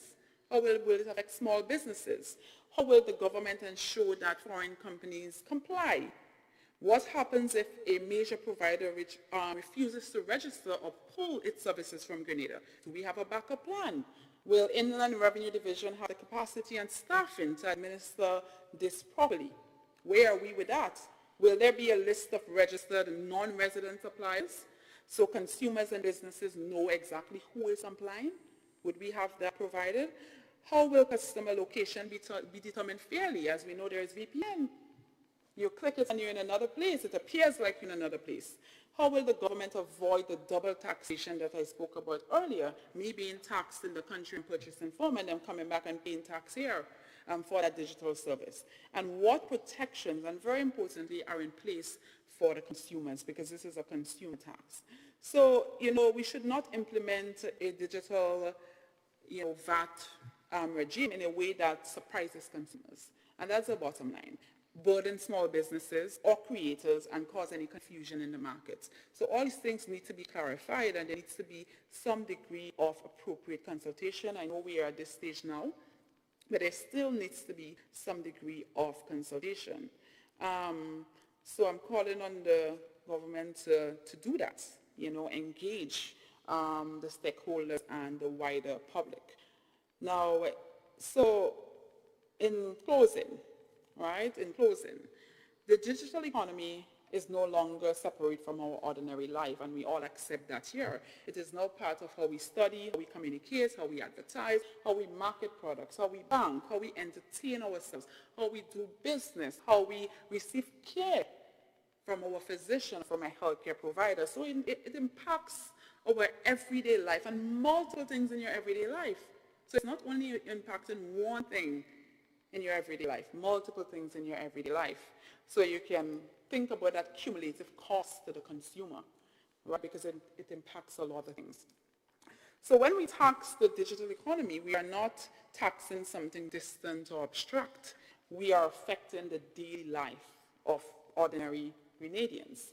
And this is why this bill deserves, public consultation and responsible implementation. So, Madam President, the bottom line, and I will close with this, is that this bill does not seek to tax companies, but to tax our people for using digital services. Thank you. Thank you, Senator Charles. Thank you for your intervention. And I offer the floor to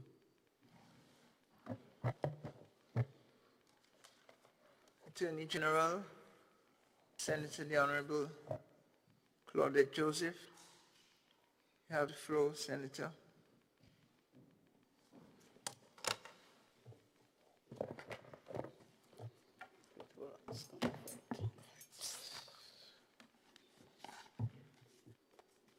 Thank you, Madam President. Madam President, before I address the motion before you, I join with my colleagues here in congratulating our new clerk of the Parliament and welcoming him to the Houses of Parliament, and looking forward to an enjoyable and fruitful working relationship. Madam President, I rise to fully support the bill now before this honorable House. And Madam President, I will start at the point where my friend, Senator Yama Charles, congratulations, by the way. Nieces and nephews are the best. I have a lot of them, so I could tell you. Congratulations to your sister or brother. Which one? Sister. Yes, I will start where Senator Charles ended her contribution, and recognize and agree with her that measures such as the, not using her words but paraphrasing, measures such as the imposition of indirect consumption taxes, such as the value-added tax, these are necessary for government to fulfill its mandate in providing services to the people. And I will add by saying that what we are dealing with here is not a new tax, as some people have couched it, but as the bill itself exposes, it's an amendment to the Value Added Tax Act. And as such, an expansion of the categories of goods and services that are captured by the Act. So it's an additional species of services that are taxed on the Value Added Tax Act. And let me say up front, it is not applicable to goods. This amendment to the Value Added Tax Act is not applicable to goods. So it will not apply to, for example, goods purchased online, because it does not apply to all online services, but to the provision of not apply to all online purchases, but only to online digital services, because you may purchase goods online, but this is only applicable to digital services, and the Act in the definition section gives a very exhaustive, well, clear, I should not say exhaustive, because it says includes, right? But it spells out in great detail what is meant by digital services. And that includes a service that is supplied through the internet or an electronic network, the provision of which is primarily automated and involves minimum human intervention and relies on information technology for execution, and includes streaming and on-demand content services, online advertising and digital marketing services or platforms, cloud computing, hosting and data storage services, electronically supplied software applications and software as a service, automated online learning platforms and pre-recorded educational content supplied electronically, digital products supplied electronically, and any other electronically supplied services as may be prescribed. So if you need to add any other services, there would have to be an inclusion in the legislation. Madam President, we hear and we take to heart, accept the concern expressed by members on the other side that there was not sufficient consultation prior to this bill being tabled in this honorable House. And that may be so, Madam President, but we bear in mind that, as senators on both sides have identified and alluded to, our economy is evolving. Our economy is changing. A lot of what is supplied to consumers in our economy today is more and more being supplied via digital means. And as the in-person sales of services transition to online sales and provision of services, so too must the government move if its tax base and its economic base must remain sound and resilient. So this is government moving with the times and adapting to changing circumstances. Madam President, but importantly, my colleagues on this side mention the availability of Grenada of funds under the International Development Association program or facility offered by the World Bank. Grenada, along with about 76 or 77 other less developed countries of the world, does have access under IDA, International Development Association, under IDA, run by the World Bank, to funds to assist with our economic growth and development. In fact, the object of IDA is to boost economic growth and reduce poverty in the countries that benefit from the funds supplied by IDA. Now, IDA's new cycle started in 2026. One cycle ended last year. And so the 2026 to 2028 cycle commenced already, and Grenada is set to benefit from IDA in this cycle to the tune of 66 million US dollars, with the possibility of an additional 10 million to draw down. Now, the funds that are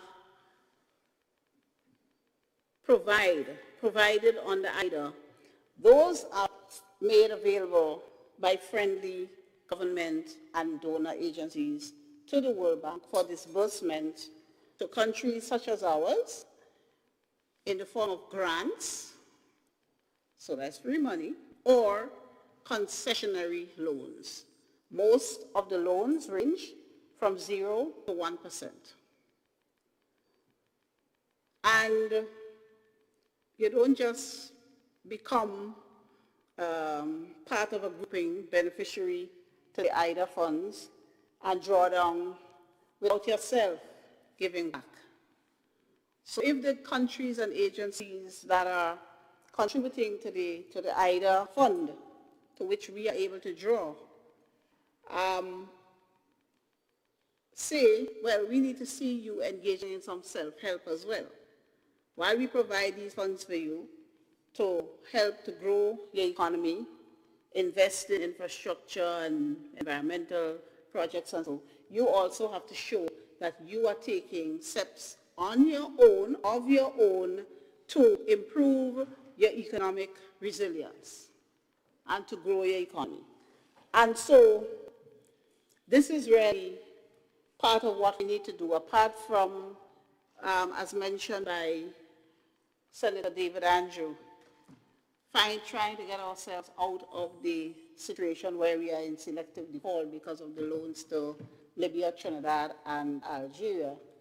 We also have to strengthen our legislative regime,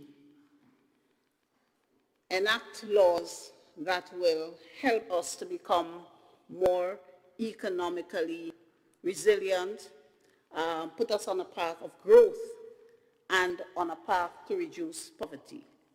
And broadening our income base is one of those things we must do as part of the having access to the funds under the IDA facility. Now, these funds are usually earmarked for healthcare, infrastructure, agriculture, education, the environment, all areas of growth. And I would tell you, for example, Madam President, as we speak, we have the following projects, and that's only some. These are some of the projects that are funded by the World Bank under these concessionary rates and loans. Fort George Restoration, the Balthazar Bridge, Marquis and Subi's Coastal Works, the Data for Decision Making project aimed at improving data collection across government. These are all projects that are, in some cases in part, and other cases wholly funded by World Bank funds. That's the source of the funds. So we can't expect to be reaping these benefits for our people and not ourselves taking steps to become more economically resilient. Madam, yes, we have to engage in self-help. My friend is reminding me to use the word self-help. Madam President, importantly, these IDA funds will enable us to directly access the catastrophic drawdown in the event of a natural disaster. So when a natural disaster strikes, and we were able to do it after Hurricane Beryl struck, so as to bring immediate relief to our people and not have to wait on countries and agencies to pledge funds, and sometimes those funds don't even come. So under IDA, there's a facility. Jamaica used it after, what's the name again? Melissa, right? So under the catastrophic drawdown, a participating country may immediately, and the funds reach you in a matter of days, 48 to 72 hours, immediately draw down up to $20 million US from the catastrophic drawdown fund. Another benefit is that there is zero limit. So as you can find projects, you can access the IDA funds. So there is zero limit on non-concessional borrowing under the IDA facility. And I'm saying here, in the interest of transparency and full government, and acknowledging what was said by several of our colleagues here, that perhaps enough wasn't done to inform the public on this particular amendment to the VAT Act.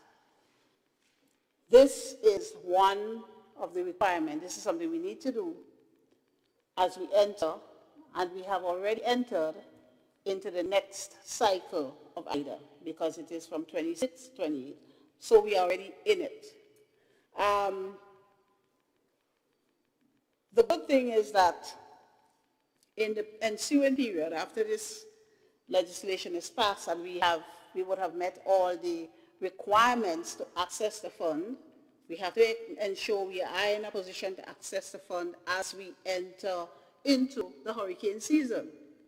So as we ensure now that we are in a position to access the fund, having met the various suggested requirements, we can, and I will here openly urge the officials at the Ministry of Finance to engage in public education and consultation on this particular amendment to VAT Act. And of course, given the nature of the legislation, if following these further consultations, because there was some, if following these further wider consultations, there is need for further amendment to the legislation, this can always happen. But we must put ourselves now in a position where we are meeting the requirements that will enable us to access the IDA funds. Madam President, I want to say something about what this amendment is not. What this VAT amendment is not. It is not a tax on digital services.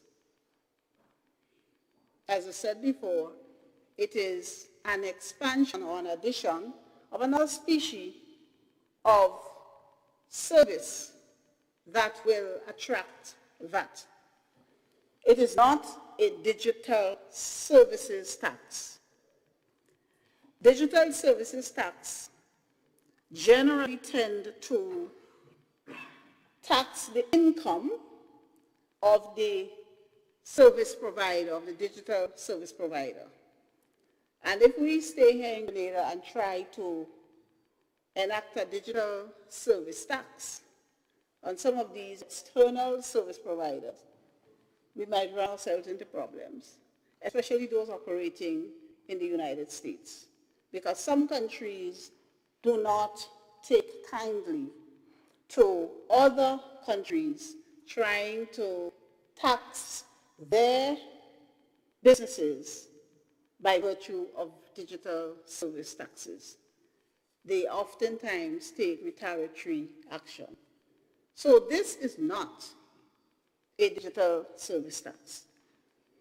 The VAT is a consumption tax, and it will apply to persons in Grenada consuming or accessing the digital services offered by suppliers outside of Grenada. And, Madam President,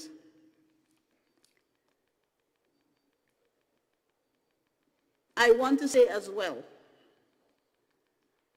this amendment to the VAT Act is not an amendment that will have a large footprint, and it will not in any significant way directly impact most vulnerable people. The tax, the VAT on these digital services will only apply to subscribers of paid online services. Subscribers of paid online services. So you're browsing Facebook, Instagram, YouTube, TikTok. You're using the free version of Spotify, which is what I use. You just listen to the ads, that's all. Right? You use the free versions of the online services. You will not, the free version of Zoom. This will not apply to you, because the tax will only apply when you pay for the service. And Madam President, the reason why I say it didn't have a large footprint and the bulk of our population will not be impacted significantly or at all by this tax, I'll give some examples. Most of us have the standard subscription for Netflix. Most of us have the standard. If you want to get fancy, you go premium, but all like me, so it's standard. Right? For people like me, standard. And that's $19.99, Madam President. So your VAT on that will be $2.99, they're about 15%. Apple TV. Most people don't have Apple TV. The few of us who have Apple TV, $12.99, the VAT on that would be $1.95. So small amounts, $1.95. Sorry? Yeah, but you ain't going to subscribe to all. My learned friend, just for the benefit of the public, my learned friend say one cocoa, fill basket. But these things are entertainment, they are extras, they are wants, not needs. Not needs. Not everybody has to subscribe to Netflix. You can watch movies also on YouTube for free. Right? And not everybody has to subscribe to Spotify. I listen to Spotify all the time. I'm not a subscriber. I use a free version. Right? And usually the difference between the paid version and the free versions of these services is that you don't have to listen to ads when you pay. Right? It's ad-free. So Apple TV, your VAT would be $1.95. Office 365, mentioned by Senator Charles. The basic subscription, is $9.99. So your VAT would be $1.50. $1.50. And so it is not that it will be a widespread imposition of additional VAT on people. You can browse Facebook at your leisure still because you ain't paying VAT, you ain't paying for that. Once it's free, once it's a free online service, it will not be applicable to this legislation. It only kicks in when you pay. Madam President, and the point was made before, but I would reiterate it, that this amendment does not apply to the sale of online goods. It only applies to digital services. Paid digital services. Thanks for the correction. Madam President, I want to also add, Madam President, I'm just double checking the jottings that I made here. One second. Yes. Madam President, I want to turn now to some of the matters raised by my learned friend, Senator Lewis, in relation in particular to the new Section 8 of the Act, Section 8A, subsection 3, where it says notwithstanding subsections 1 and 2, and subsections 1 and 2 speaks to the taxable supply of digital services by an underlying supplier. Madam President, in relation to subsection 3 there, it says, notwithstanding subsections 1 and 2, an operator of an electronic marketplace shall not be treated as a supplier of digital services where the underlying supplier is registered for VAT in Grenada in respect of the supply and accounts for the value added tax due to that supply in full. Madam President, it simply says that if you are a Grenadian business that supplies paid online services, you are likely already registered for VAT under our system because you are a business operating in Grenada. And businesses operating in Grenada will be registered already for VAT.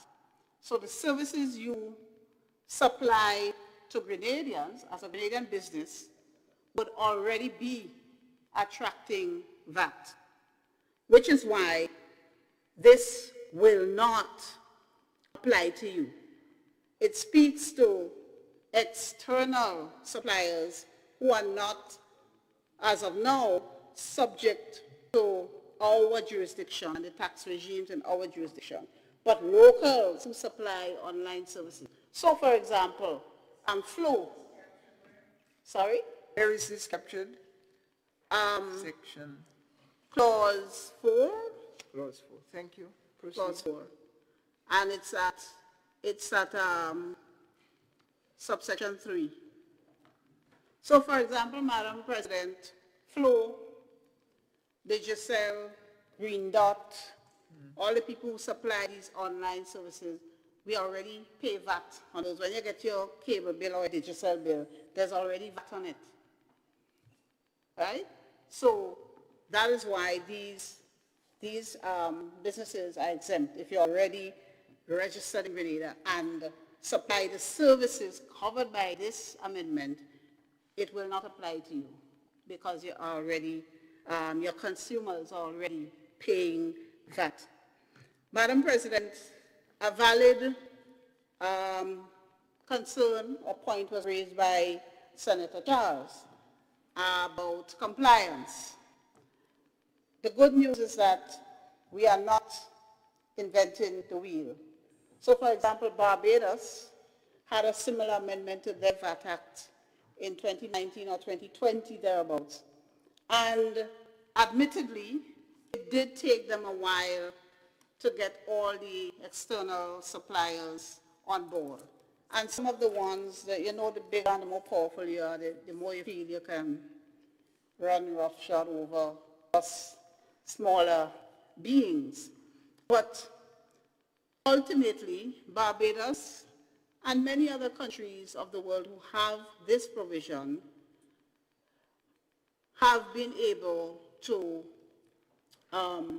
enter into contractual arrangements with these service providers, these external service providers, that makes provision for them to charge the VAT on the sales and remit to the country, in this case Barbados. And yes, the argument can be made that there may be some additional costs to the service provider that may be passed on, but the likelihood of that is minimal, and it is something that we, as we negotiate for implementation, we will be able to negotiate in the contractual terms, because it is not likely that they will have to incur additional costs to set up whatever mechanism they have already set up to do the same thing with Barbados or any of the other smaller countries with which they have these arrangements already. It's likely just going to be a case of adding Grenada onto the platform, not necessarily expending more costs. Or if they expend more, it will not be substantial. So the concern about getting the service providers to comply is a legitimate one, but in real terms, in practical terms, we don't foresee too much of a difficulty there, for the simple reason that these mechanisms are already in place in other jurisdictions and working. So, Madam President, I'm just checking to see whether there are any other matters that I would like to deal with in relation to the section. Not at the moment, Madam President, and of course we can discuss further in the committee stage. But Madam President, for all the reasons that I have here advanced, I wholeheartedly commend this bill to this Honorable House for its enactment, so that we might put ourselves in a position to, without hindrance, access the funds under IDA. And I would just add one little thing. When we pass this bill, we immediately qualify for a 10% top-up. PS Finance, I don't know if you wanted me to share that, but we qualify for a 10% top-up, so we will be able to get an additional $6.6 million so that we might do some other projects in and around Grenada. We have some more forts to restore and bridges to build, and so we need all the funds, schools, we need all the funds that we can get at the best rates, most of them grant funds, so that while we build Grenada, while we rebuild our crumbling infrastructure, while we advance healthcare services and build new schools. We have about 7 schools we build or repairs right now, 7 or 8 right now. So while we get funds to do all these things, we remain within the ambit or the confines of the fiscal resilience legislation, and we continue to improve on our GDP and have greater economic growth without saddling our people with too much debt. So, to those of you who think that this is madness or will result in some additional burden on the people, be assured that we are acting responsibly, we are acting transparently, and if you detect any madness, there is method to it. Thank you, Madam President. I thank you. I thank you, Senator Joseph, for your many explanations. Thank you.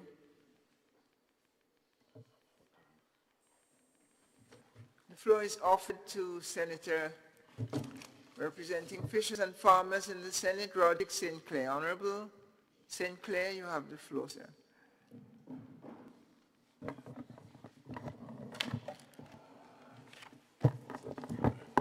Thank you, Madam President, and thank you so much for this opportunity to speak on the bill before us, Value Added Tax Amendment Bill 2026, presented to us here to specifically look at rules governing the supply of digital services and other regulations connecting to this. Madam President, I didn't realize this bill would have taken so long to discuss, but it seems to be very important and very pointing, because when I listen to all the discussion so far, almost every minute I'm getting new ideas. The good thing is that I'm not a leader of government business to summarize and respond to all of them, so I will stick with my focus. To start with, some things that trigger me, because there are two important points that this bill brings to us. Digital services, and I always very happy when our Attorney General explains, because she gives it in direct. And that is one angle. But there's another important angle that I think that have been missing in the discussion, unless it's a silent factor. There's another important point in the document that speaks about a definition called the digital marketplace, I think is what they call it. The electronic marketplace. So, it's not only digital service. We understand digital service to involve all the streaming and subscription. A lot of time is spent there. But there is something called the electronic marketplace. An electronic marketplace, as defined by this document, speaks about websites, applications, portals, digital platforms, and other digital means that facilitates supply of goods or services between suppliers and recipients. I take it that this definition was not put there slightly. I take it that if I have to advertise on some digital platform, that, for example, Senator Rahman might have a business operating digitally and I want to advertise on his platform, when he sends me a bill, I take it that that platform, which is digital, I will also have to pay a value-added tax on the service. That is one part. I take it also that if on that same website, for which Senator Rahman also owns, he might be selling music and books and other services that I can also subscribe to. So I might be able to download songs, I might be able to download books. So I'm getting, digitally, I might be able to subscribe to a newsletter that I have to pay every week for. So I take it that I also have to pay this VAT for that. I just want to make sure I get that clarity, because this is very important, because the electronic marketplace does not fit here. It means that if I have a tour business, a restaurant, and I'm advertising on this platform, I also would have to pay, because I'm using a portal, I'm using a digital framework to do that. Ordinarily, no, Senator Rahman doesn't pay a cent. Not because he don't want to pay, But because one, I take it that you don't reach the threshold, you just maybe doing about $40,000 for the year. So there is no need. However, for clarity, our Attorney General mentioned very specifically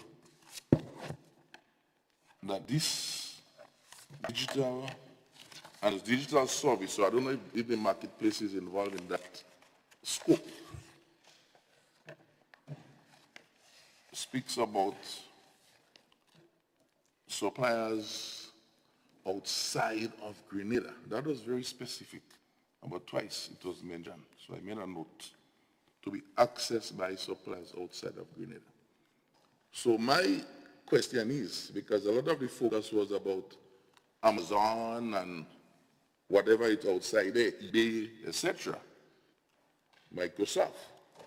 But outside the Raman locally, I'm hearing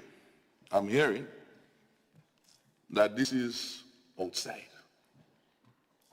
So if it's outside, St. Rahman is providing these services, he is under the threshold, $40,000 a year, then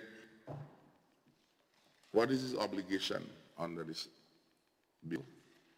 And what would be the obligation of consumers like myself under the bill because it is outside?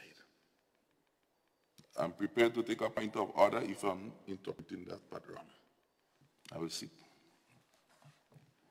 So, in this regards, Madam President, Senator Rahman now would only have 6 months to put his things together to be ready.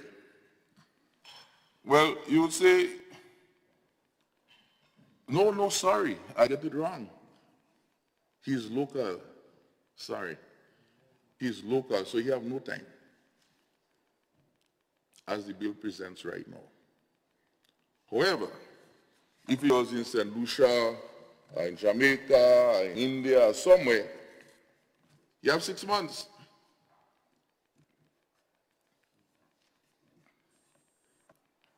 So, for example, there are local companies in Grenada who have businesses operating out in the U.S. and business also operating in Grenada, different branches. The question is, if they are overseas branch, would have 6 months leeway, while the local branch here has no time. What will they do? They will basically operate within the U.S. framework, or the outside Grenada framework. I'm just saying. And I'm raising this particularly, Madam President, and I'll come back to more details in a while, in how we're doing things. It was good, Senator Francis was very honest and upfront that, look, we didn't do any consultation on this thing, to the extent that maybe need to happen, one. Two, our Attorney General explained the rationale, which we was querying earlier on just before launch, was the urgency. Now we understand the urgency. But more so, Madam President, in all of this, I would not want to think that the best practice, which is to prepare policy papers, consultative record for discussion within the cabinet, didn't take place because they have to sufficiently been informed to come here today with this. So the truth is, where is the consultation record? It's important. And when we speak about the World Bank and IMF and these persons like that, consultation record is very key and critical. In fact, as a local citizen, you know, yourself who be in that space, you can write the World Bank and ask for the consultation record as an individual citizen.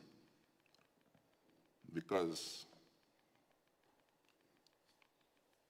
having even said that here is even damaging because the world is watching. World Bank say, so they didn't really consult properly. So we have commitment of fixing it. I'm sure that that is done because those things, having been around some of these things, is very important. I don't think there is a general opposition to the idea of having this done. The issue about equity and equality, I'm not too sure if that is a basis for this discussion. Because government in its own space can prioritize or decide to incentivize different components. We've been pushing digital economy for the last 2 years, last 5 years.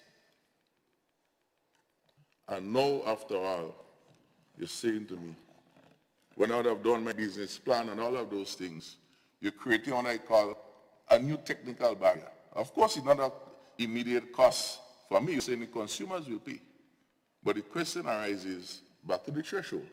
I have to put new business systems in place, new persons in place to manage an account. And that is why the issue of thresholds are established for collection of VAT, because certain business sizes would by nature have certain capacity that provides some level of assurance, I say guarantee, of keeping proper records and all. In fact, I know there was a question that was raised and the eyebrow was front, I think that's the correct word, pertaining to, well, the foreign companies, foreign suppliers don't necessarily have to keep any records, but it then says, you know, if the record is asked for, they have to provide it.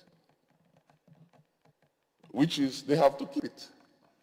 But you know, we cannot impose on other countries unnecessarily because we don't have that command. Even if we sign all kind of treaties, which Senator Charles speaks about properly. Doesn't impose. In fact, Madam President, in my small research on this whole topic, I was able to discover the International Bar Association on the internet. It's there. It speaks about lessons learned with VAT on digital services, lessons learned in Mexico. And recent, talking on 2020, 2021. And a major challenge that they had is the issue of the registration of these foreign suppliers in the tax system. Now, we don't see the mechanism here, but the bill speaks about the minister shall establish regulations, etc., for how that should be done. They speak about 35 businesses registering. But you know what that happens?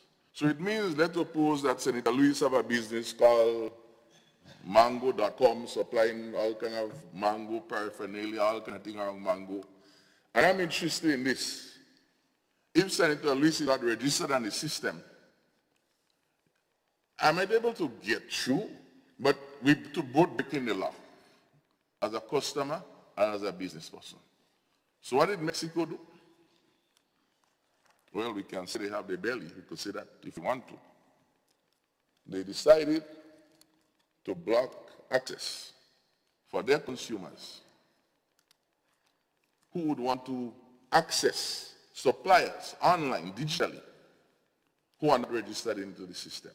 So it means, therefore, that Senator Lewis and his business, mango.com, didn't register.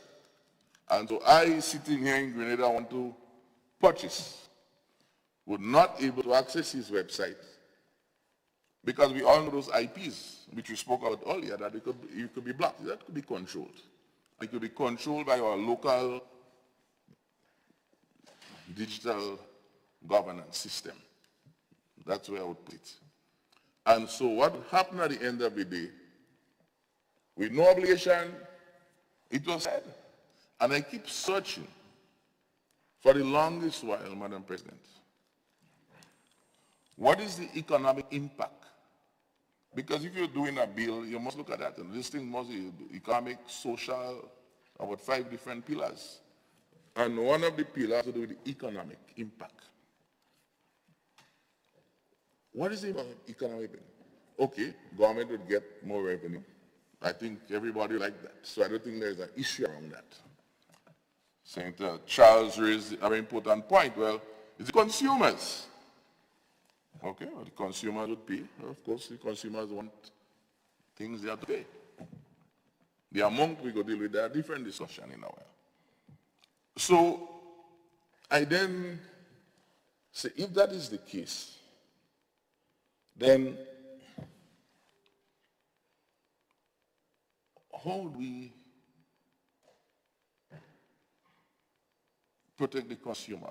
How does the consumer, I have no access.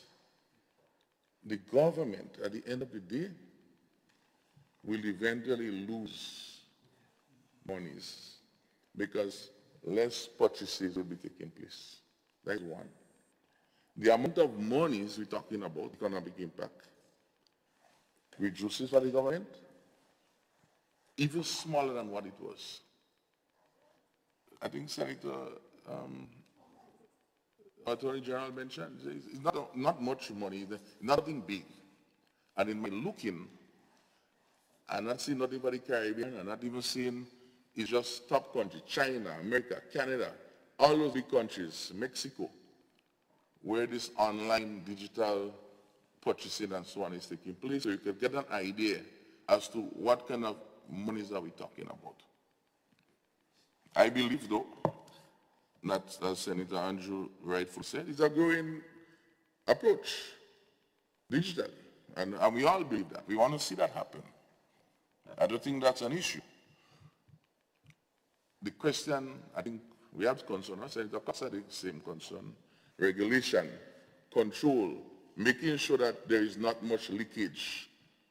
Because the worst thing to do is to do something that is not enforceable. Could we have enforceable on Microsoft? Do we have enforceable on what we go to? We go block the IP to get into Microsoft portals because Microsoft not complying?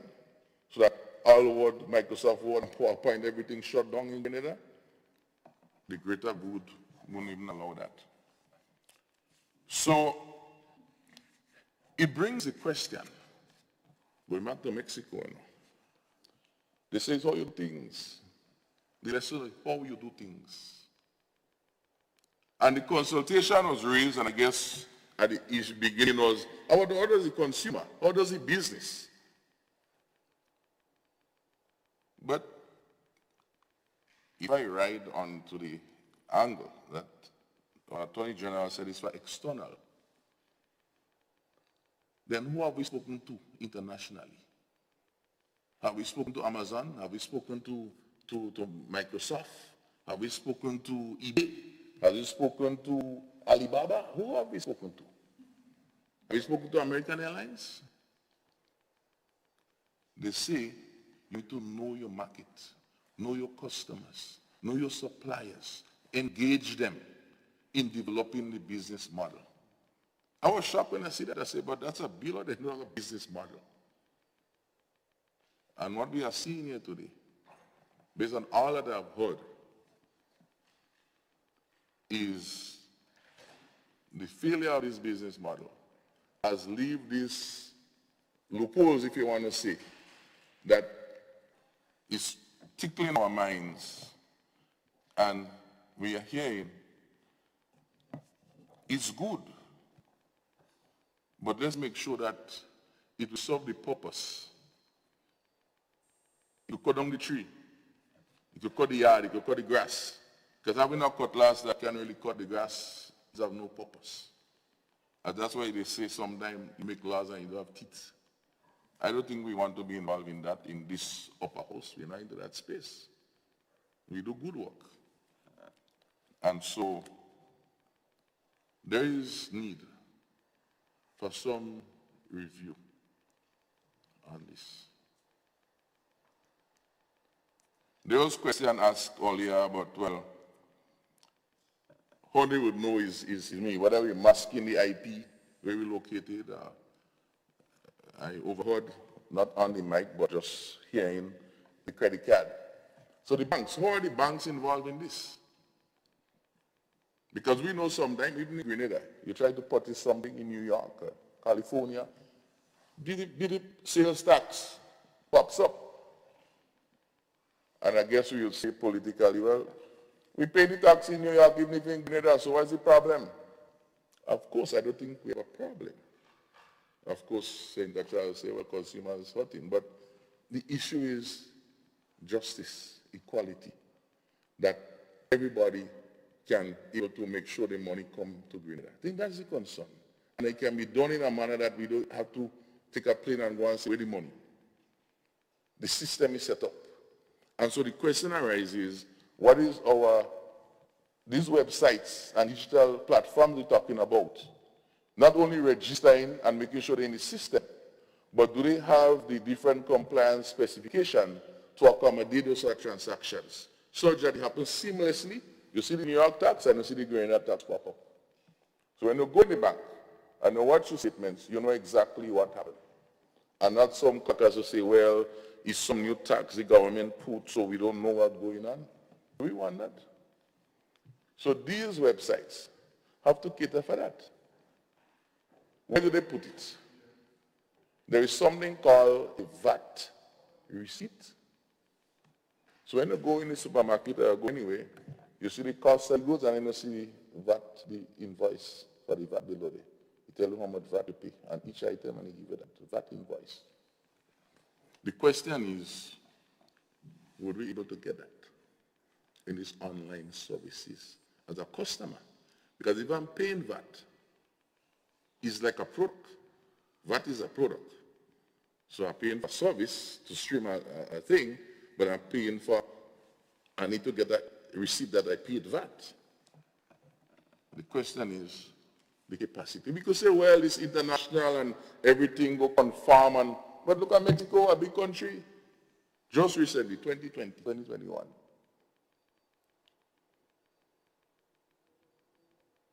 How prepared are we to really take on this challenge? And then, of course, Madam President, I was raised this morning, and I think Sister Gloria had this thing right, about cybersecurity. All of these things. We know what happens, even in the financial systems. We know what happens with that thing. And so, all of these things, people have to be protected in this space. And who will take the responsibility? Because if government say, Senator Louis' website is okay, you just like if us selling food in a restaurant, Mr. Health comes and check to make sure it's good to cook. I expect the health of this website to be such that it's safe for the use of my credit card and debit card. Does the government understand the obligation that it's putting on itself? Now, if you go in the shop, it's easy. You go in the store, it's easy. But here you're saying, you go say, well, the person that buying, they didn't have to do that. But now you're talking about something that happened for a service there. And if I could have to pay for the service, that's what the VAT is, paying for a service. They have some level of responsibility in that space. And then the other part in all of this, Madam President, leads to the amount. We talk about this thing all day, but would there be a consideration? I think Senator Lewis raised it about VAT exempt and so on, and you also raised certain key services. We like education, we want to improve, but would we also be getting 15% or would we get 5% or 10%? We're not hearing nothing about that. And I would really aim them to pay tax or to pay something. People always go, how much? And that consideration never come. I guess that would happen afterwards, they'll discuss it. But I believe that this is a key matter. Of course, you will say, well, in the regulation and the sit down, so you need time for that. But I think we need to make an appeal now that this needs to be looked at. The type of service, education, health, and certain key things. luxury, you could put a different space on that.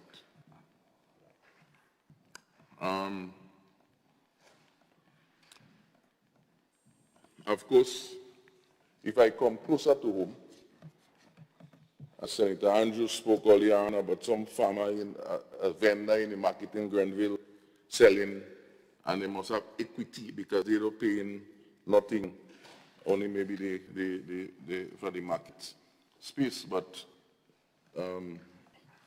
if you go online and try to sell your things, they should pay too. We're not saying no. So talk to them, tell them how much you have to pay. What will be the rate? So they could start planning.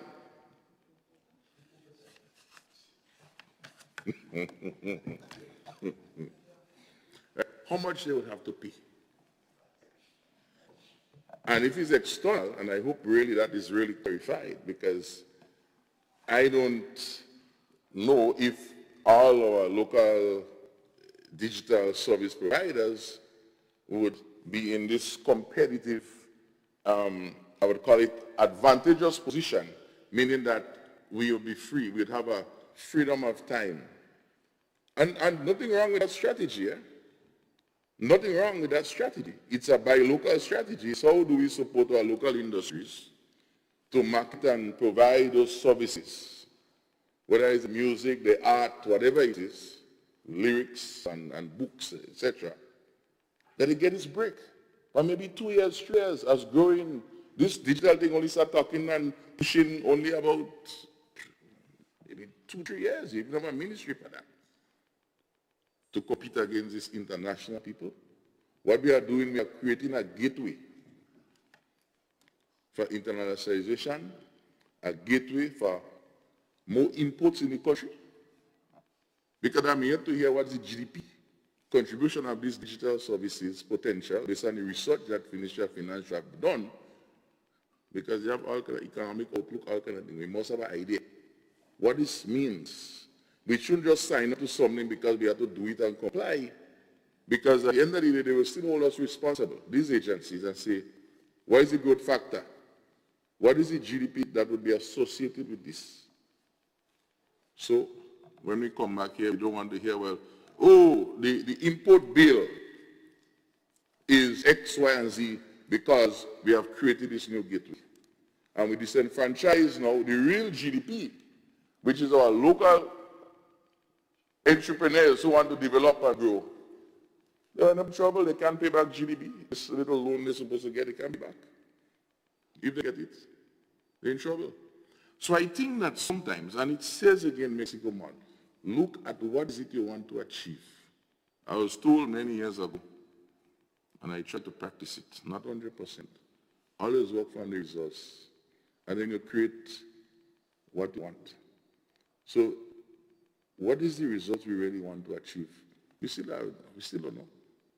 Apart from trying to comply to get this 15 or 66 million and how much. And as far as I know, these projects are well on the way. In Baltazar, these projects are well on the way. So it had to be new money. More money, okay, good. So Madam President, in a nutshell, whilst the VAT issue is not a problem, I think the amount is an issue. I think regulations and controls. In fact, one of those websites was showing me something about so much fraudsters you find in these things because they're doing different masking of the IP and all of those different things. And the last thing I want to say in all of this, and this is the thing, I think we need proper definitions and explanation on these things. Because we have to not look about the physical location, where this business is registered. I think this is also important. Where are they registered? Are they registered in Grenada, which is where the tax is going to run? Because, you could be in Grenada, but your business registered in Trinidad. Or registered in some country, for which I could stay in Grenada, maybe, or someone could stay, and you do the business in such a manner. That's it. I get my auntie to purchase out in New York or California. same Rahman business, but it's registered in some Alaska somewhere. And the goods come in, of course, I would have to pay the local taxes. Well, no, that's physical goods. And they find out where they download whatever it is, and they send it for me and my email, or they put it in a drop box somewhere. What I'm saying, it comes back to the issue of cyber security. I'm not saying that people have to do that. But how are we to deal with these things? The police force, the FIU, and all these persons have to be equipped in concert. Otherwise, we start these things, and then midway, we lose control. And we are raising these things on them so that there is caution. We sit here, we have different expertise and different knowledge, and that's what we're sharing in this space. And with these remarks, I'm very concerned about the issue about the local, because whether our farmers would have to pay Senator Rahman, which is local, or whether they need to advertise in New York, so they don't have to pay nothing up there. But going there to click and they could get it, and they know it's something they have to go and buy the goods, and they go and they get the goods physically. That is, I think, is a very important part that Senator Andrew is, and I'm not clear on that process up to now. I thank you. I thank you, Senator, for your evaluations and inquiry. And I think this is our last speaker. Last contribution to the proposed bill, and I ask the Leader of Government Business to again take the floor. Thank you, Senator. Thank you very much, Madam President. Madam President, again, my goodly senator from the farmers representative has beat me again. I allocated him up to 4 o'clock, but I think he fell short by about 8 minutes today. So, thank you very much, Senator. Madam President, I just want to make some statements here before I close. And I know there are doubts in some people's mind, but I think generally the society will understand that what we are talking about here is the World Wide Web. We are not talking about Grenada in isolation. So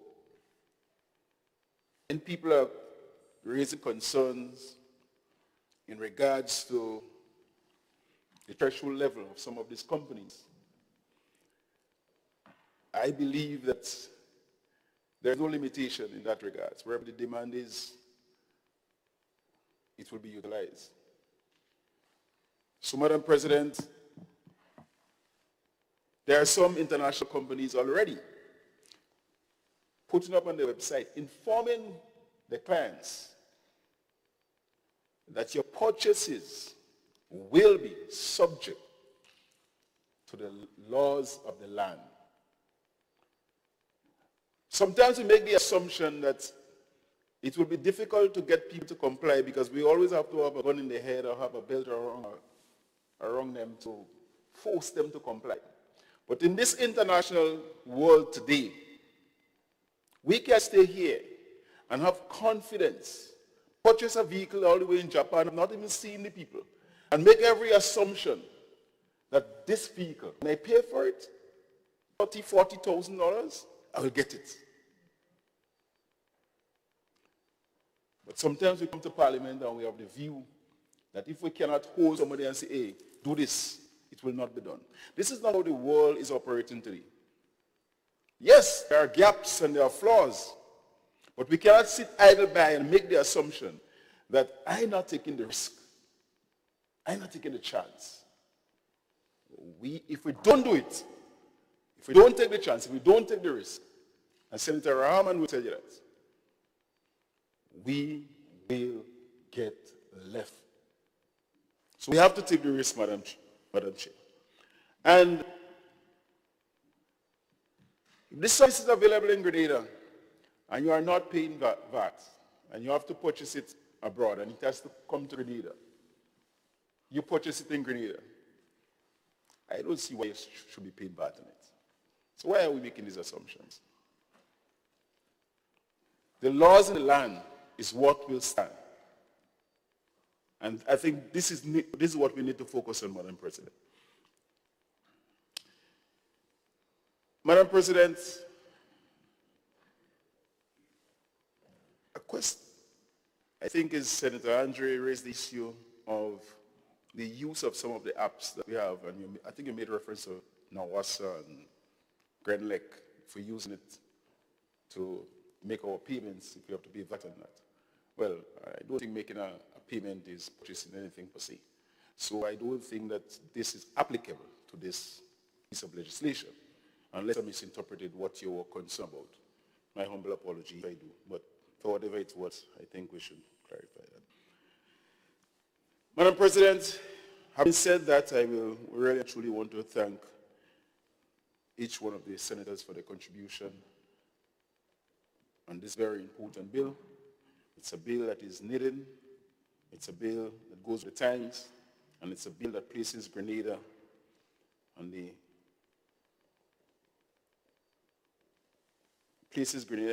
a position to modernize tax collection so we can mobilize as much as possible. Madam President, there are a few benefits that I think that this bill will bring to our country. And I can just highlight one or two of them. I think it will strengthen government revenue base in a fair and sustainable way. I also believe that it will promote some form of tax equity within our system. And this word we cannot overemphasize it. The whole question of modernizing our tax administration. And fourthly, Madam President, it protects the integrity of our VAT system. So I think that we are on a good track, and I look forward to the implementation of this very important bill. So once again, I say thank you very much for your contribution, and I now commend this bill to the House for its final approval. Thank you very much. Thank you, Senator. Honourable members, the question is that the bill be read a second time. All those who are of that opinion say aye. Aye. And of the contrary opinion say no. Ayes have it.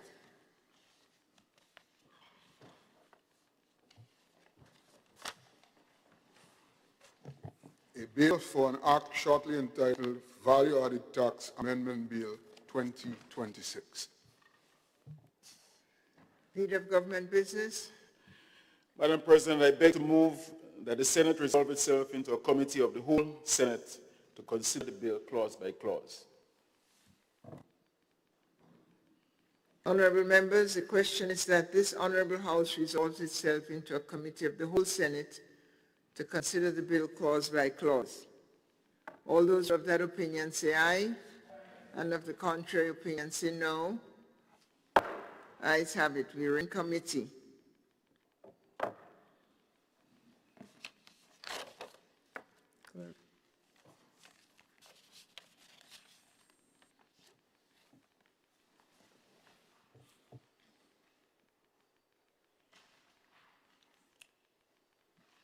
Clause 2, amendment to Section 2 of the Principal Act. Honourable members, the motion is that the clause 2 forms part of the bill. All those who have that opinion say aye. Aye. And opposed say nay. Passes. Clause 3, amendment to Section 6 of the Principal Act. Honourable members, the motion is that clause 3 forms part of the bill. All those who have that opinion say aye. Aye. Contrary opinion say no. Passed. Clause 4, insertion of new Section 8A in the Principal Act. Honourable members, the proposal is that clause 4 forms part of the bill. All those who have that opinion say aye. Aye. Of the contrary opinion say no. Passes. Clause 5, insertion of new Section 9A in the Principal Act. Honourable members, the proposal is that clause 5 forms part of the bill. All those who have that opinion say aye. Aye. And those opposed say nay. Passes. Clause 6, amendment to section 17 of the Principal Act. Honorable members, the proposal is that clause 6 forms part of the bill. All those who have that opinion say aye. And the contrary opinion say nay. Passes. Clause 7, amendment to section 18 of the Principal Act. Honorable members, the proposal is that clause 7 forms part of the bill. All of those who have that opinion say aye. And of the contrary opinion say nay. Passes. Clause 8, insertion of new section 22A in the Principal Act. Honorable members, the proposal is that section 8, I see a light. Thank you. Madam Chair. Senator Rahman. Thank you. Thank you, Madam Chair. Just for clarity, reverse charge for business recipients of digital services. Our Honorable Attorney General, I don't think she addressed that. So I want to know, before we continue, how the reverse charge for business recipients, because this is for businesses only. So it does not apply to, for example, an individual with a subscription to Netflix, but it would apply for a business with QuickBooks or Microsoft Office and so on. So the reverse charge, how is that going to work? Because VAT has a certain date by which you need to report, and I just want to understand, for my understanding and for businesses, how that reverse charge is going to work, how it's going to be applied. Thank you. Senator Rahman. Senator. Okay, so you'll have to help me to answer the question. The businesses that are registered for VAT, when you yourself pay VAT, because as a business owner, you consume goods and services as well. When you pay VAT, as far as I understand it, when you're filing your VAT returns, there is a mechanism by which you are able to set off the VAT that you receive from the VAT, right, as opposed to the VAT that you paid. So in this case, when you purchase the digital service, you pay the VAT up front. You will pay the VAT to the external supplier up front when you purchase. Right, but remember this is taking effect right away, so to speak, and then you are going to be negotiating with the external providers of the service. So QuickBooks is not going to give me a VAT invoice. If it did, then it'd be very easy, but they're not going to be a VAT invoice right away. But the law is going to come in before I assume that we're going to get a VAT invoice for them. So how, yeah. No, so we will have to work out the operational aspects, yes, before we bring the legislation into force. Mm-hmm. Okay, so that makes sense. I understand that. You can't put the cart before the horse, because if there's no formal charge for that subscription with VAT, then we can't claim, we can't use it, we can't, facilitate. Okay. So we will have to work out the commencement date.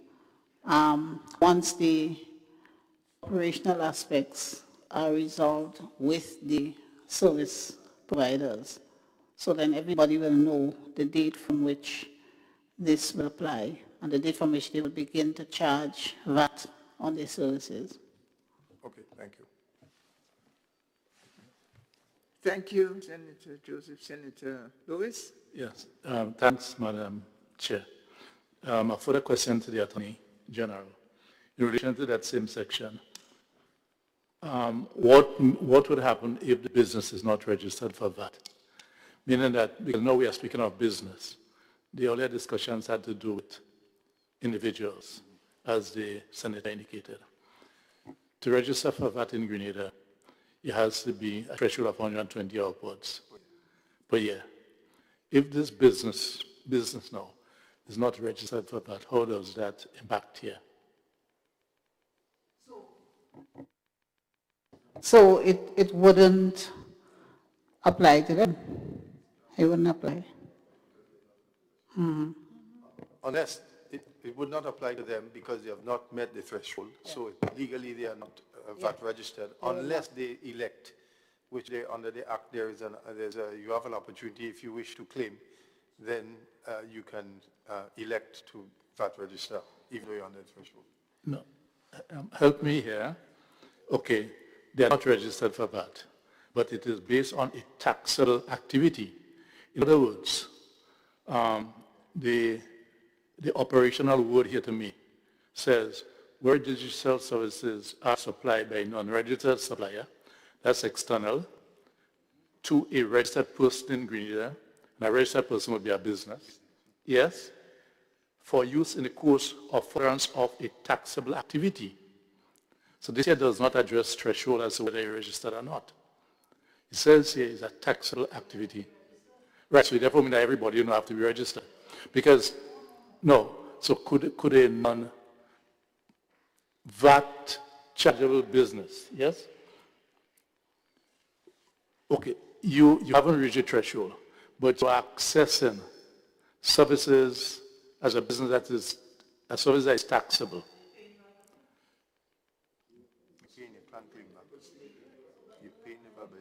No, but remember this is reverse charge for business. Because so I'm just trying to understand it. Is a cost here? Yeah. But this section will not apply to you. If you are not a registered person in Grenada.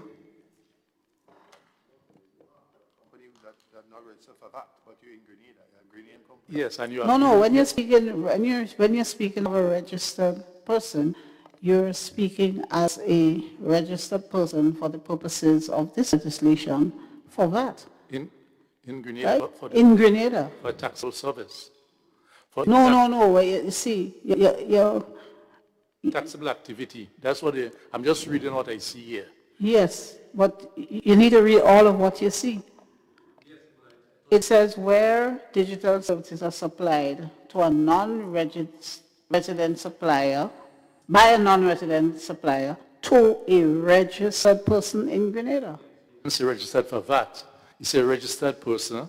No, but it has to be registered for VAT because it's the VAT legislation you're construing. This is a VAT Act. So a registered person here could only mean a registered person under this legislation. Yeah. Yeah. I take it, context is key, but I take it under advice, so you say advisement? I take it under advisement because we need to proceed.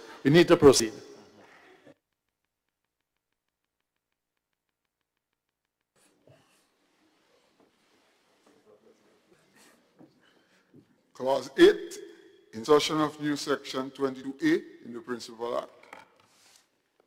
Honorable members, the proposal is that clause 8 forms part of the bill. All those who are in agreement say aye, and those opposed say nay. Passed. Clause 9, amendment to section 43 of the Principal Act. Honorable members, the proposal is that clause 9 forms part of the bill. All those who are in agreement say aye, and those opposed say nay. Passes. Clause 10, amendment to section 67 of the Principal Act. Honorable members, the proposal is that clause 10 forms part of the bill.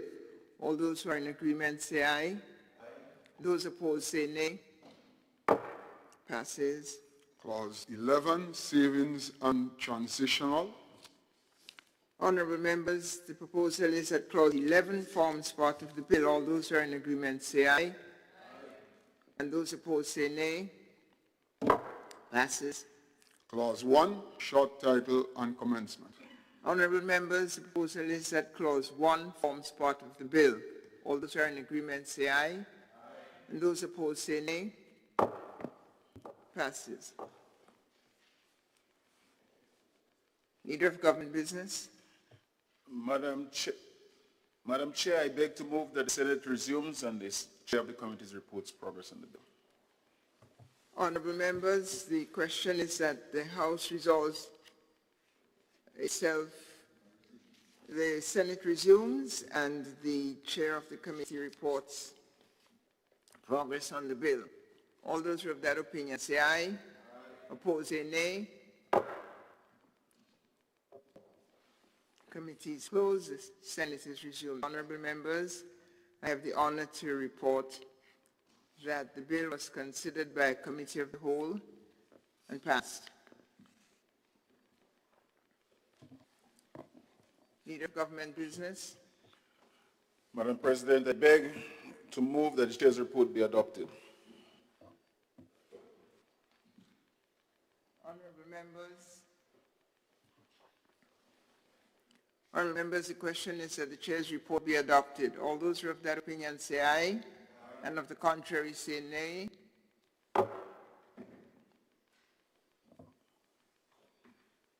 Minister Thomas.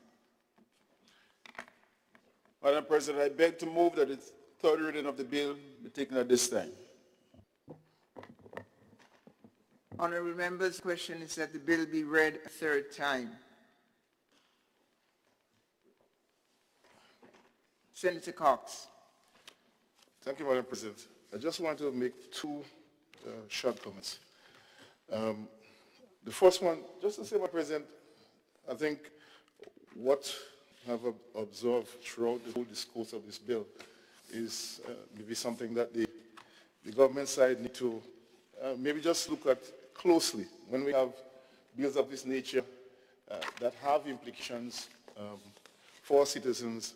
It's how important it is to have consultation. And we see a lot of discourse taking place, and it's for a good reason. It's for the labor people, everybody have their stakeholders who are going to question what are those things, because it's a bill that is out there in the public. And so I think it's something that we should all pay attention to ensure that we have that discourse. So just wanted to raise that. I didn't pick up any negative say that we don't support the bill, but the construct of the bill, Madam President, I think in its application is what is most important. And the second thing I wanted to correct Senator Francis in her passionate presentation. She had offered some credit to the National Party for implementing VAT in 2010, but I want to beg that that credit is not the New National Party. It belongs to the National Democratic Congress. So I just wanted to just correct that, yeah? Thank you very much, Madam President.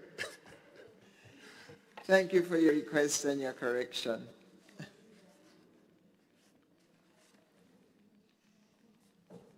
Great. Honorable members,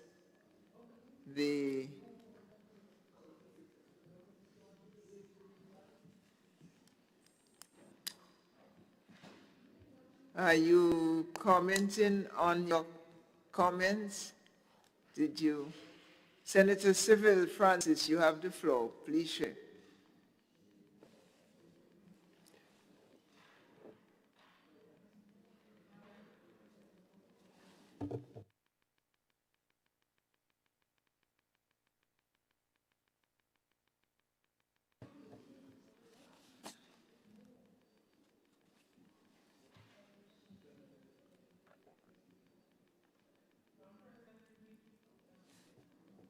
You pass at this moment, and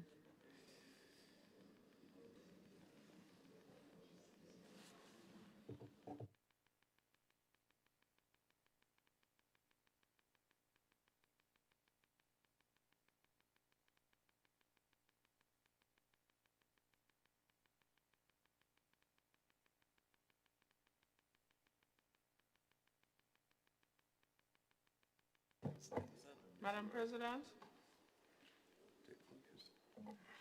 only when you're ready, Senator. Take your time.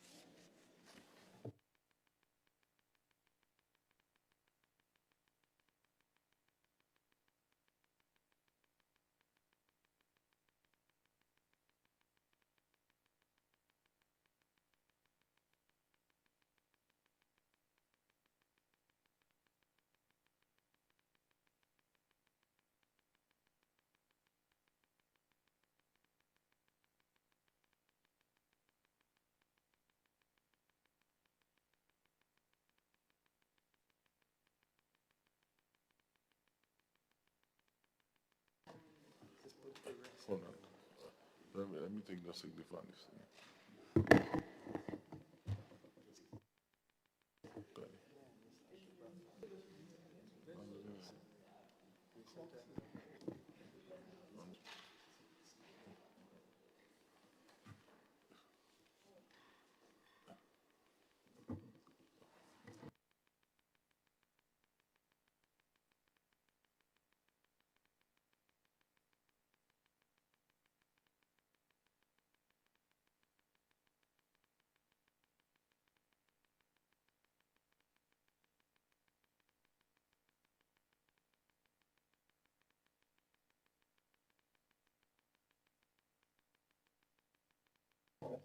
Madam President? Go, Senator. Madam President, probably during my discourse and the passion that I was exuding, it probably was a slip of the tongue in the context of what I was trying to say, but my point remains, Madam President.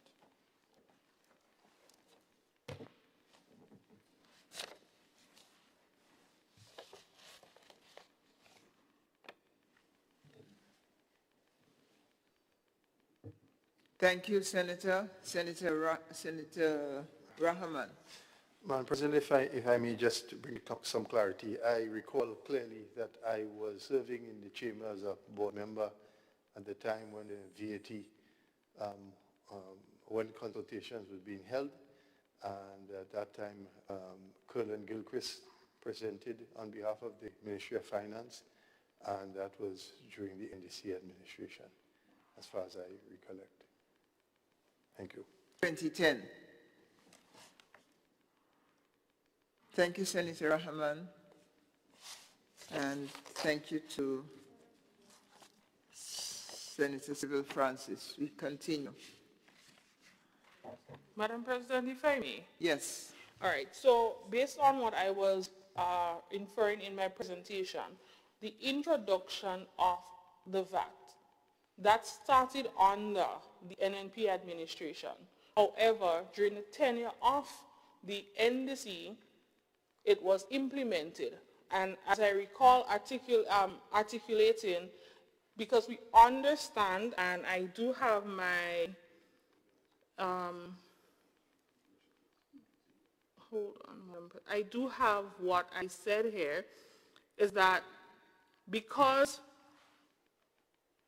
that has become an established part of the fiscal structure of Grenada, because successive governments have recognized its role in revenue generation and economic management. And that is the reason why I referenced that it came into being in 2010. However, the introduction and the preliminary work started prior to that, Madam President. And that's the point that I was driving home.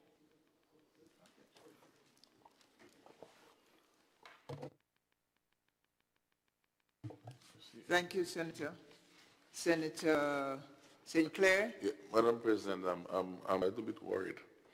I listened to Senator Rahman speak, and I understand about who said what. I think the issue that I think we need to resolve, and maybe for our next sitting, when does it really done? A VAT is something that had to come in by legislation. So I think that we need to just easily do the research and see when it was introduced. I think that is, I mean, we may not be able to do it right now here, but that might be able to be done by someone by the time we finish, be able to say exactly when it started. Because I think, for me, I am unclear. I understand what Senator Francis, what she said is exact. I understand that. Senator Cox and Senator Rahman, I think it could be a matter of reintroduced in that time, because I recall vaguely about that and debt service levy, and I was working in those times as a young boy. So it's like history had to be told. So I think we could just double check that for our own clarity. And listen public, we don't appear as the home of facts, and we can't even say, well, the fact is a fact. That's just my comment. Thank you. Thank you, Senator Hold on. St. Clair. Senator Francis? Madam President, If I may, and the handset would show, we don't need to go back to the handset. But what I said, I never said that the new National Party government implemented. I said, Madam President, since we are speaking about honesty today, let us also speak factually. VAT was first introduced in Grenada under that administration. However, government in 2010, through the Value Added Tax Act, Cap 33A, Value Added Tax Act, was an established part of the fiscal structure of Grenada because successive governments have recognized its role in revenue generation and economic management.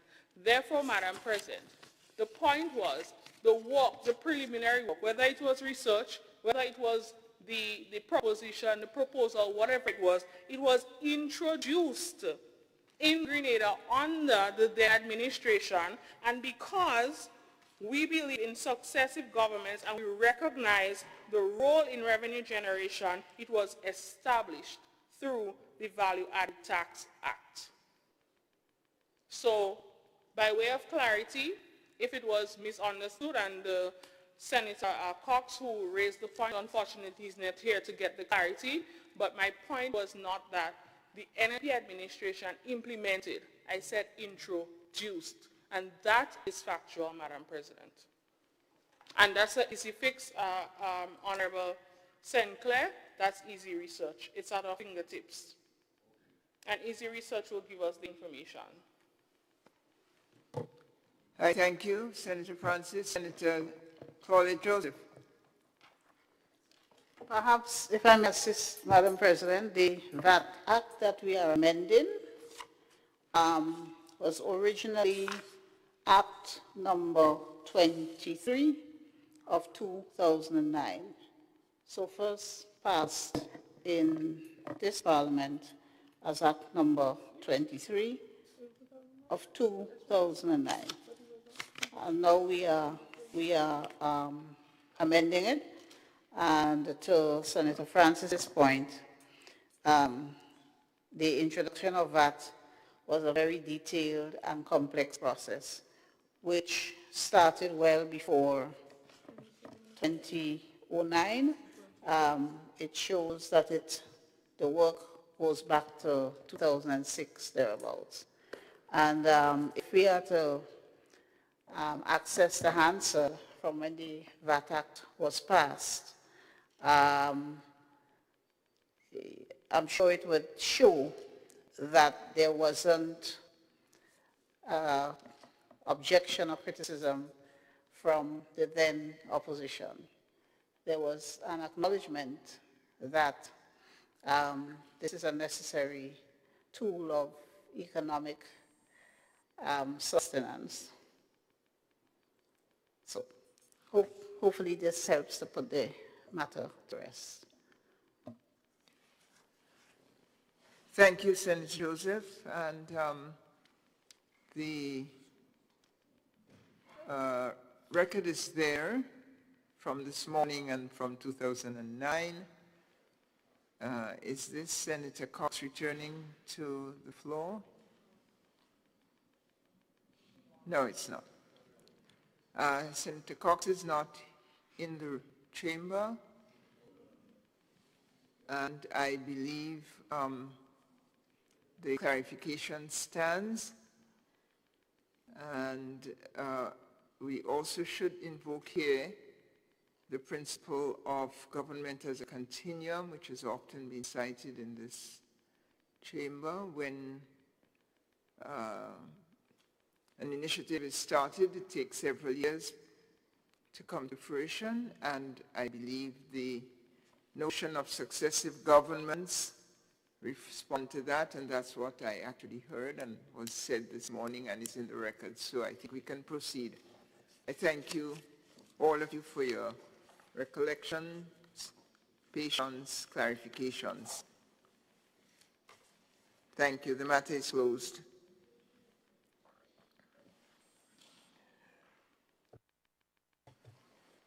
Right. The question is that the bill be read a third time and passed.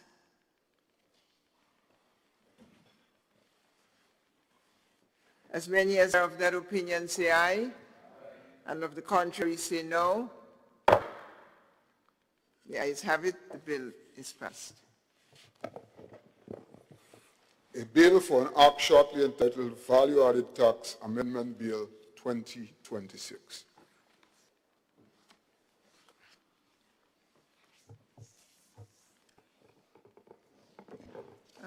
Before we move to the next bill, just to thank Senator Claudette Joseph in particular, to thank all of you, as did the Leader of Government Business, for your contributions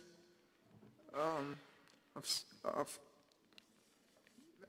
endorsement, clarification, and the like. I think there were many valuable topics raised: the necessity of the bill, its timing, the need for consultation, its enforceability, its impact on the local community, continuance of exemptions, and a large number of issues, which I would suggest might form a good set of topics for a fact sheet, either a hard copy or a digital version.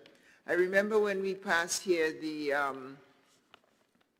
legislation around the marijuana bill with a number of questions. And subsequently, if you turn on your television at any time, you would hear an electronic message clarifying and to the public issues around that bill. And I think it has been enormously helpful. And it's a device that can be used again and again. So I look forward, as has been suggested, that there will be more information forthcoming. The one point that is enormously helpful is Senator Joseph's, as I started to say, clarification that this is not a digital services tax. It is a tax that will be placed on paid or purchased online services. Very important, and a distinction that could be missed. So I want to thank you for that, and really encourage government in particular to continue its clarification, its seeking, and to thank the government for seeking means and ways of garnering additional resources responsibly in our country. We cannot be just beggars or takers, but people who are committed to financing our own development. And with the onset, the near onset of the hurricane season, I think this is very timely that we position ourselves for immediate access to resources. God forbid those would be needed. So thanks again to everyone, and we move forward with this piece of legislation. Thank you.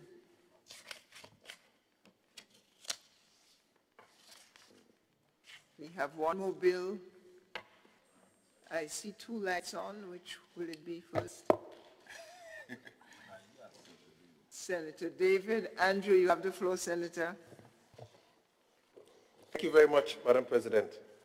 Madam President, I beg to introduce for a first reading a bill for an act shortly entitled Cruise Ship Visitors Levy Amendment Bill 2026. A bill which seeks to amend the Cruise Ship Visitors Levy Act, Chapter 74B, the Principal Act, shortly entitled Cruise Ship Visitors Levy Amendment Bill 2026.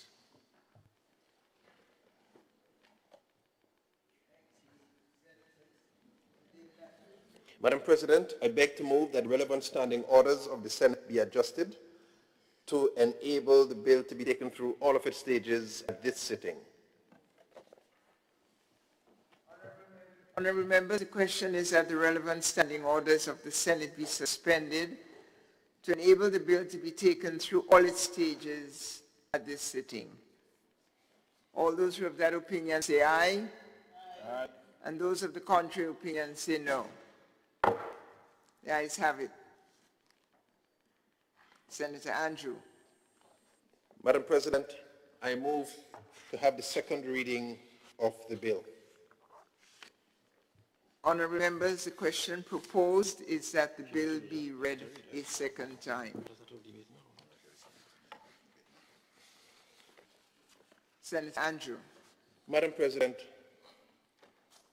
in keeping with government's revenue mobilization objectives, approval was granted for the adjustment of the cruise ship visitors levy from US $3, which is just about $8 EC, to US $7, approximately $19 EC per visitor, effective the commencement of the cruise season, the 2026-27 cruise season.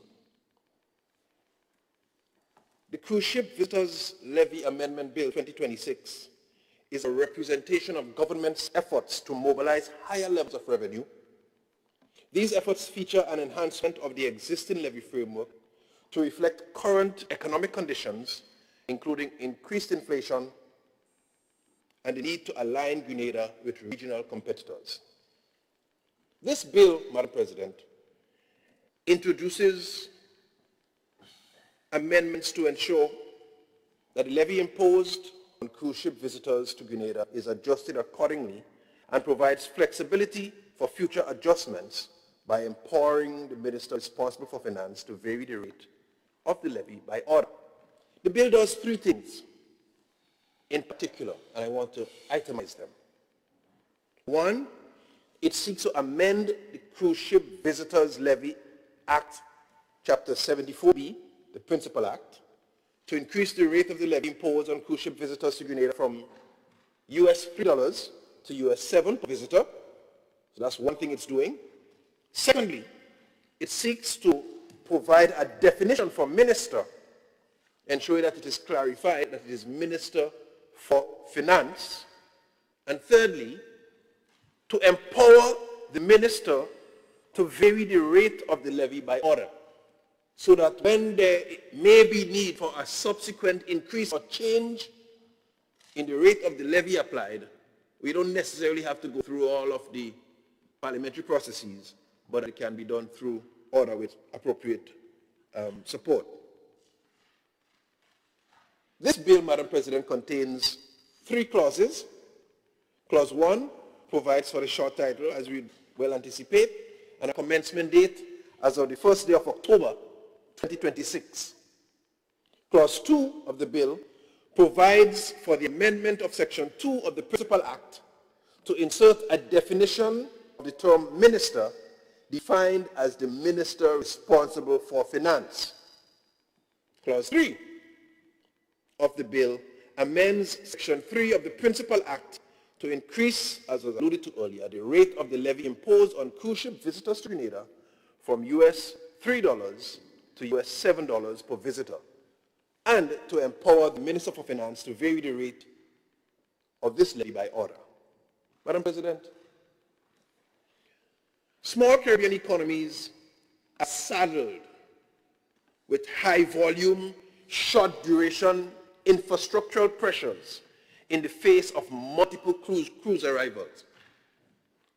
Our economies that are tourism dependent, that are cruise ship dependent, and experience an influx of cruise calls starting in October. While we are happy for it, the reality is that there is significant infrastructural pressure on small economies like ours during those periods.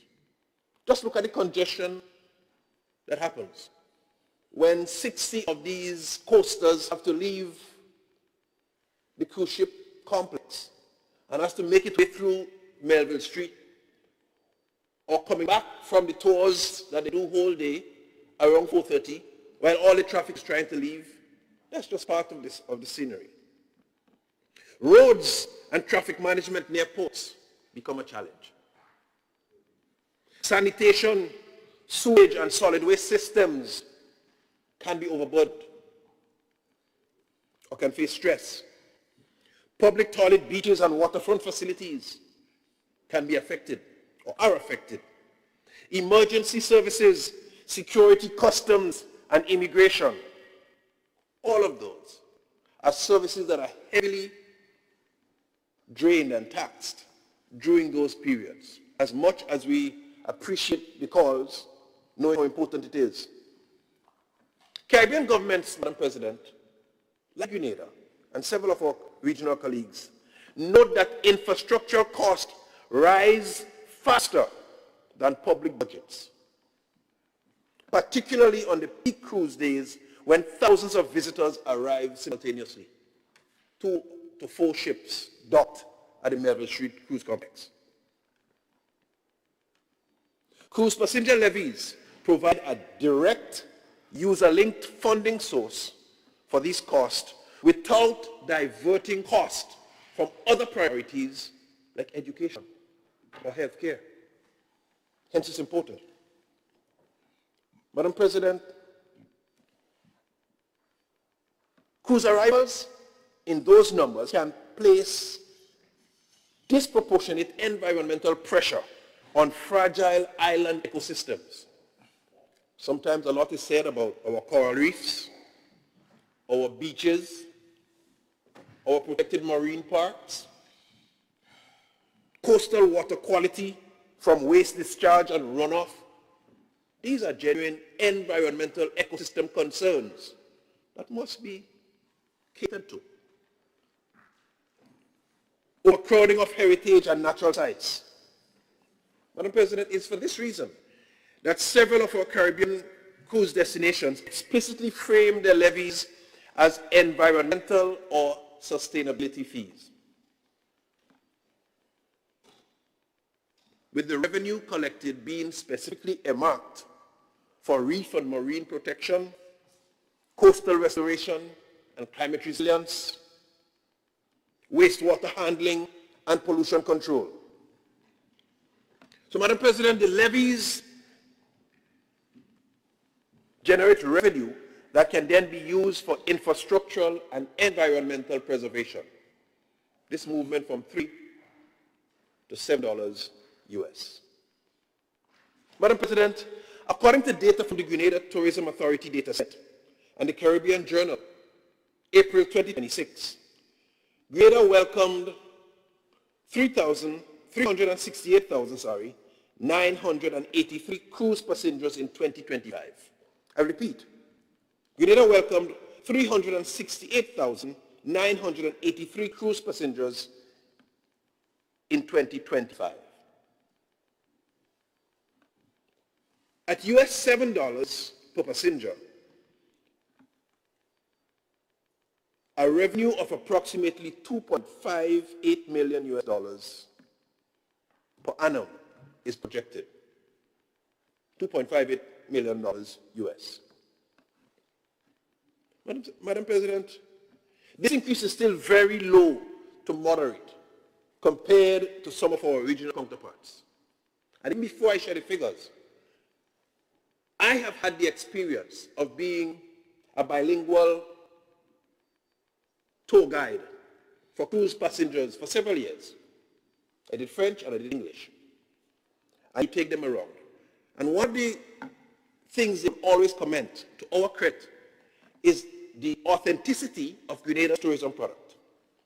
One, they were thrilled to hear locals speaking their native languages and being able to explain the country. They were thrilled with our warmth and hospitality. They were thrilled with our natural beauty, the scenery. They were thrilled with our herbs and the many botanic plants that we have that can be put to good use. There are several high selling points. The beaches too. I'm saying all of this to say, some of them, they do several tours across the entire Caribbean, and although we located furthest to the south, when they get here, they would say, this has been their best stop yet. So Grenada has a good product. Notwithstanding that, we acknowledge that we are located way to the south, and there are considerations about cost. There are considerations about fuel prices. And what it takes to get to Barbados further east of us, it takes probably a lot more to get here. Probably a day and a half, 2 days, whatever it is, by sea, to get here. And the fuel cost increase. But I'm saying this $7 increase is still at the lowest end compared to our regional compatriots. We have other territories that charge fees between $12 and $30 US per passenger within the region. 12 and 30. And I imagine several persons might be saying, why is Grenada making such a jump from 3 to 7? And some persons who might want to statistically make it sound bigger might say 123%, 25%, whatever the fine figure there is. Increase from 3 to 7.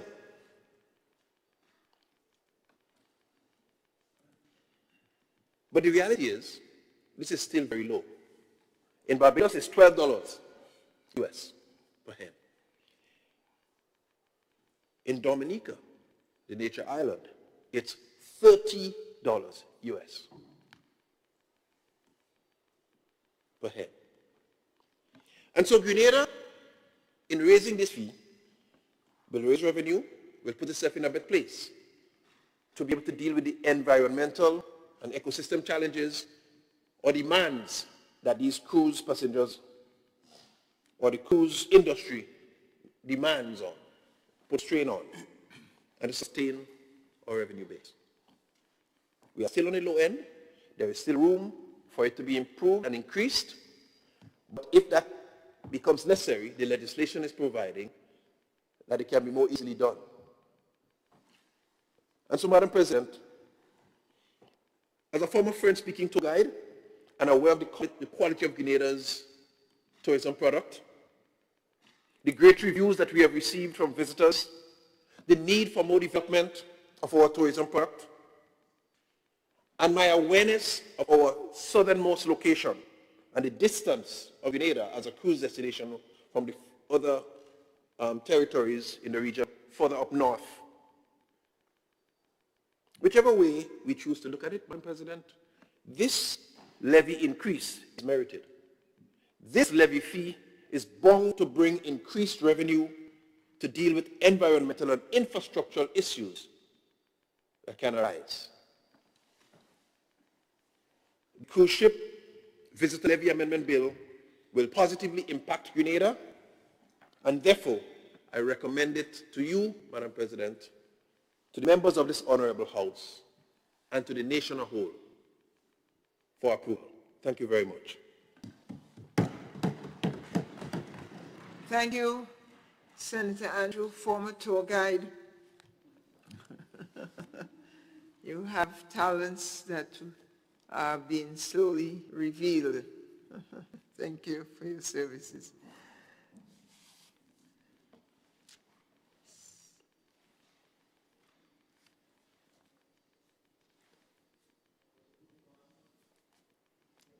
Senator St. Clair will speak on the bill.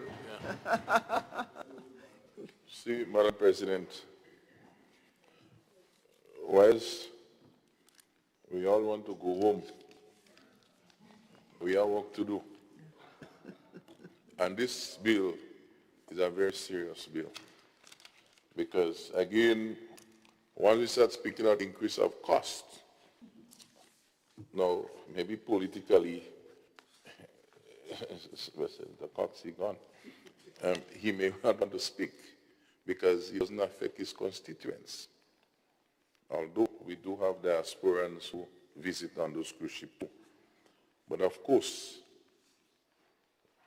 it affects us.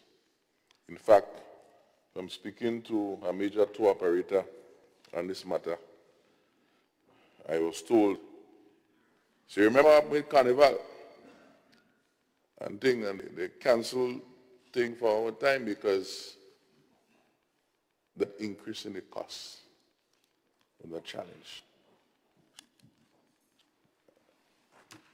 Madam President, as we sit here to look at this cruise ship visitors levy amendment bill 2026, it may look simple, but I've learned right in this house here. I was taking this in a chance. Those simple bills is not so simple. So as I make my comments. One, cruise ship business. Of course, I've been following this because in my substantial workplace, the GCNA, we dip into this business. I have two museums, Victoria and in Bolio, and we are right into that space. So I could speak. I have discussions with other tour operators because it is within our space. Agro-tourism, that's the subject. Again, on how our farmers can be able to feed and create opportunities in all of those places. So this cruise ship business, they plan way ahead. So I was shocked, and maybe not shocked, to see that this increase is going to take place in October 2026. It's very interesting, this bill. Normally, a bill would not even specify the date. It will say till the date that the Governor General, I think it's accent or assent. Mm-hmm. But it seems as if we trying to force our hands to the date. It must be before for it to happen.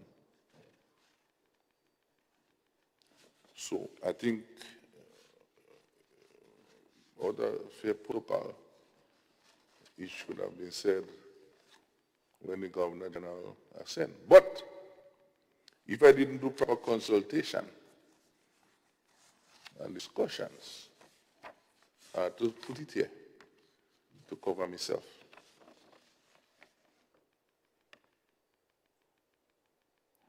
Because whoever is coming here in October, November, December, in fact, the tour operators already have their tour system planned for the next cruise season. That is already planned.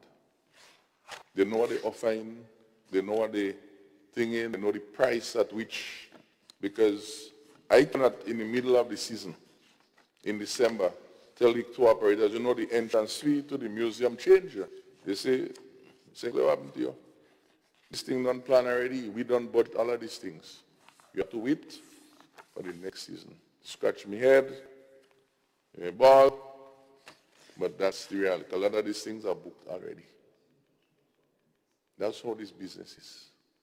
So when they advertise, if we go on the boats, I've never been, those things are already advertised so people don't plan and book. So to bring this for October the 1st, I trust that, and I didn't hear it, that there are real consultation with these cruise liners, because this is a significant increase. And the company will not be paying that.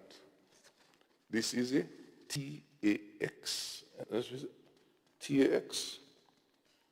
TAX. And TAX, in this case, cruise head passenger. Nobody is taking that cost. The passenger have to pay that. We speak about rising cost of everything, cost of the flights, cost of the boat trips, cost of fuel. So sometimes these folks travel a family, 3, 4, 5 persons. They shop at us. I mean, some spend good money, some spend little money. So we have to be careful that this net increase, which a goodly senator presenting his bill mentioned, is speaking about at $7 US. If everything's remained the same, and I don't think it will remain the same, we want to trend up. But in basic economics, there is something called the demand curve, price and demand, it could move. So where are the charts to show what are we seeing when we increase that? Will we get more? I don't know. It's when price increase, introduce all different type of economics there. So I'm not going there. I'm not an economist. But I know when price increase, people like to spend. And so what would be the impact? Would we see the 17% increase in 2025 over 2024? We're speaking about 9.5 million EC dollars could be obtained if arrivals remain the same. Almost $2.9 million increase EC, based on moving from the 3 to the 7, talking about almost $3 million increase over. So that is a concern because we don't want to see drop-offs. Of course, the Tourism Authority will make some announcement at some time and say how much arrivals we expect, and we'll have to see what is going on with that. Of course, on the other hand, I agree that our fees is relatively low. Not saying no. And so my question is, if who is 30 and who is 12 and who is how much, and we're so good, and we seem to have so much challenges with security and infrastructure and all of these things. Sometimes when you're doing projects, they say that you're under budget or under capitalized. Why we don't bring it more and bring it realistic? Or what exactly would this money be contributing to? So that we could be able to measure at the end of the day the true reflection. Such that we don't have to say, like our good senator said this morning, we need to get how much million to do this summer course with the children, and we need to get a certain target, and if we don't get it, we all agree. We go submit and add to make sure it happens. Similarly, the question would be, are we expect to see what are the things? We're going to get some better roads, we're going to get some better washroom facilities, because that is an issue for our visitors, and those things like that. What is it we will see? Not something very broad. It could be any of these 12 things I wrote down there. What is it? And could that money do it? What have the money we've been collecting have done so far? And should it be 10 US? And I go to 10 US, Madam President, because I don't end up there by chance. Sometime in 2019, right? According to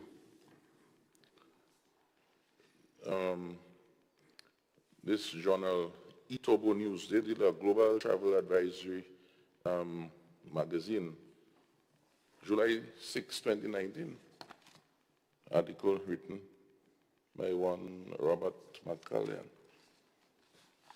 And it's not just him, it's a CARICOM, they agree. But sometimes in CARICOM, they agree to things that doesn't happen. Since in 2019, there was an agreement, general agreement, that these fees should go up to 10 US dollars. In 2026, and we could talk about who in power and who not in power. When we come back to our country, what happened to this 5 US dollars? So this 3 US dollars. Now we bring it to 7. Why couldn't we go up to 10 if who is 30 and who is 20 and who is 15, etc.? I believe that it should go up to, because that CARICOM discussion must have had a lot of data and statistics at the time. A lot of cost has changed. If we really want to make the change, because we realize that this change will make the value of this money, this 7 US, might be really 5 US in true today's term. So I'm not too sure the extent of analysis and research that was done to come up with this figure. How did we reach that figure? Is it a figure we pick from the sky like this? Is it a figure that we have some things to do, etc., etc.? Now, in 1998, the story would say that the World Bank, in support of our whole garbage disposal, solid waste, etc., within a project involving the OECS, the Grenada, Dominica, St. Vincent, and Lucia, to establish a landfill where there's $1.50 US that we added as an additional cost to help with solid waste issues and help with the landfill. I trust that money is going there and do that.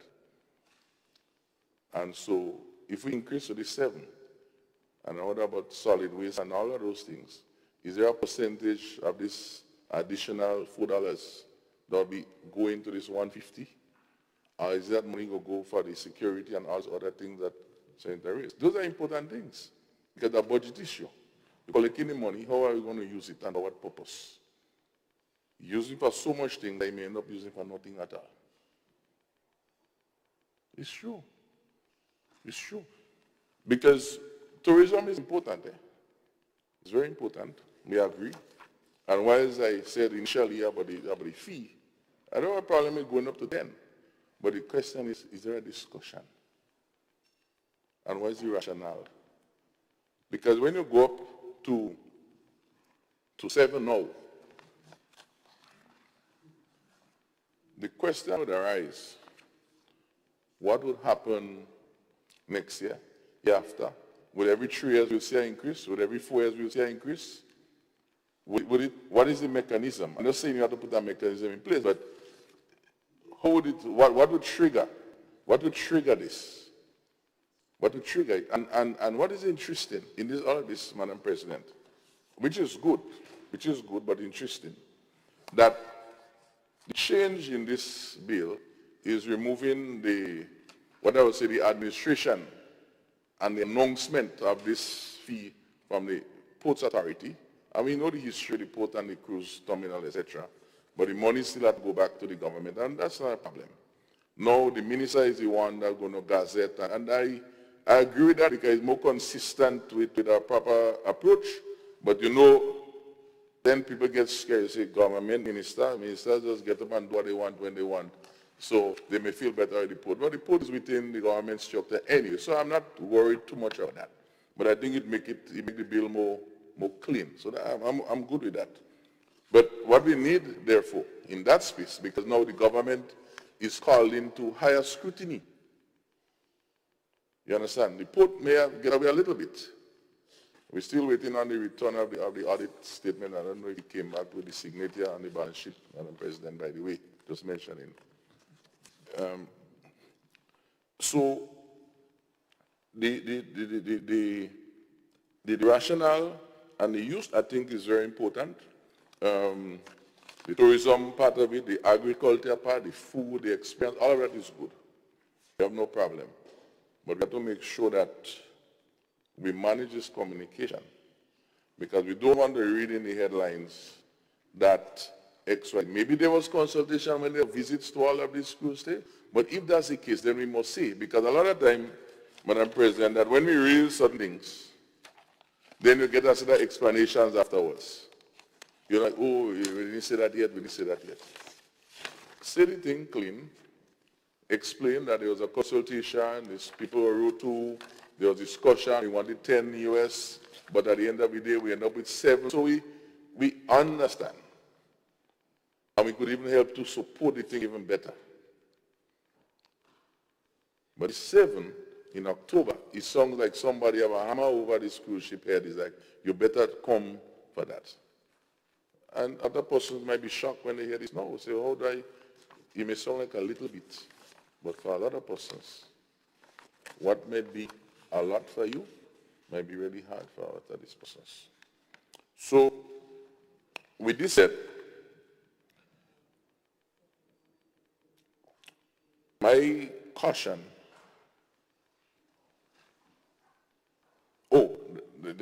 and maybe it's something to look at from reading, Madam President, how this industry works, and I need some clarity. When the tourists come to the island, I'm not too sure if this tax, Senator Andrew, is based on the passenger, and not the crew, the passenger load that arrive, or if it's how much actually, you call it disembark, come off, disembark from the ship. Because those that remain on the boat, they're not interfering with anything. And in my readings, what the cruise ships has been doing in order to manage costs and to make their own money is to offer so much facilities and opportunities on boat itself that a lot of persons don't get off. So yes, we may have arrivals, but we have to start asking our board of tourism, how much persons actually disembark? Maybe just 50%, maybe it's 20%. So a lot of persons arrive, but we may just get the impact of maybe 15% of who came. So this is something that, and we could know because it passed through immigration. That is not difficult to track. Because from reading, I'll go back there, what they are suggesting is that, and if this person stay on the boat, I'm not too sure if they are paying that tax because they didn't get off. And that's a strategy those boats use. So I think that would be very helpful for me to understand the true potential of this monies. And it would have been also helpful to understand how much monies we collected in the last year, the last 2 years, the last 3 years from all of these arrivals that take place. So it really put it in a perspective.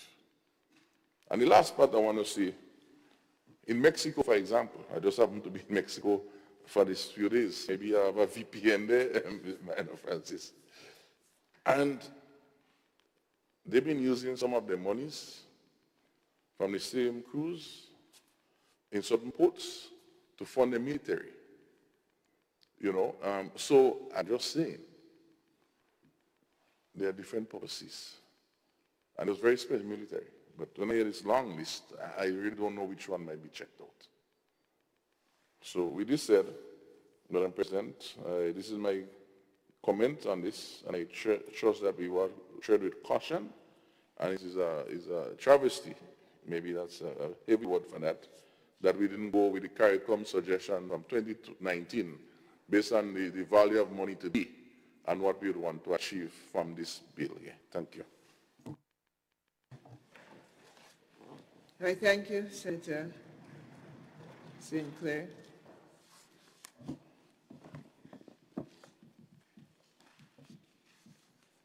Senator Adrian Joseph. Thomas, I beg your pardon. Too many Adrians in my life. Madam President. Okay, I'll just call you Leader of Government Business. Oh, it's me, right? You're the light I saw. Madam President, I take objection to this. So I hope that I have not recorded that in the... You hope what? I hope that is not being recorded in the answer. Strike. Thank you, Madam President. But it's my namesake, and my good friend. Madam President, I rise to support this very important bill, the Cruise Ship Visitors Levy Amendment Bill 2026, as well presented by Senator David Andrew. And Madam, I rise for two main purposes. One, as I stand as Minister for Tourism, the Creative Economy and Culture, and also I stand to respond to some of the, again, concerns that my good friend, Senator Roderick Sinclair, has. And I want to advise, Madam President, that there is no problem in doing your own research and presenting your own facts to the House, rather than consuming so much time in making assumptions, and to the ordinary folks who might not be able to really or truly dive into this thing, take the idea and go with it. Because this increase in levy has nothing to do with punishing anybody, Madam President. As a matter of fact, any cruise passenger that want to go on a cruise, they will go online and do their own research. And they will see to go to the Bahamas is 20 US. They will see to go to Barbados is 12 US. To go to as much as 30 US. And they will make the decision. I don't think anybody who really and truly wants to come to Grenada will look at this increase and say, I ain't coming to Grenada. So why are we painting these negative pictures that we are trying to put some travel agency out of business. Madam President, this tourism sector is a sector that is very important to our economy. It is a sector that we have to care for. It is a sector that if we don't improve the quality of it, all these big ships, I had the privilege to board the Icon in Miami. You know what's the capacity of this ship? 10,000, 7,000 passengers and 3,000 crew members. 10,000 people. And the industry keeps going on and on. But the cruise ship industry they will not come to Grenada and build a port to accommodate them. They will not come to Grenada and build any serious hotel for the passengers. They will not build the roads. They will not give the taxi driver any contribution whatsoever to help him purchase his vehicle. The state has to put all its infrastructure and amenities in place to accommodate the cruise ships, Madam President. And to go further, it's the same thing with the airlines. They're not building any airports yet. But they will send their crew members to inspect our airports. And whatever shortcomings that we have in Grenada, the government must find the money to make the necessary adjustments. So, Madam President, for donkey years, we have been rolling on the $3 per head. While our friends around us, our colleagues, have been raising the fees. So, you know, I can leave. When I come to the Senate and I leave, I must feel that really and truly I came here with something to help our country. And when my colleagues support me, I feel good. Because I know their support will send the correct message outside there. Because wholeheartedly, deep down, we are trying to help our country. We are trying to develop our country. And therefore, Madam President, all the sites that we have in this country has to improve. And the Ministry of Tourism is embarking, as I speak, on what we call community tourism. Because we believe that the Granite Lake need a lot of improvement.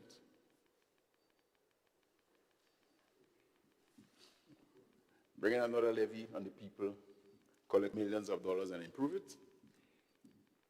Yes, we will improve it for our local people too.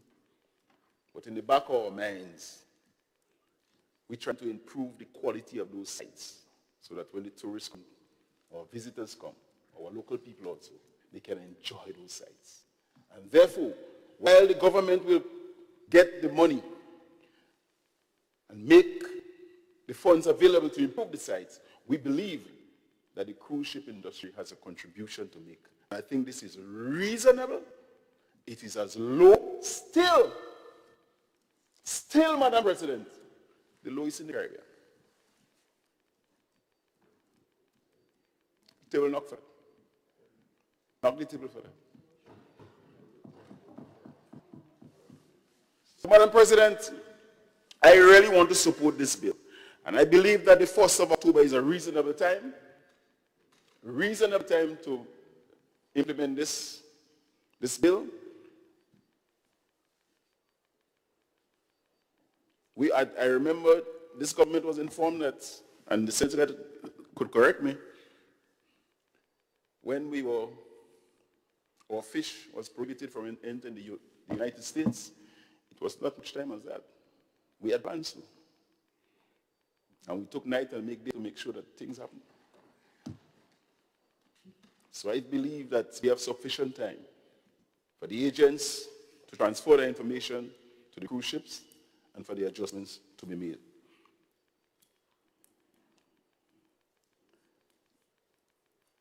Madam President, as Senator the Honorable David Andrew presenting, that apart from some of the sites that we want to improve, the tourists don't just come for the sand sea, and sun, but they do enjoy our culture. It's so very important. And some people come in for the culture. We may say there is no cruise ships coming to Grenada around August.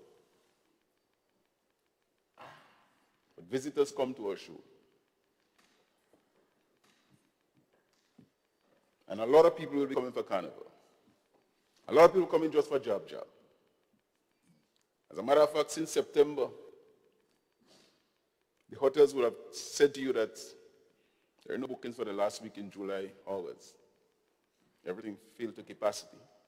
And therefore, our culture must be taken care of too. Our culinary arts, the artisans, the farmers, we put in all these things to accommodate this industry. And therefore, Madam President, this bill is so important. As a matter of fact, I said to the presenters of this bill, to the government, that it's a bit late, but we'll work with it still. And therefore, the authority given to the minister to examine this bill from time to time, is also very crucial. So, Madam President, I believe that it's a very important bill that we must consider, must discuss, and we must approve for implementation. Thank you very much. I thank the Honorable Leader of Government Business, Senator Adrian Thomas, for his presentation, and I offer the floor to Senator Rahman. Salim Rahman, you have the floor, Senator. Okay. You share my preference to hear you before me. Thank you, Madam President. I hear you. Thank you, Madam President. You see, that is what you call the will of God.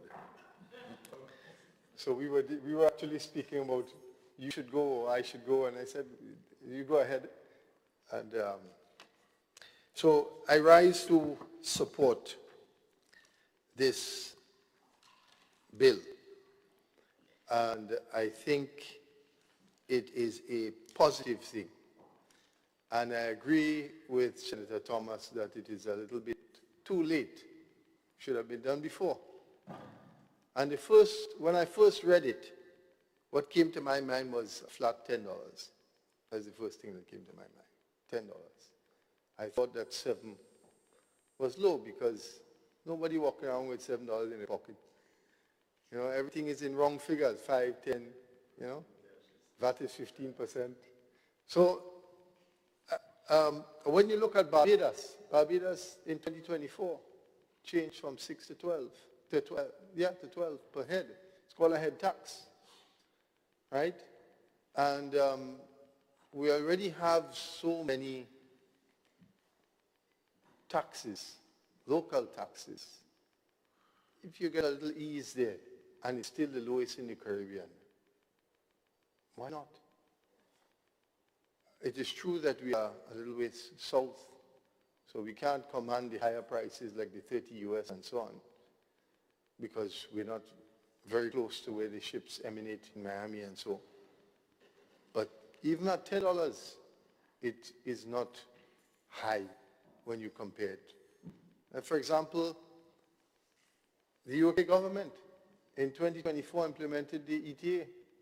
I mean, that's once every 2 years that you have to pay that, but that began at, for reference, that began at £10 per head. In April of 2026, it's now £20, 2 years, £10 increase. So just to give you a little reference, we are not the UK, but just to give you an understanding of how other governments ratchet up in a short space of time. So I commend the government for doing this. I think $7 is very, very, very reasonable, considering the product that we have and considering the product that we wish to develop. And there is work to do on, on major beaches like BBC. We need bathroom facilities. When you go to Maracas in Trinidad, you go to the bathroom, it's clean. You have to pay something to use the bathroom. And you don't mind paying $5 to use the bathroom because it's well kept, there's somebody there. You have security on the beach now already. I believe the ministry pays for. Those can do a double role, and they can facilitate the payments, take payments for lockers on you know, when the tourists come with their wallets and the other things to shop. They don't want to leave it on the sand and go in the water and then they can't find it when they come back. Thank God we don't have those issues, issues of theft. We really don't have that in Grenada, but you don't know, you need to prepare. You don't want to wait till you have a problem. So you have lockers like they do in other countries, and the tourists come there and he put his stuff in there. All of those things are developments that this money can pay for. And as the Senator, Leader of Government Business mentioned, speaking about developing the Granatang sites, and we want to develop those eco sites in a very sustainable way, very attractive way, not in terms of concrete and heavy industrial look. So this is something, Madam President, that I am happy to see and I support. I thank you. And I thank you, Senator Rahman, and maybe they always say it so we could have a little humor here. Are you suggesting that the amendment be offered to move from 7 to 10? Just thought I'd wake up the presenter of the bill to new possibilities. Thank you. Other contributions? Senator Lewis. Yeah, thank you very much, Madam President. I was tempted to go after Senator Adrian Thomas, especially, yes, no, not Joseph. Yes, because I wanted to take off from where the platform he left, but I will still indulge. As a matter of fact, he referenced Senator for Fisheries, indicating about how we are good at taking night and make day in terms of getting the fish ban lifted. And I'm saying if we are so good, and yes, we must be, well, we have to recognize that. Why couldn't we have done it even 12 months before? Rather than, I mean, the fact that we were able to take night and make day and get it done in such a short window tells me that administratively, if we stay on top of our game, the trauma and other things that we went through, we didn't have to go through that. So that's why I wanted to come after him. And secondly, the aspect of Granatang, which was also mentioned by him. Granatang really needs some attention, and I don't think that we need the head axe, and I'll come to that in a while, to do that, because the shrubs are taking over.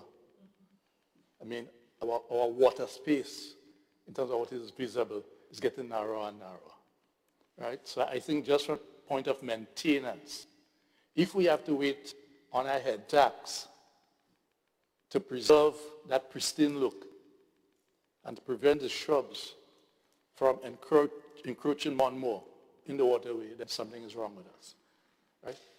Having said that, it is my expectation that the increase in the tax also would have been communicated to the relevant parties. Because I hope now this is not another case of last minute. I am expecting that even before we come here with an amendment, that there is some form of indication. Right? So $7 is not a lot. I mean, percentage-wise, you will say it is over 100%. But certainly in terms of what our neighbors are paying and charging, it's not a lot. Although one must bear in mind, point raised by the presenter of the bill, Senator Andrew, because we are further south, it can have implications. But it is way below that which is been currently charged.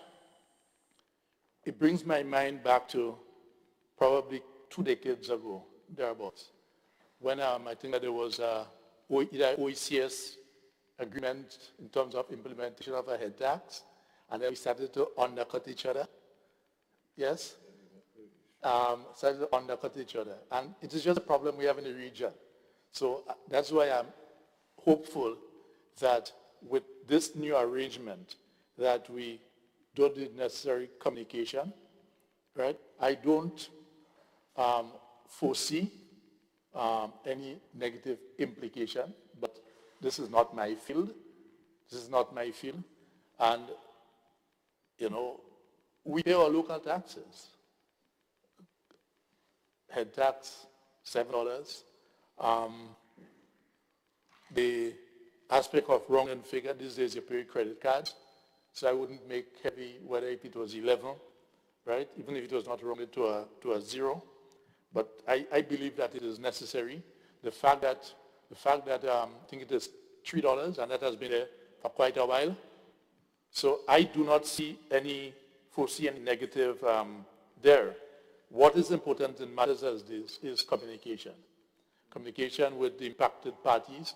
I will take it that through the Ministry of Tourism, discussions were held with the Hotel and Tourism Authority, although, for instance, as it relates to the Hotel and Tourism Authority, cruise ship passengers are not significant in any way in terms of overnight and stay over, right? So this may not be of a major concern there, although it can be in the sense of probably utilizing your food services and other sort of peripheral services. So just to say that once again, that it's our expectation that this would have been communicated and not just wait until we pass it here, because October is right there, and early communication is important. And I don't see, I'm not opposed. So let me be very clear. I'm not opposed to that which is proposed, because I understand the importance of doing that and recognizing that we are still at the lower end, but understanding that why we will be at the lower end may have been influenced by the fact also that we are further south. Thank you.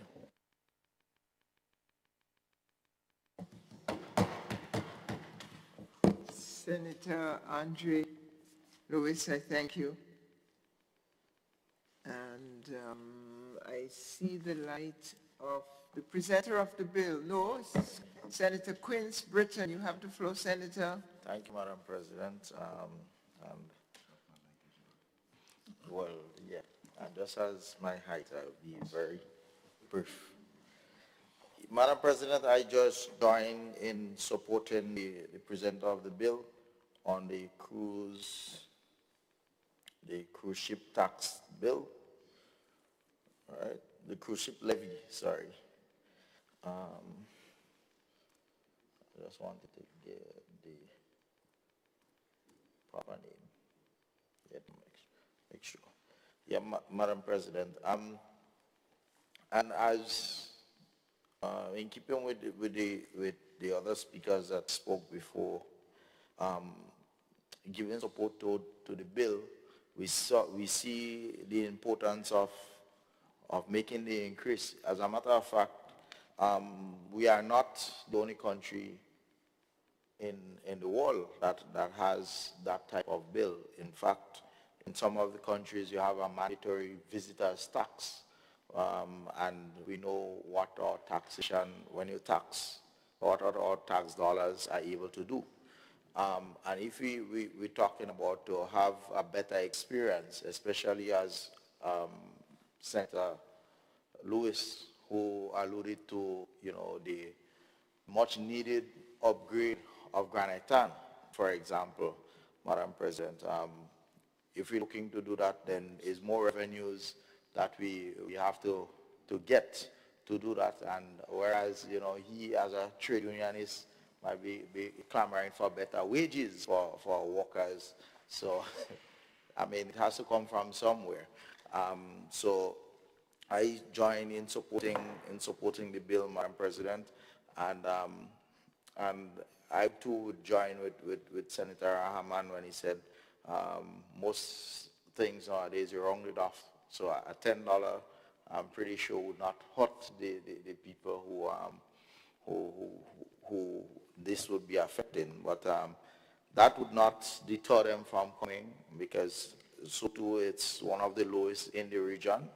And everyone, I mean, unless we hear the tourists complaining and say, that is a burden onto them to spend an extra $4 US, as the case may be. But I'm pretty sure that the cruise agencies or the cruise liners, this would be forming part of their package, and maybe they, rather than every tourist walk with a $7 and put it in a box, as the case may be, but that would be included in the package, Madam President. So I just joined to support the presenter of the bill, my honorable colleague, and I ask the rest of the House to join too in supporting the bill. Thank you. Thank you, Senator. Honorable members, the question is that the bill be read a second time.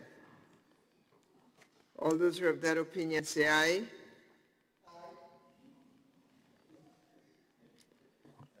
All the Not yet, Madam President. okay, nice. Madam President, I think there are a few more more people who want speakers? to make some contribution to the bill. Make sure you catch my eye, speakers. Let's see. Senator Francis, your light is on and you have the floor, Senator. Thank you, Madam President. I actually would not have minded if we were actually about to vote on the bill, but I think it would be remiss of me to not join my colleagues in supporting the Cruise Ship Visitors Levy Act amendment. And Madam President, I understand as much as we would love to have that extra increase, and I think it's way overdue, I must place on record.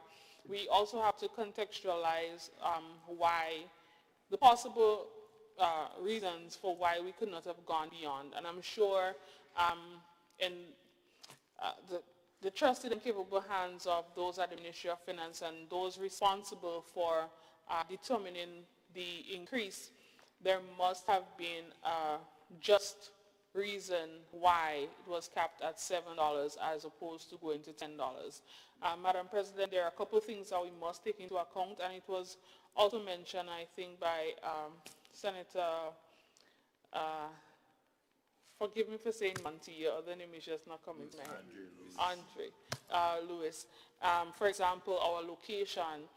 Madam President, if we think about the other ports, for example, that cruise ships in the region docked at, you would see that they have bigger ports than ours, they have more amenities, they have different things that would facilitate their or justify their charge.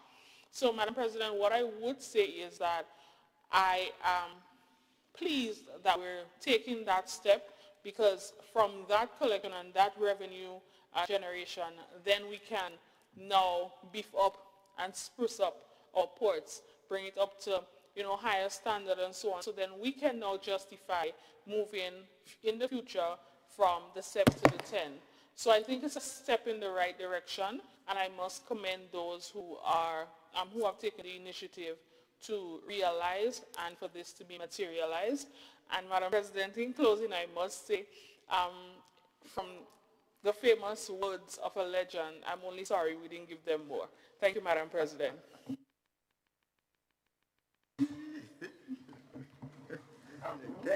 Thank you, Senator Francis. Thank you. Presenter of the bill takes the floor, Senator David Andrew. Thank you, Madam President. Madam President, I'm happy to bring this closure to this debate.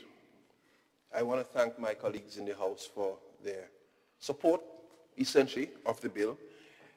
We acknowledge the sentiment shared that probably could have been a wrong figure, probably a flat 10, and all of those, but I am comforted in the fact that there's a provision in the bill that allows for adjustments without having necessarily to go through this long process again, so that in short order it can be adjusted, provided we look at the elasticity of the product and the responsiveness to the change in price. If there's no negative response or fallout from the price adjustment, I'm sure within short time there may be a similar type revision, but I'm confident it is a correct step It is a step in the right direction, a step that is long overdue, and I think Grenada's tourism sector deserves it. The quality and genuineness and authenticity of Grenada's tourism product deserves this increase. The quality and the hospitality and warmth of our Grenadian people deserve this. And with all of this being said, I am happy to have had the support of the colleagues in the House, and therefore I bring closure to this debate and recommend it fully to you, ma'am. Thank you very much. Thank you so much, Senator, presenter of the bill. Honorable members, the question is that the bill be read a second time. All those who have that opinion say aye, and of the contrary opinion say nay. Ayes have it. Senator David Andrew. A bill for an act shortly entitled Cruise Ship Visitors Levy Amendment Bill 2026.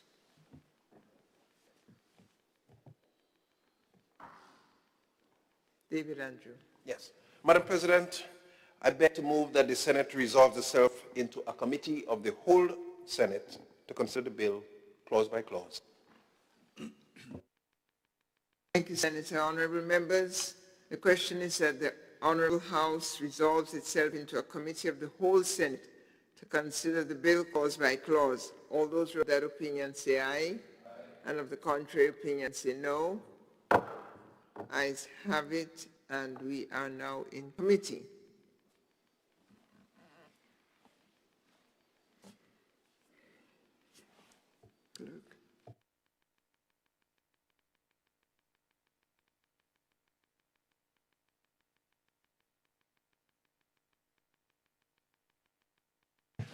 Clause 2, amendment of Section 2 of the Principal Act.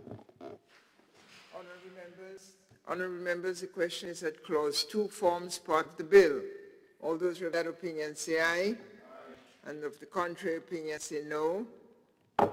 Ayes have it. Clause 3, amendment of Section 3 of the Principal Act. Honorable members, the question is that Clause 3 forms part of the bill. All those who have that opinion say aye, and of the contrary opinion say nay. Ayes have it. Clause 1, short title and commencement. Honorable members, the question is that Clause 1 forms part of the bill. All those who have that opinion say aye. The contrary opinion say nay. Ayes have it. Senator Andrew. Madam Chair, I beg to move that the Senate resumes and that the chair of committee reports progress on the bills. Thank you. Honorable members, the question is that the Senate resumes and the chair of the committee reports progress on the bill.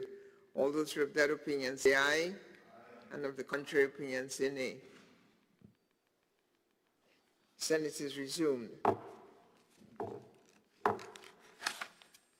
Honorable members, I beg to report that the bill was considered by a committee of the whole Senate and passed without amendment.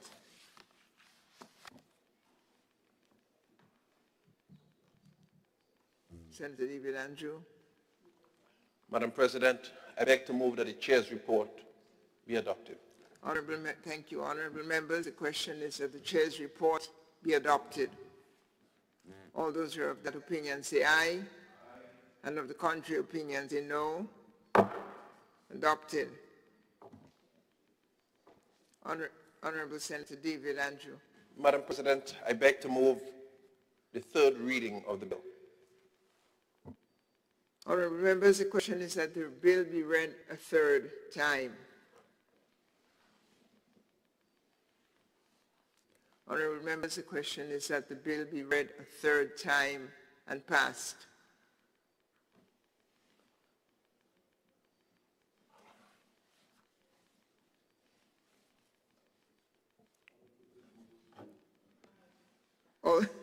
All those in agreement say aye. Those opposed say no. Ayes have it. A bill for an act shortly entitled the Cruise Ship Visitors Levy Amendment Bill 2026.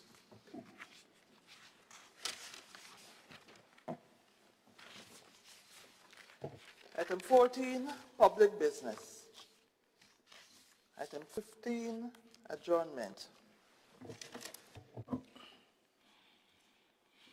You have government business? Madam President, I beg to adjourn the sitting of this House, Senate, sign it in. Honorable members, the question is that this honorable House be adjourned sine die.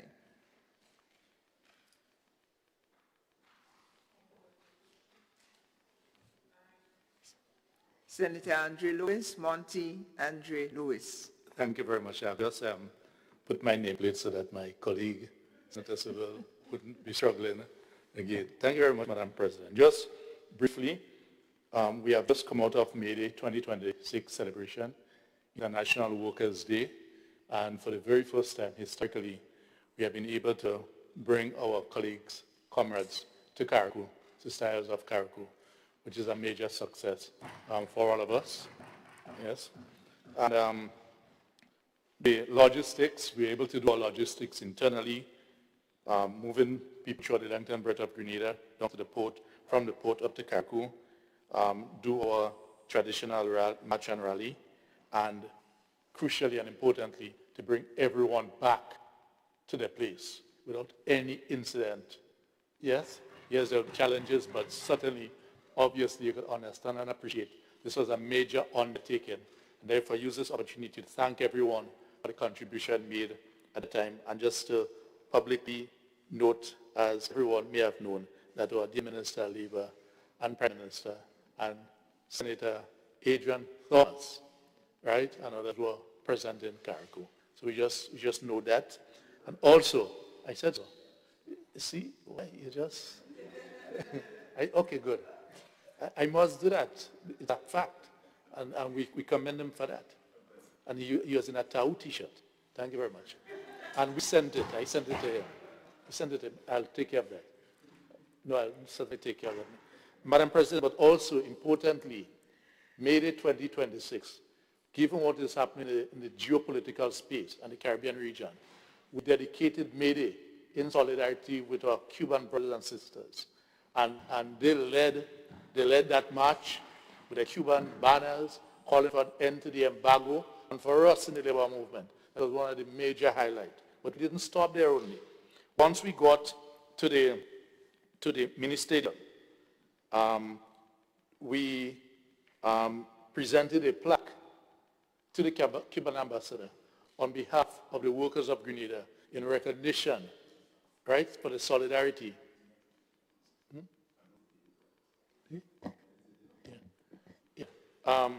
In relation to, for the support and solidarity. But also importantly, again, we didn't stop there.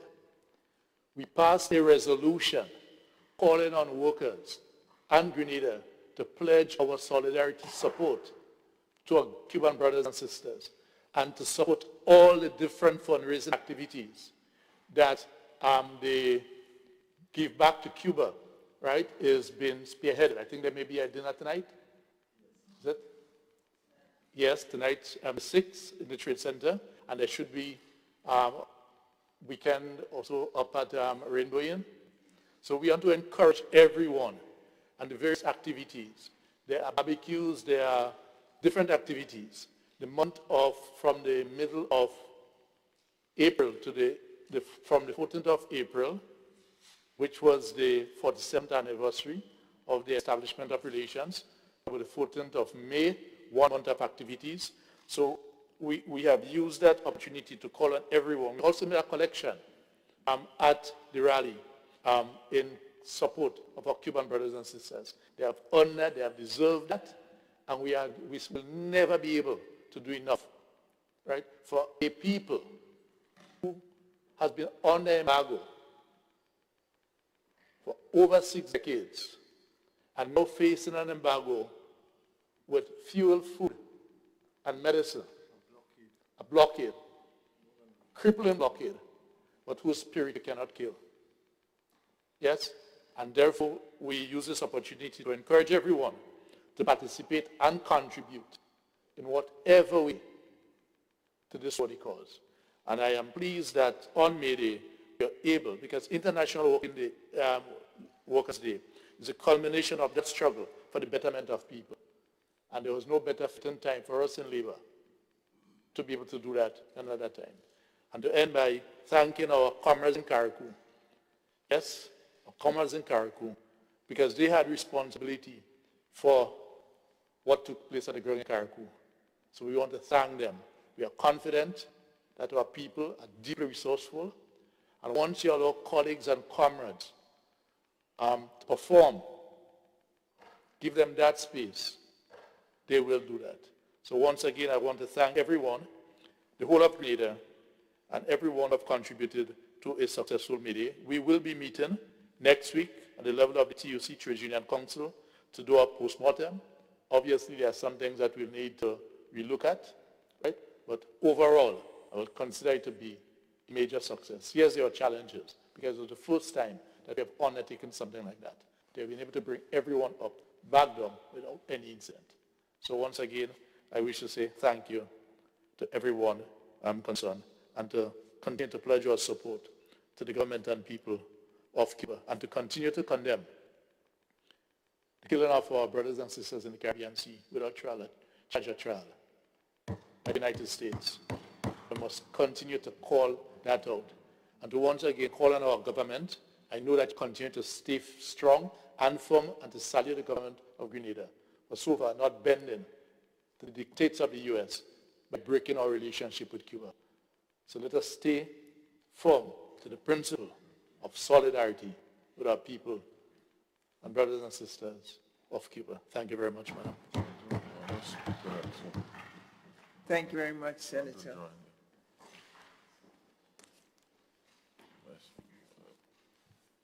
Other statement? Senator Sinclair.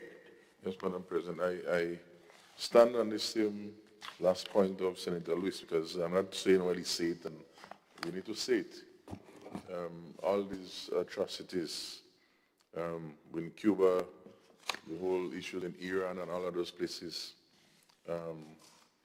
because it's affecting us. We're not there. It's affecting us in other ways. Our travels, our businesses. I mean, I don't have to go in details of my business, but our businesses, and just the human mind. When you look at what is happening, we don't know if the war is finished, if it's continuing, if it will start all over again. These levels of uncertainties, you know, we speak about the mental state of people, you know.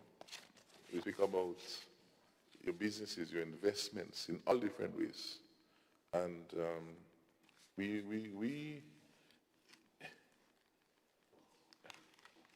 there need to be more, and I don't want to say more unity, but there need to be more action to stand up. And we can't wait. If we continue waiting and waiting,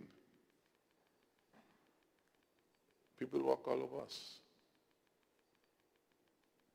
I mean, I don't want to go back to the head tax thing.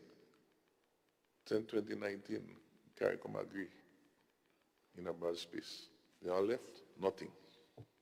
So I say this to say that sometimes, unless we start getting personally affected, then we want to stand up, but that time is too late. And we need to get this more assertion by all our leaders, and we here, and I, as standing here, will continue along with my colleague, Andre, our soldier. When I say our soldier, not like a PRA, but a body. I don't want to go, I'm afraid that part. It's a body. No, we want to speak to those things, because we can't afford to have these things happening and we sit by. We know it's wrong. We can go home and sleep in the night and get up and feel all is good. We'll be hypocrites to do that. We'll be. And sometimes when wrong is happening, and it's happening too much, we have to stand up and speak about it. Who feel there might be consequences from the end, you have to measure your business. I could speak. And we need to stand up against all these wrongs. I remember, and I recall those things, As a young boy in the revolution, you get all those public announcements about burying them in the sea, about missionaries. And those things are in our mind of build resilience. How do you stand up to defend your country? But I was not a soldier or militia either. But those things as a citizen. And so I understand how other persons in other countries are feeling when those imminent threat and actions are taking place. We have been through those things, We have been through that ourselves. And so, some may be too young, but I'm young enough to recall those experiences. And we need to share from the past to that's another thing. Like ourselves and elders with the new generation, so that they understand and know what this thing unfolding in front of us and think it's just like another movie. It's not another movie, it's real. People are involved. We go to school, we go to work, we live with life, we go in the garden, we go and watch football. There are persons who cannot even do that. They can't even think. They can. Right now, they wonder when the next bomb is coming. Where they get the food. They haven't even seen their family. They're on the run. And if we live in one world and we say we're part of the United Nations and all of these sustainable goals, we say those things, We sign up. Where is the commitment of action? Where is the commitment? And when it happens, as Senator Lewis said, fishermen get bombed, this and then on, it's wrong business. See, today someone else, tomorrow could be us. And we all have to continue to make this thing clear that this is not acceptable. When we go do it? When it happened to us? No. And we fast out, said Andrew, so let's talk, because it could take a very long time for them to get to us. We could talk. We have enough space in front of us, so let's talk. Don't fret. It's important, our friends, our families, you're affecting us. You're affecting businesses. Goods cannot come. Goods increasing costs. All of those things we talk about. No matter how much digital thing you want to do, you can't eat digital, a lot of things have to still be physical. Of course, we have to be more sustainable in our country, able to feed ourselves and do all those resilient things. We must do that. Find new ways. But where is that local discussion for that? We spend a lot of time talking about election and voting and politics, and we ain't talking about how we go be sustainable with our food and our water and all those things. We need to increase the conversation about that. Because at the end of the day, when you can't get food, you didn't put those resilience in place. School, our children displaced, and all those things. So I wanted to join you, Senator Lewis, as a fellow Ladigarian, Ladigan, in that matter. Our voice had to be said there, and every two of us will speak on your behalf. Don't worry, we understand.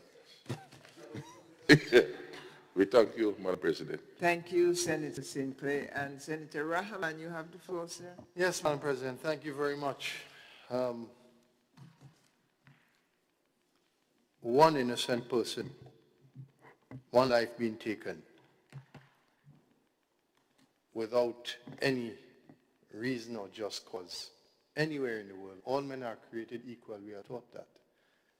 And so when I hear my two colleagues next to me speak, I must stand on that same point. I must stand on that same point. Because we are not speaking, if we hear about something far away in a distant land with people who don't look like us or speak like us, sometimes we could ignore it because it's not part of our day-to-day reality. But the reality is that the world is so connected that when other nations decide to engage, it's man and man. Bob Marley say man to man is so unjust. When they decide to engage in these wars, it does have an effect upon us. and it has a negative economic effect upon us because the resources of the world is finite. And so when the resources of the world are made more expensive because of wars of powerful nations making decisions, we are affected. And similarly, when they pollute the environment through the industrial factories and all of these different things, and it causes global warming, and then our seas rise and it damages our islands, we have a right to speak up because it affects our way of life and it costs us more. And they should pay for these things, for disrupting and affecting, and that is why international law is so important, and the observance and following international law. Otherwise, what is the use of bodies like the UN and so forth? We have our brothers and sisters in the Caribbean, Cuba, part of CARICOM. They have sacrificed tremendously for us while under sanctions. And now they are under blockade. And we ask ourselves, for what? What threat could they possibly pose to the world's most powerful nation or nations? So I lend my voice in that context, that we need to be our brother's keeper. We need to look out for any human being anywhere in the world that is oppressed if we can lend a helping hand in any way, shape, or form. We should do it. Because that's what our religions teach us, that we are equal, we are all equal, and we are all answerable to an Almighty God on an appointed day in the future. And even the nations who are powerful in the world, they claim to subscribe to that faith as well, that understanding that they will have to answer to. One day we will have to answer to the Creator that put us here and gave us autonomy, gave us the ability to govern. So I use this opportunity in closing to say that, whatever we can do for our brothers and sisters that are oppressed around the world and even closer in Cuba, we should do so, and we are not afraid to say that we support the oppressed, because God Almighty is always on the side of the oppressed. I thank you. I thank you, Senator Rahman. Senator Claudia Joseph. Madam President, I rise to apprise this Honorable House on 3 matters of public importance emanating out of the Ministry of Labor. Madam President, my friend Senator Lewis didn't mention it, but I was on the invitation of the TUC at the May Day celebrations and did address the workers. And I update this House on 3 matters that I spoke to the workers on. The first, Madam President, is the fact that under the promised regularization of workers, all these 3 matters have to do with the improvement and advancement of the lot of workers and as such the general industrial relations climate in Grenada, in relation to which we have enjoyed peace not known in this country for a very long time, since 2022. I think it's a fact that sometimes some at the helm of the leadership, not the body politic, not the general membership, but some at the helm are not necessarily comfortable with that fact. But it is a fact. So, Madam President, we have under the promised regularization of public sector workers, regularized as of 31st March, 1,240 workers. And Madam President, these are workers who are regularized by the Public Service Commission. And contrary to what the President of the Public Workers Union said on May Day, these are not merely confirmations in the public service. The majority of these workers, in fact, were workers on contract operating in a parallel public service that was developed by our predecessors in office. And these contract workers have now been made regular and permanent via the appointments they received from the Public Service Commission. Some, of course, were temporary or acting in positions, and so were confirmed, as alluded to by the President of the Public Workers Union, but the majority are contract workers who are now regularized. Madam President, the second matter I would like to share with this Honorable House, which is great news for all of the workers of Grenada, and which was agreed to by the other tripartite members, that is the workers' representatives and the employers' representative, and which will be coming back here in short order to have further discussion, is that our cabinet has approved, in consultation with all stakeholders, the introduction in Grenada, for the first time in its history, paternity leave, so that soon we would be here with an amendment to the NIS Act and the Employment Act to make provision for the introduction of paternity leave to the extent of 2 weeks per year for 3 times in the life of the worker. Of course, they must be contributors to the National Insurance Scheme. They must be paying their contributions into the scheme, because this will be paid paternity leave. And we will also, since the maternity leave law came into effect in 1983, be in compliance with international standard, in that we will be extending maternity leave by 2 weeks, from 12 weeks to 14 weeks. And mothers will also, and this of course is paid maternity leave, mothers will also have the option for an additional 3 months.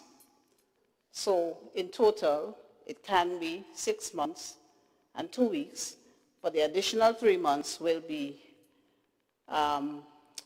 with a reduced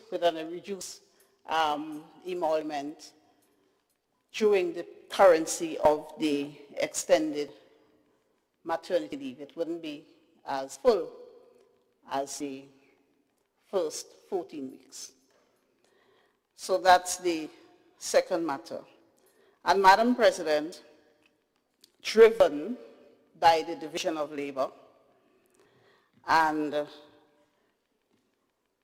working along with the Labor Advisory Board and our supporters at the ILO Office for the Caribbean, we will later this month launch our Decent Work Country program, the first of its kind, which will launch a program for the 5-year period 2026 to 2031.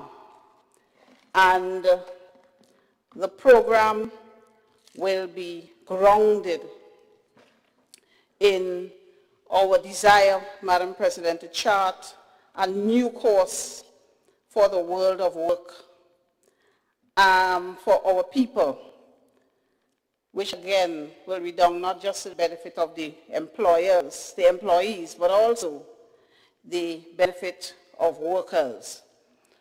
During the period of implementation of the Decent Work Country program, we will focus on stronger labor governance and enforcement so that rights on paper become rights in practice. And in that regard, we will be looking out to pass occupational safety and health legislation in the Parliament, legislation to mitigate against sexual harassment in the workplace. So, Madam President, we would also be looking for fair and inclusive labor markets where no worker is left behind.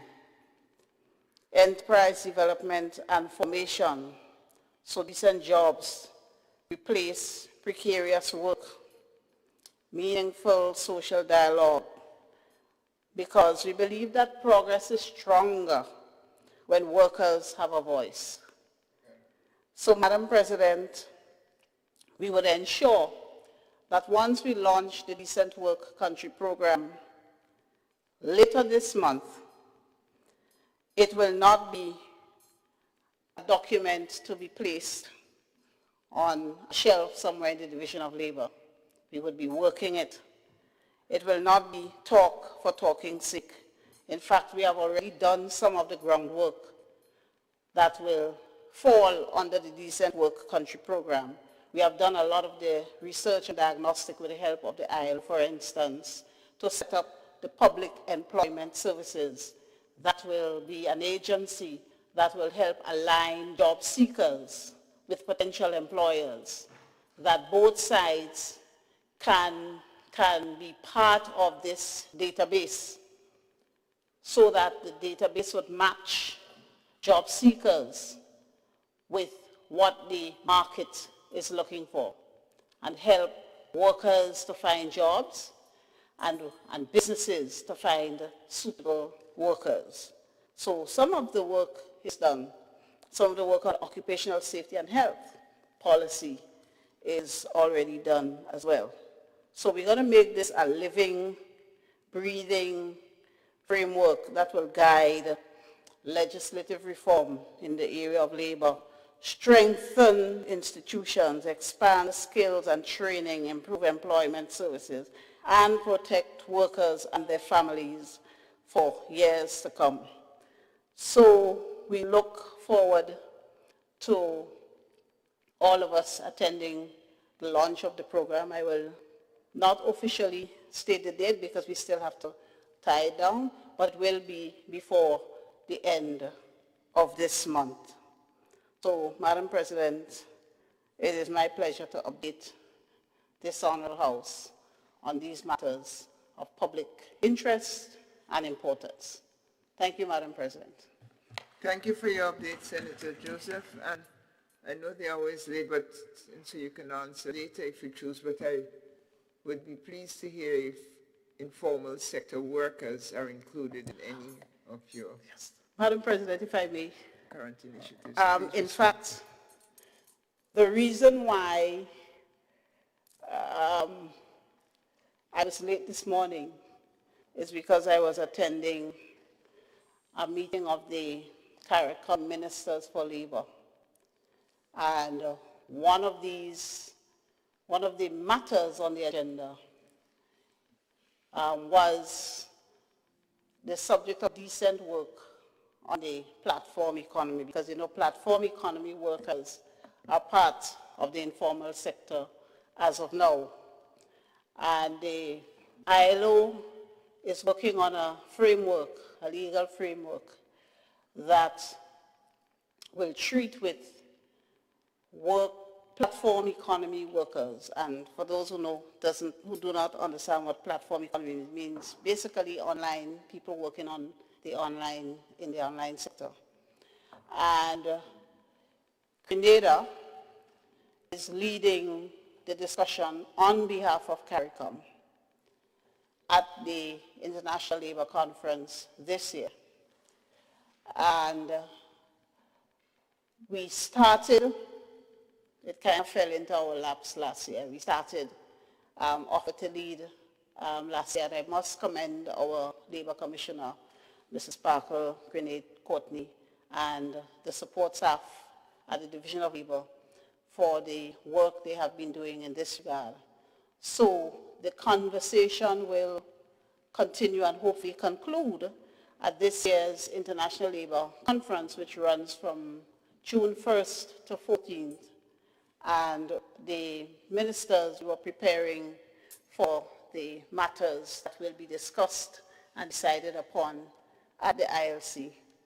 And of course, we were able to present our paper to the COSAD, Caribbean Labour Ministers Forum this morning so that CARICOM can buy into, discuss, buy into, and proceed at ILC in one voice. So yes, matters relating to informal workers are being treated with. In relation to domestic workers, that's one of the matters we are going to treat with under the Decent Work Country Program, because we need to implement Convention 189 of the ILO Convention Series, which relates to domestic workers. And they are among the most vulnerable of informal workers. So informal workers is one of the areas we are also going to be focusing on during the period of the Decent Work Country Program. Once we work on the Decent Work Country Program as we intend to, the entire labor landscape will be totally different in the next 5 years, and for the better. We will all be better off with all of the matters we intend to implement on the program. Thank you, Madam President. Thank you, Senator Joseph.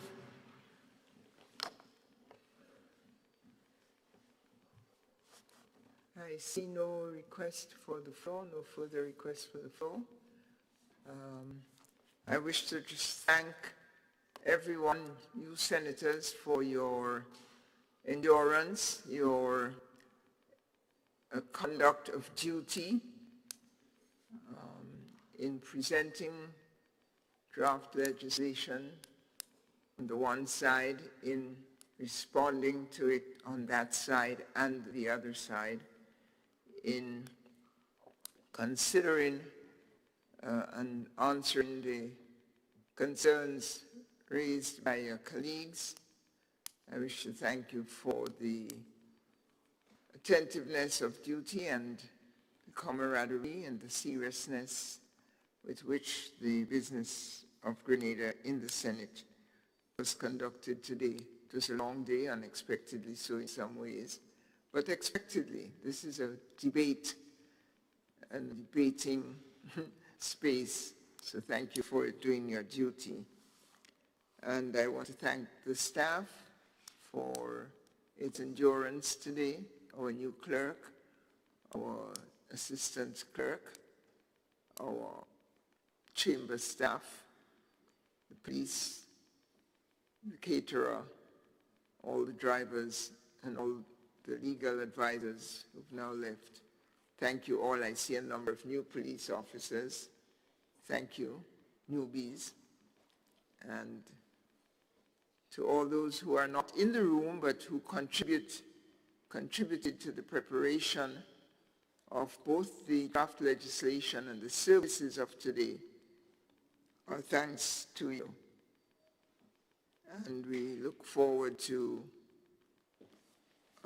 the rest of the year being fruitful and successful, in part by some of the potential financial resources that were generated by today's legislation, that our country would, as one of our friends says, hasten the days of happiness by removing more vulnerability, removing or building resilience in our country so that we can build our own strength and support our sisters and brothers in the Caribbean and around the world as we aim to be good citizens.